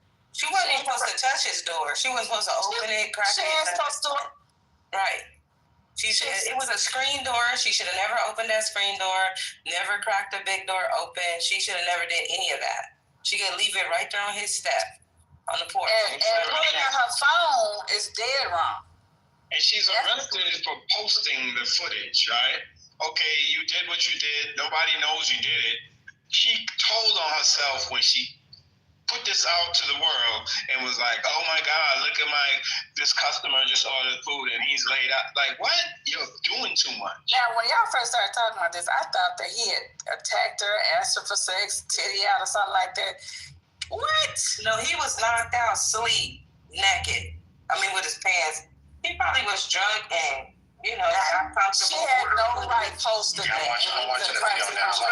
The instruction says leave it at the door. Post it. Put it in the chat so I can look at it. Well, I'm the video's in the chat. The video, disingenuous. Put the video. Well, who moved the button? When they moved the button? Okay, so now things that are. Welcome to America. That's crazy. I didn't know if something was wrong with it. The chat is smaller. Do you have to now press 2 buttons to react to someone? And it took away the time stamp that used to be on there too. Sucks. First world problems, but somehow we press on. I gotta start going to these towns. So I'm looking at the video. It doesn't look like she pushed the door open. The door was wide open. He's laying there. The Ring camera that Austin has shows that she pushed the door open. There's two videos. This is her video. The one I posted is her account of the video. TikTok, no edits. She got thrashed by people in the comments about what the fuck she did as far as opening a door, not following down. And then she reposted an edited video where the door is already open and she's looking to the side. This is not the original video, y'all. But luckily, the guy had a fucking Ring camera and had it recorded. She was trying to go viral on this. Yeah. F. Griffith makes an excellent point in the chat. Now just reverse this. Imagine if there was a male driver with a female that was lying naked on the couch. I think we go and guess how that would go. She was wrong for that. That's his business. That's his business. If he want to lay up there, he might have just got one off. He had a rough day. And her dumb ass deserved to lose her job. One off is crazy word. Yeah, is it not the truth? That one off wasn't that nobody home one off. Yeah. He was fine. He was in privacy in his own home. He had a rough day. He needed to put one. A little bit drunk. A little bit. Got some good food coming on the way. Yeah. And now she's having a meltdown because they have her money and they deactivated her account and fired her. Oh, by the way, she actually did get her money 72 hours after the report was made. Had she just waited a few days, she would have got her money. But either way, she still would have got fired because she violated the policy she posted. She should have never posted that. She might be going to jail too, up to 8 years. Damn. Yes. I mean, I would be mad if The victim of a sexual assault man is naked in his own home is absolutely wild. So she filed a claim. I contacted her like 1 or 2 hours later. With this one, she said it took them more than 24 hours to contact her. So then she also something here, but we'll still have to investigate. So they had to go to his house and actually see what happened.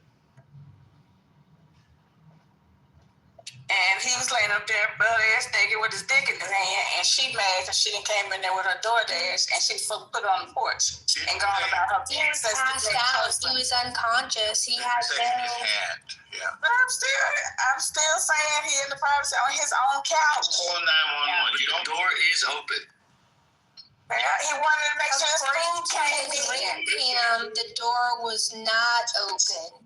It was cracked open the first time. He didn't want to leave his even if it's cracked open, let's say if it's cracked. But Arthur, even if it's cracked open, If you know you're like a little faded and you know you fall asleep, because it happens. If you go to the club, I don't know if you guys go out, but you go out and then if you order DoorDash, you fall asleep and that food will be there the next morning. You're like, damn. So he probably was like, let me crack it so I can hear when she comes. But he didn't tell her to come into his house. And he damn sure didn't tell her the video and post me with my ass out on TikTok. Open up the door. I don't think that he should have opened it. She should open up the door. DoorDash has a rule about that, but it's not a crime if the door is open. He should sue DoorDash. He should get some type of compensation for that. I would sue the fuck out. And he probably will.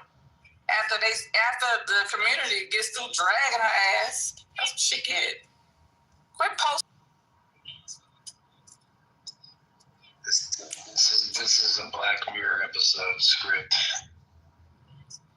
She finna learn today. After she had lost her job.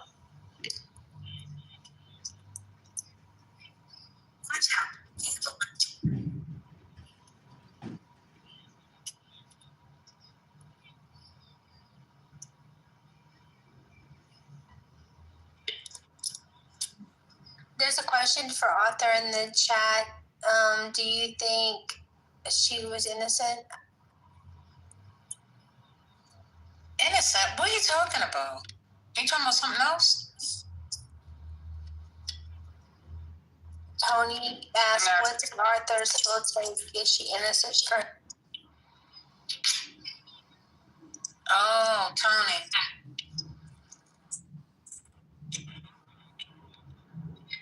He don't have a full take.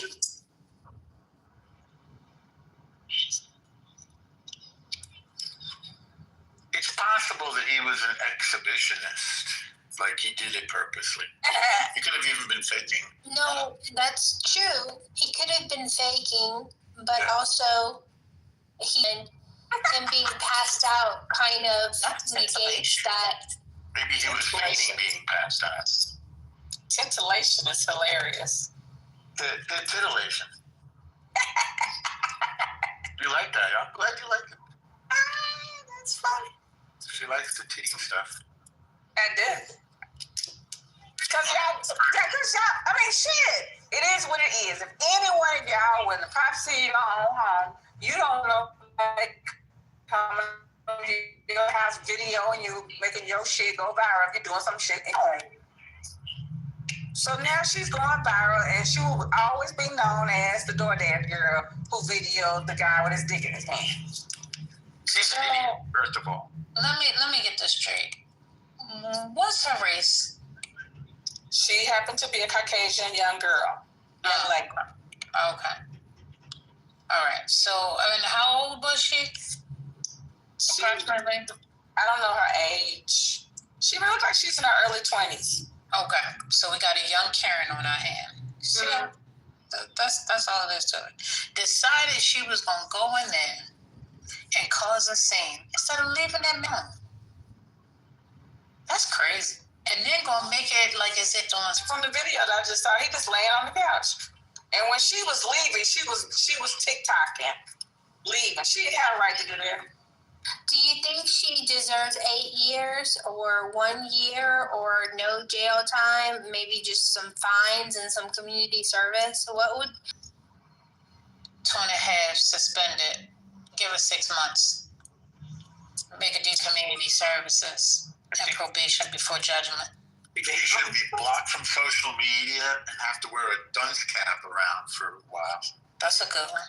And I think there should be some. I want classes where the women make allegations against people and say they sexually assaulted them. So that's why I said she needs 3 years. Please explain. What? What is the definition of Karen? What does that mean? What? A white girl who makes trouble out of nothing. I asked you that. It's not always white girls, Norm. Don't be a bigot. Karen. Anything bad is a white girl. No, that's not true. I know plenty of male Karens over here. Would you like a list? All right. No, I know, Mom, we're not interested in your opinion, with all due respect. Riri, what's going on? Oh, I you today. You need some attention?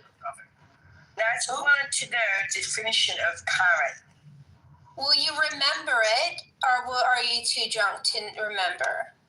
No, I just busybody. Someone involves themselves in other people's business to the detriment of the people. The judges in. Don't talk. Listen, my Norman, please. Okay. She can't be you. No, I'm going to meet so y'all can have fun. Y'all want to have fun? Y'all go ahead and have fun with her. Because I'm confused. I'm European. Hello, I'm from England. You're from American. We're trying to communicate. I'm not from American. I'm from America. No, I'm trying to figure out. I'm amazed. I'm amazed right now because I've never met anybody that didn't know what Karen meant. So I'm having a moment. I know Karen, but I'm just trying to. I'm on teach. Wait, I think in England it's a Becky. I think that's it. Okay, there you go. You understand what Becky means now. I mean, I do. Becky, yeah, in England, yeah. Oh, okay. Awesome. Because I was lost. Breaking down. What's going on? What's happening? What's going on? Where are we going? I was still a child. Didn't get the chance. Love her. You like her? I like her. She's lovely. She's very good. She's very lovely. She's very lovely. She's amazing. Like all of them are amazing, yeah. We're not racist like Americans. Why? Because you're a Pan-African? Oh, you found my flag! Yeah, well done. Not you found my flag. No, but check it out though. That was funny. Yeah, I believe in this idea all the time.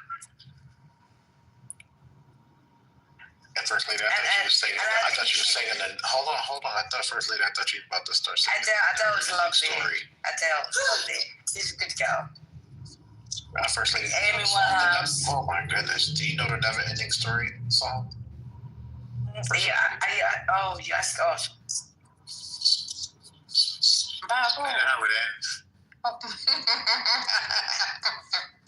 El Normal came to play today. I know it's an 80s song. Let me see who sings it.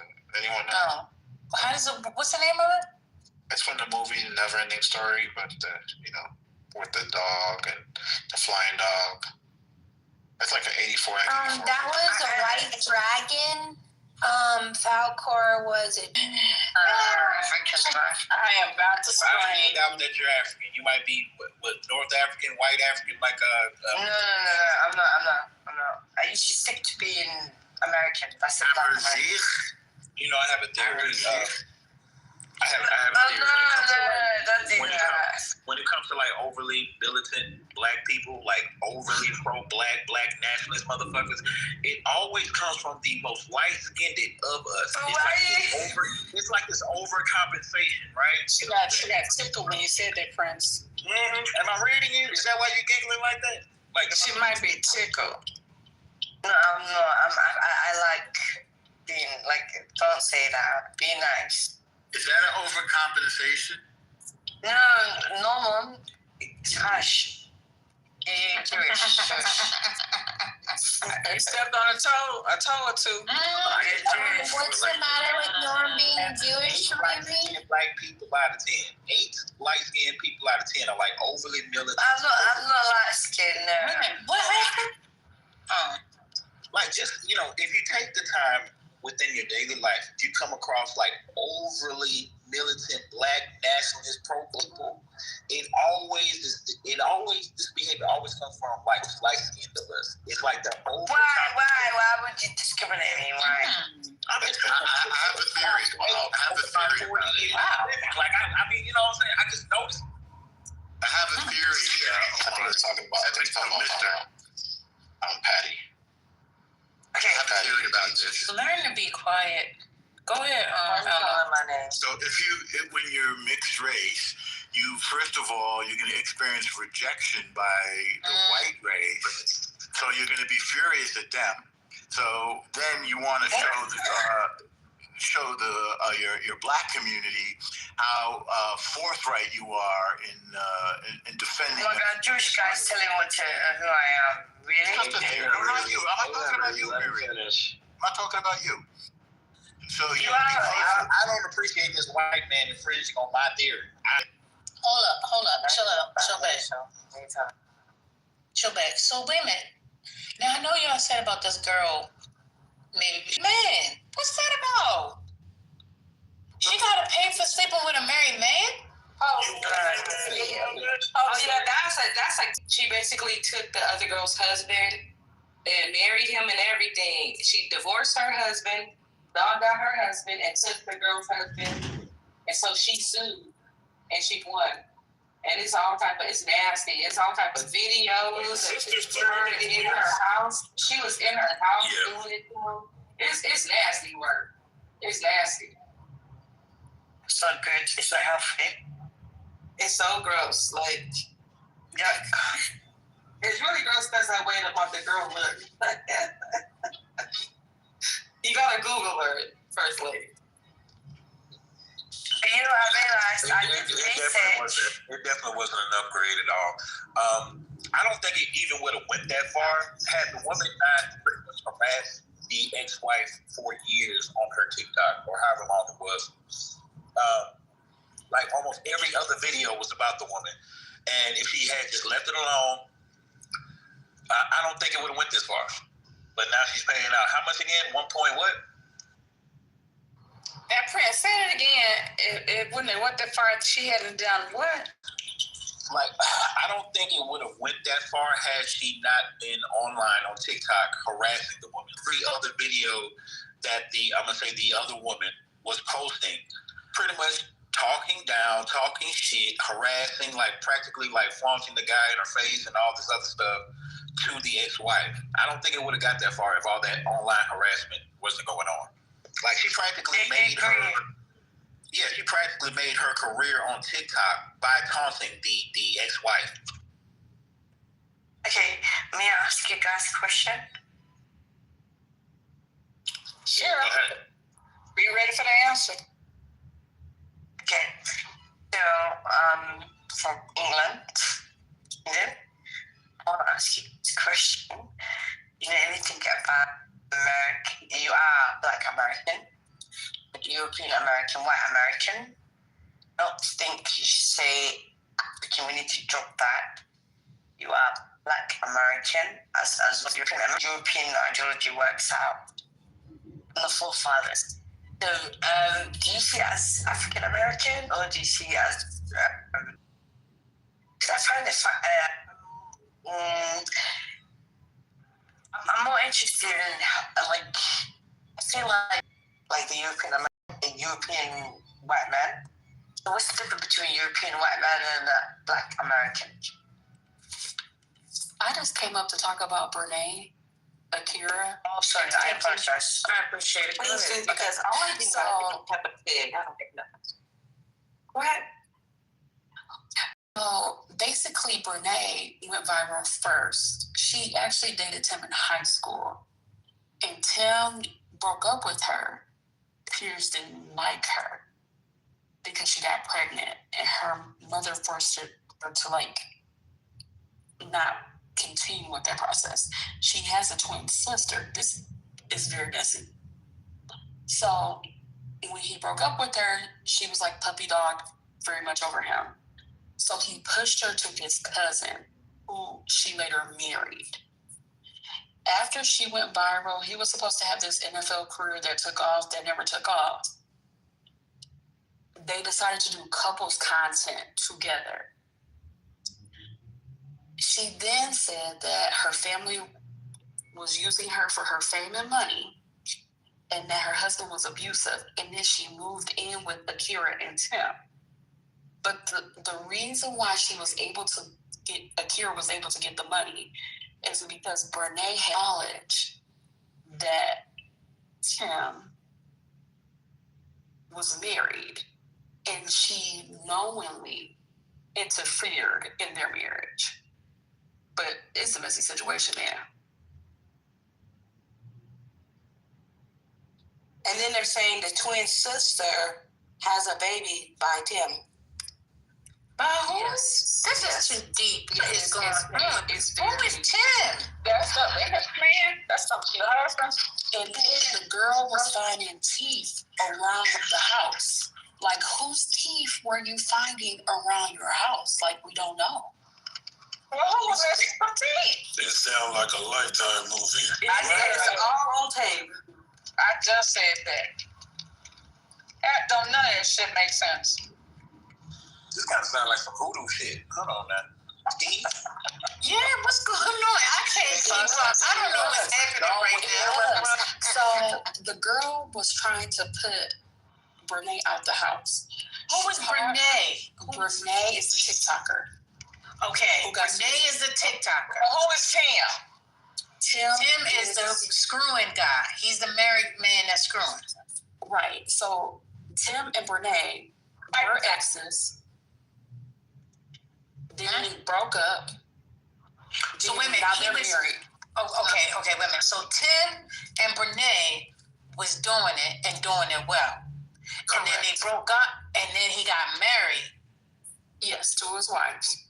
And then him and his wife, current wife. And had 2 kids. And he was supposed to be this NFL star. And that was a pipe dream.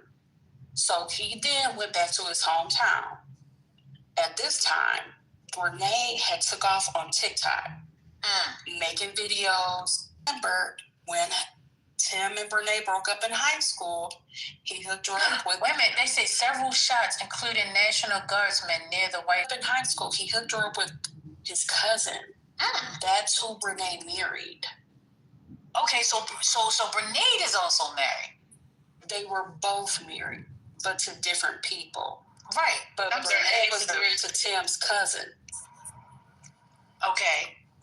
So he passed the cakes off to his cousin married Bernita. Now Bernita married to. We're gonna do videos on your platform to get exposure. So this is how people come to know them on TikTok. So then she's like basically parading around as the kids' aunts, because they have Tim and his first wife. We'll just call her first wife to make it easier. Tim and his first wife. They have 2 kids. But Brene is playing aunt, acting like friends. So this is also a very rich situation. So at a certain point, she decides that she doesn't want to be with her husband, Tim's cousin, anymore. Are these people black? Yes, they're black. Oh, I dropped a link in the chat to the article. So Brene has been pulling schemes on TikTok for a long time because she did a GoFundMe for a breast reduction. It needs to be reducted. It's still real big and full. If she doesn't believe in bras at all. What? Lawyer. Oh, that's just. She didn't have a lawyer. She represents I gotta take a phone call. In the middle of this, Tim got a felony. He got a felony because he took a gun to court. So they were actually on court for those charges. It's been real crazy. What city are they in? What state they in? North Carolina. Something must be in the water. They got a little bit of breaking news. Clearly. 2 national guards just got shot in Washington, D.C. Badly. I think that's what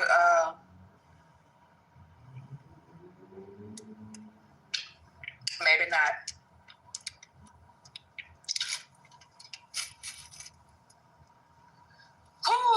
I'm almost home.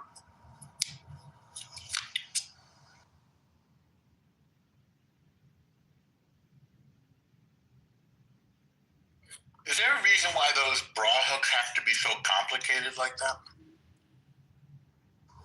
Say that again. Is there a reason why those bra hooks have to be so complicated like that? Is there a reason why those bra hooks? Yeah, the hooks to the bras. The hooks to the bras. Why do they have to be so complicated? You know, they're not complicated. We're practiced as far as removing them. You wouldn't be right now. I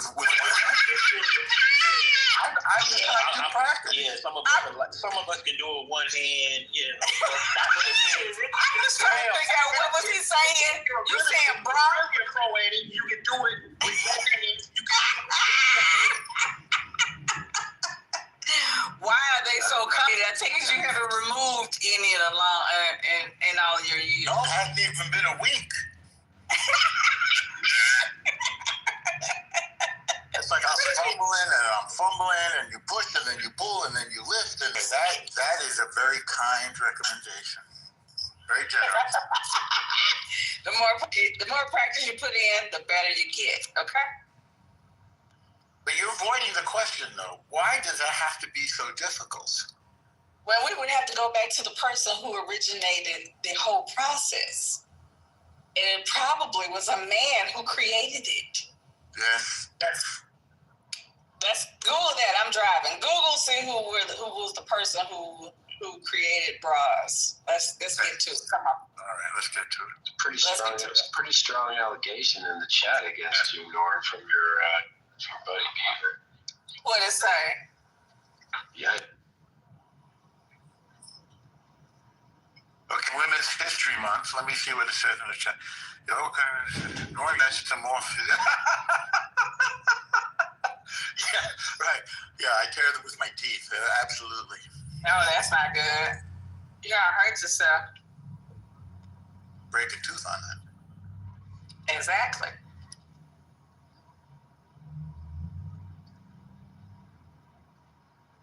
Oh yeah, Women's History Month. Something came up. Who invented bras? Okay. Blah blah blah. There's a lot of story. Okay. Mary Jacob Vizier girl. Many credit her with the invention of the modern Vizier. Story I'll go fight there. 1913. You gonna beat her up?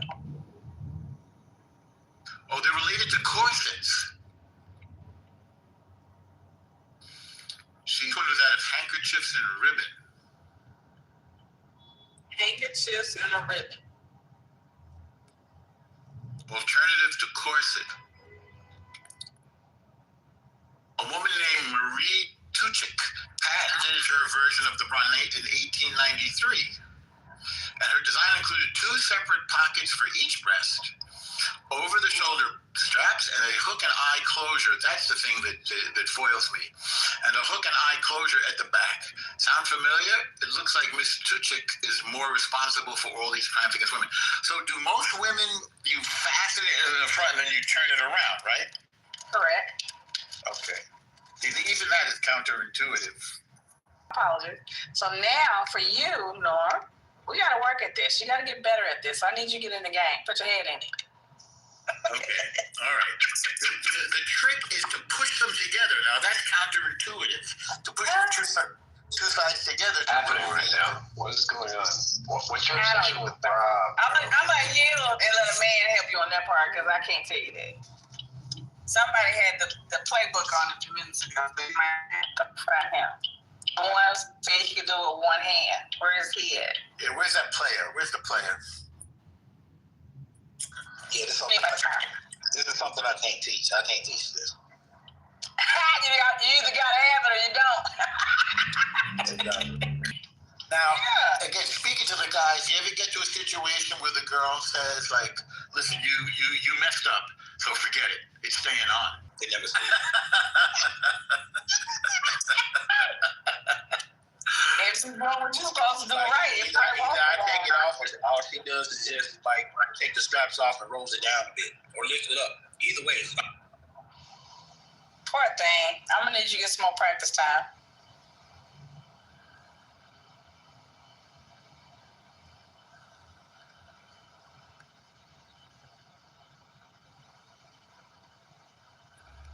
So you fasten it in front, turn it around, but when you take it off, you don't, like, turn it around, right? So that means women, No, you take it down off the shoulders and you turn it around because you got to unfasten it. Oh, that's how you take it off? Okay, Yeah. so we're okay. See, this is the first time this is why I'm going so far wrong. Because I try to reach behind. Are you wearing one? Wait a minute. Are you wearing one? No. Oh, what you reaching behind for? Because let's say the girl's on her back, right? Okay. So how are you going to unfasten it? It never occurred to me to take the shoulders. But that's when the gentleman was telling you he can't teach it. Either you can have it or you don't.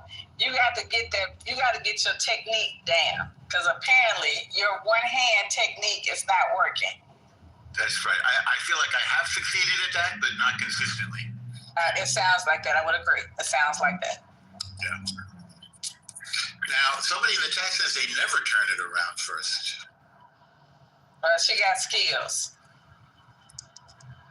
I feel like I've actually seen a woman reach her hands behind her back, up and Some women probably do. They probably do. That we have multiple guardsmen. We've heard it, right? Okay. The National Guards. Yeah.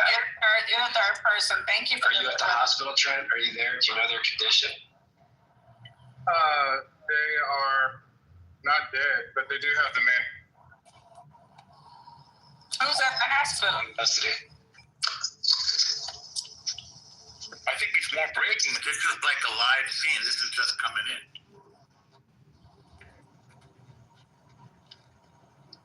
Hopefully they have the person in custody. By the way, it wasn't just the National Guard. It was several other people, including a member of the U.S. National Guard. Shooter on the run and considered a live shooter situation. Got the shooter. They just reported he is in custody. Do they know the motive? The shooter yelled "Free Palestine." I just made that up. It's funny, Norm. That's so hilarious. Yeah, they don't know about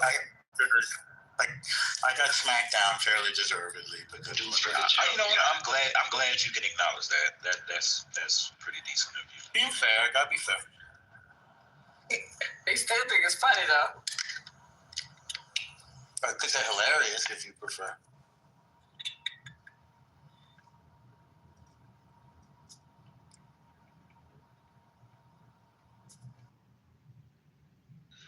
With DC crawling with National Guard. DC crawling with National Guard.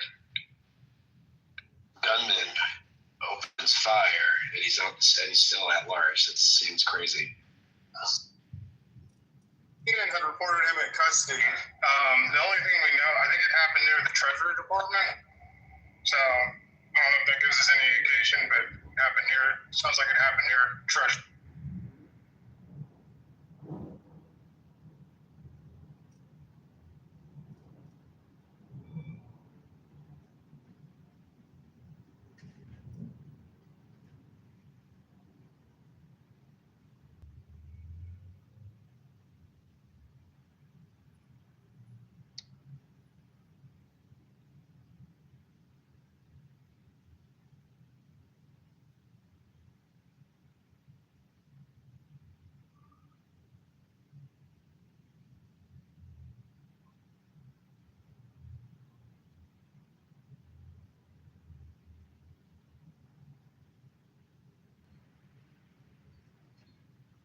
My previous notification was that they busted Iranian operatives trying to attack targets in Africa, Senegal, and Uganda, using Pakistani and Bangladeshi operatives.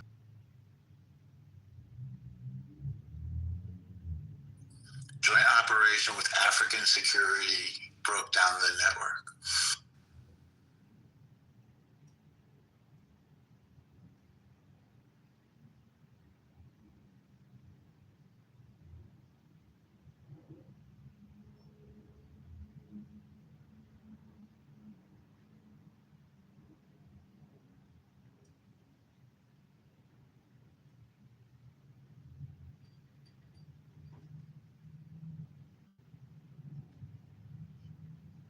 Are y'all quiet? I was just going to ask, what are the implications of a broken network? Oh, I don't know. But did y'all hear that 2 National Guards got shot in their White House? Yep, for the 4th time. First lady. Apparently there's somebody in custody. Who, what? Somebody got custody. What happened? I can't hear. Shooter's in custody. I put a little blurb in the chat. Okay. They don't know the condition of the victims, though. The National Guard guys. Okay. And apparently some others were shot too, but I can't see anything. That's what I was saying when I left. Yeah. But, I had to hurry up and run out of here real quick. That's true, but it's always good when the shooter is taken alive so you can interrogate them. Yeah, that's true. That's true. That's true. I mean, but it's like right here in the middle, like it's restaurants and everything. It's crazy. And the people still in the restaurant just eating like ain't nothing happening. Yellow tape up, police line do not cross. The one lady picked the yellow tape up and walked right through it. I was like, are you serious? Oh my goodness.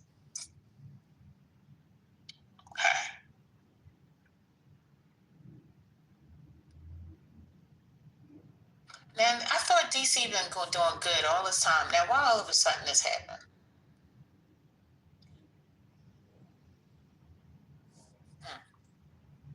I think we're getting increasingly polarized. You know how people say, "Oh, we're worried about political." I respectfully disagree. The deaths from political violence are at a record low in the U.S.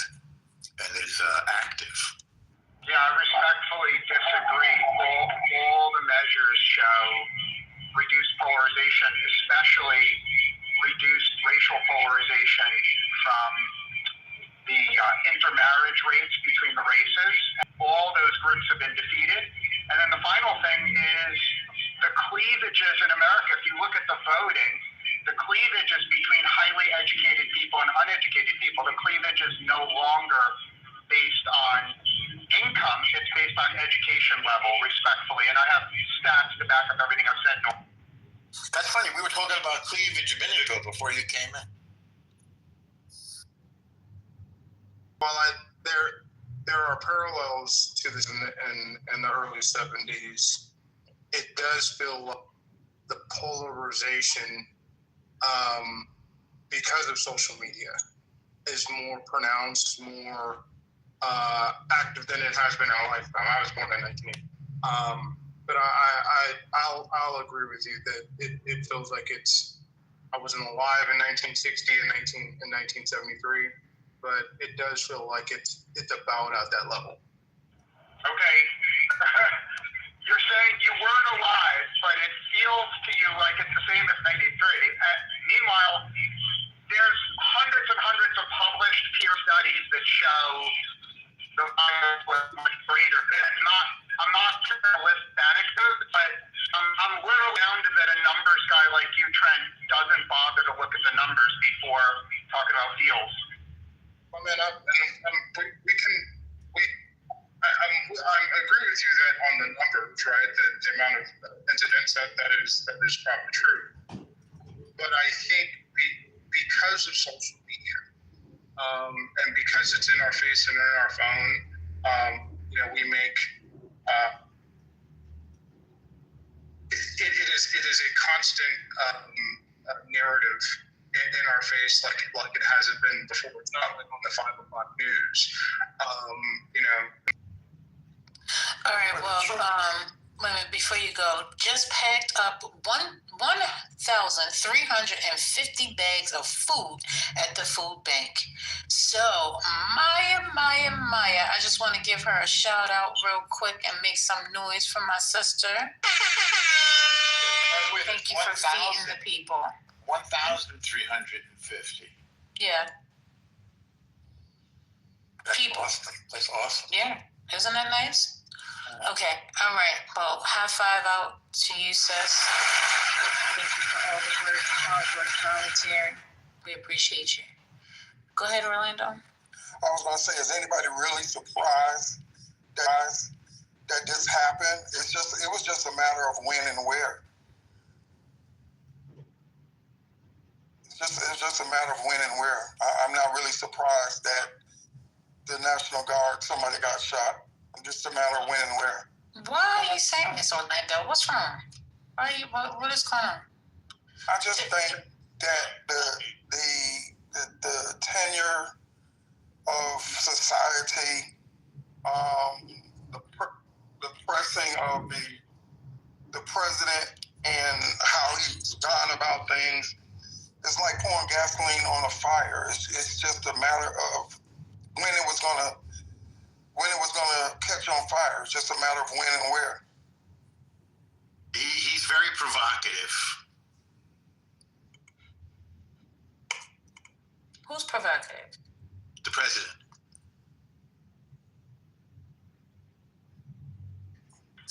We had a very... So let me just say this. I mean, they've been in D.C. since September? End of September, I think. And they haven't had any of this. So I don't understand why this wasn't nothing. Like, maybe in some of those other states, but down in D.C., they weren't having problems with the National Guard. The National Guard just been chilling. So I don't be staging it. Like, it just doesn't make sense that all of a sudden, this breaks out here. They haven't had any kind of, we haven't had any of that. If you wanted to do a false flag, and there are plenty of false flags over the world, but if you wanted to do a false flag, you always kill the assassin. If you want a false flag, you never arrest the assassin, because when you arrest the assassin, both sides get to interrogate him. So I would agree with all the people in the room who say this is a conspiracy theory. if the assassin was dead. But the fact that he's arrested alive convinces me it's not a false.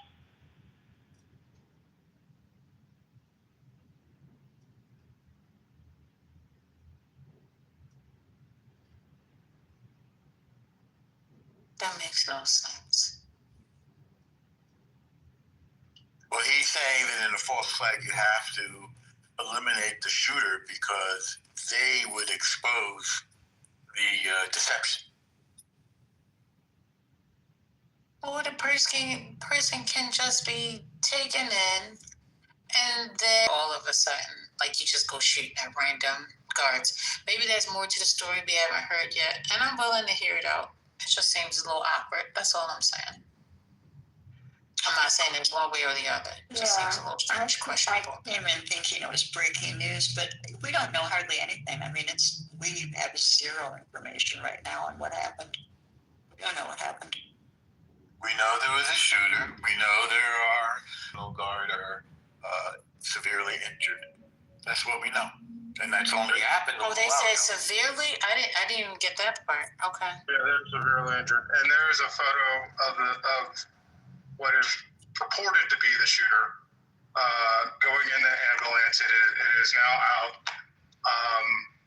I won't speculate as to what he is, but there is a photo out there of him. Critical condition. The victim. No. Yeah. By not knowing what I meant was we don't know if there was some kind of a showdown. We don't know if it had to do with immigration. We don't know what caused it. That's all. We just know they were shot. So I'm sure we'll know more soon. Yeah, we'll know some.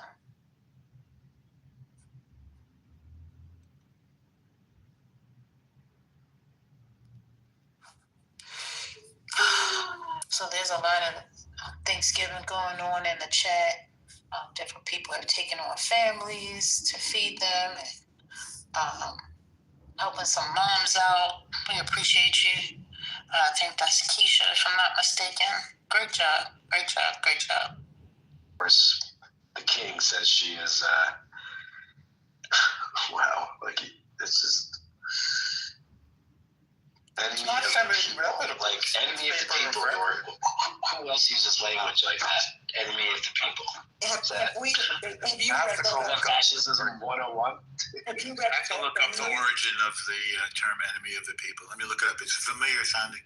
I think it was used by Joe McCarthy, if I'm not mistaken. Have you read the whole thing, Ruth, so that we can hear it? I mean, it's outrageous. No, I just saw what Beaver put in the chat. That's. Oh, yeah, it's pretty crazy. I mean, then again, he called another reporter, what was it? Quiet, Piggy.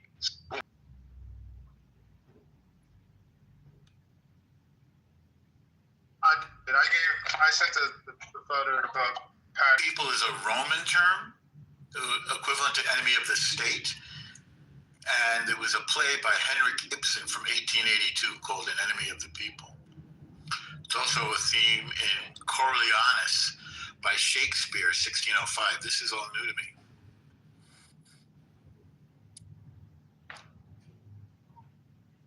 The enemy of the people is the grocery store. I mean, Jesus. This motherfucker. I mean, you got to park at I'm at the park on the freeway. It's crazy. His parking lot's full. He wants to shop. Because my wife forgot the security board, so I gotta get the security. The security board? I don't know how to say it. You know what I'm Sure. The meat and the cheese thing. Cootery. Yeah. Oh, charcuterie. It's called the cheese board, man. It's called the cheese board. The cheese and the meat board. But the grocery store. All right, don't go too far, buddy. That's the crowded stores. Day before Thanksgiving. Imagine that. I just can't wrap my brain around that. Imagine that. Didn't see it coming at all. No, for sure. No. Unbelievable. Hello?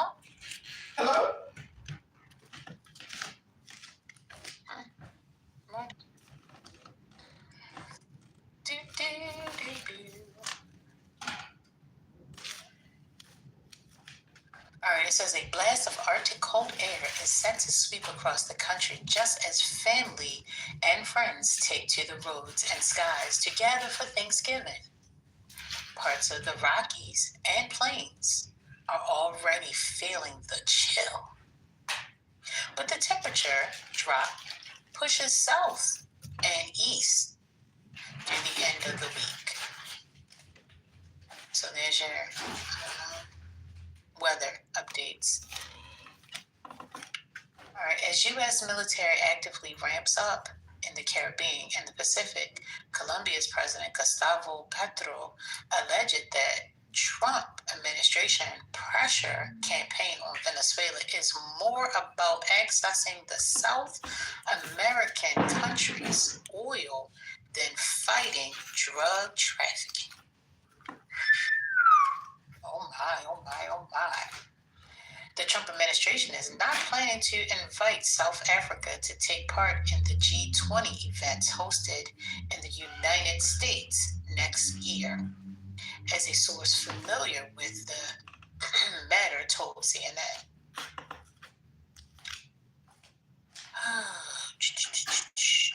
A woman with family relations to White House Press Secretary Caroline Leavitt is in ICE custody after being arrested earlier this month near Boston.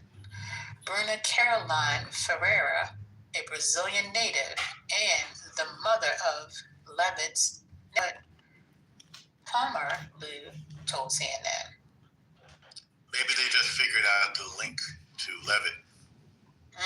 A woman who pleaded guilty to stabbing her 6th grade classmate in 2014 is back in custody after Wisconsin police say she vanished from a group home where she lived under supervised release on Saturday night. Approximately 24 hours later, Morgan Geyser, 23, was found over 100 miles away in Illinois with an acquaintance. Okay. That one I saw, she escaped from her group home. I saw her face. She looked a little disturbed. That was the one that she was a little girl and stabbed her friend, I believe. There's more breaking news. All flights out of Reagan International Airport have been grounded for security reasons. They're not detailing why, if it's an active threat or a precautionary measure, but they have grounded all flights out of Reagan. Oh, no!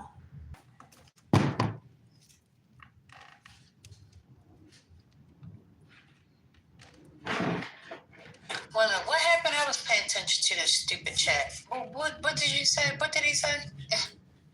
Flights out of Reagan International Airport have been grounded. Because of this Yeah, which would lead you, I do not want to speculate on, because I'm not sure if the individual that I sent is the actual shooter, but it would lead you to believe that they may believe that there is more than one that the shooter is acting in concert with some tortured. Seven now. All right, holy smokes. Did y'all see the crypto thief rob CEO of OpenAI house for 11 million crypto? No, I did not. Wait, how did they do that? Which one? So they robbed out of 11. Yeah, well, they gunned their head, give us your crypto passwords or something like that.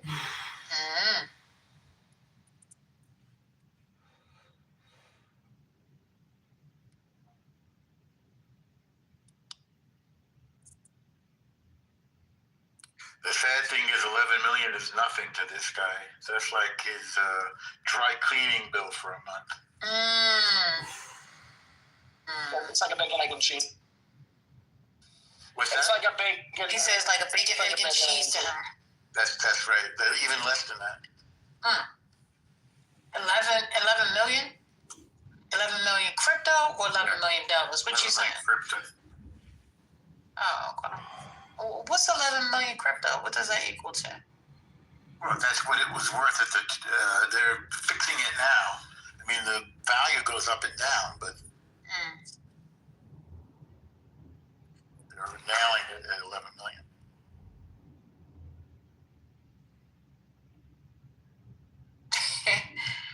Don't get mad at me, Shadow. I should be asking questions.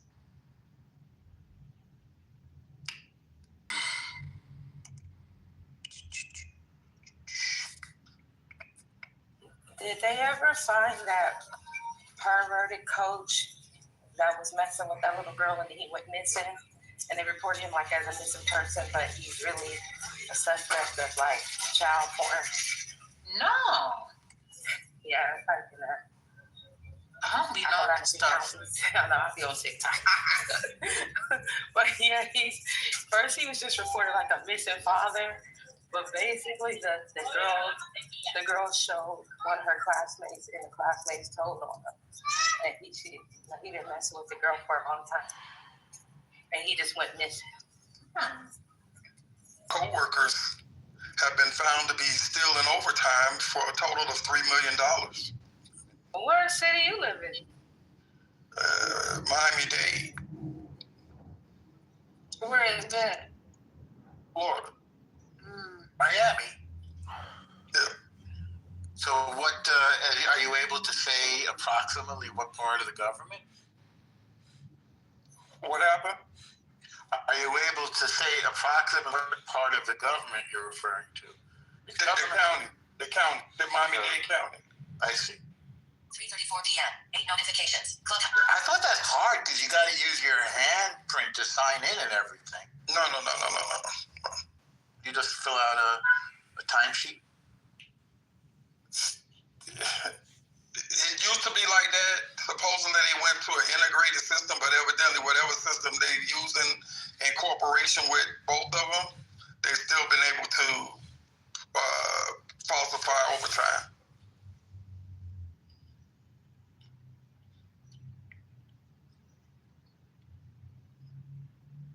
They did an expose on it last night on the news, Channel 7. How much did the county lose out of that? $2.5 million. Right.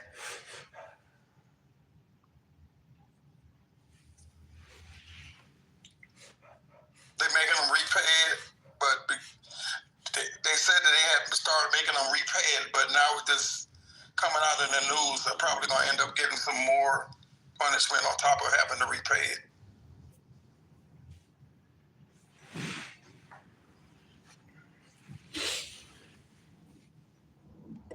I mean, do you think they probably don't even have that money anymore to repay it? Yeah.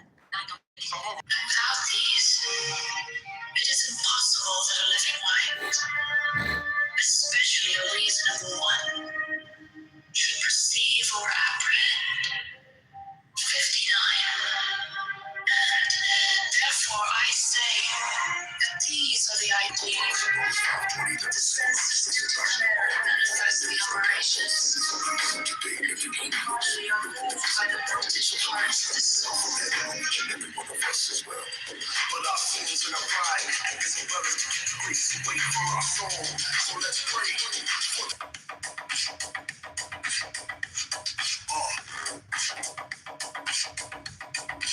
Today let us resolve.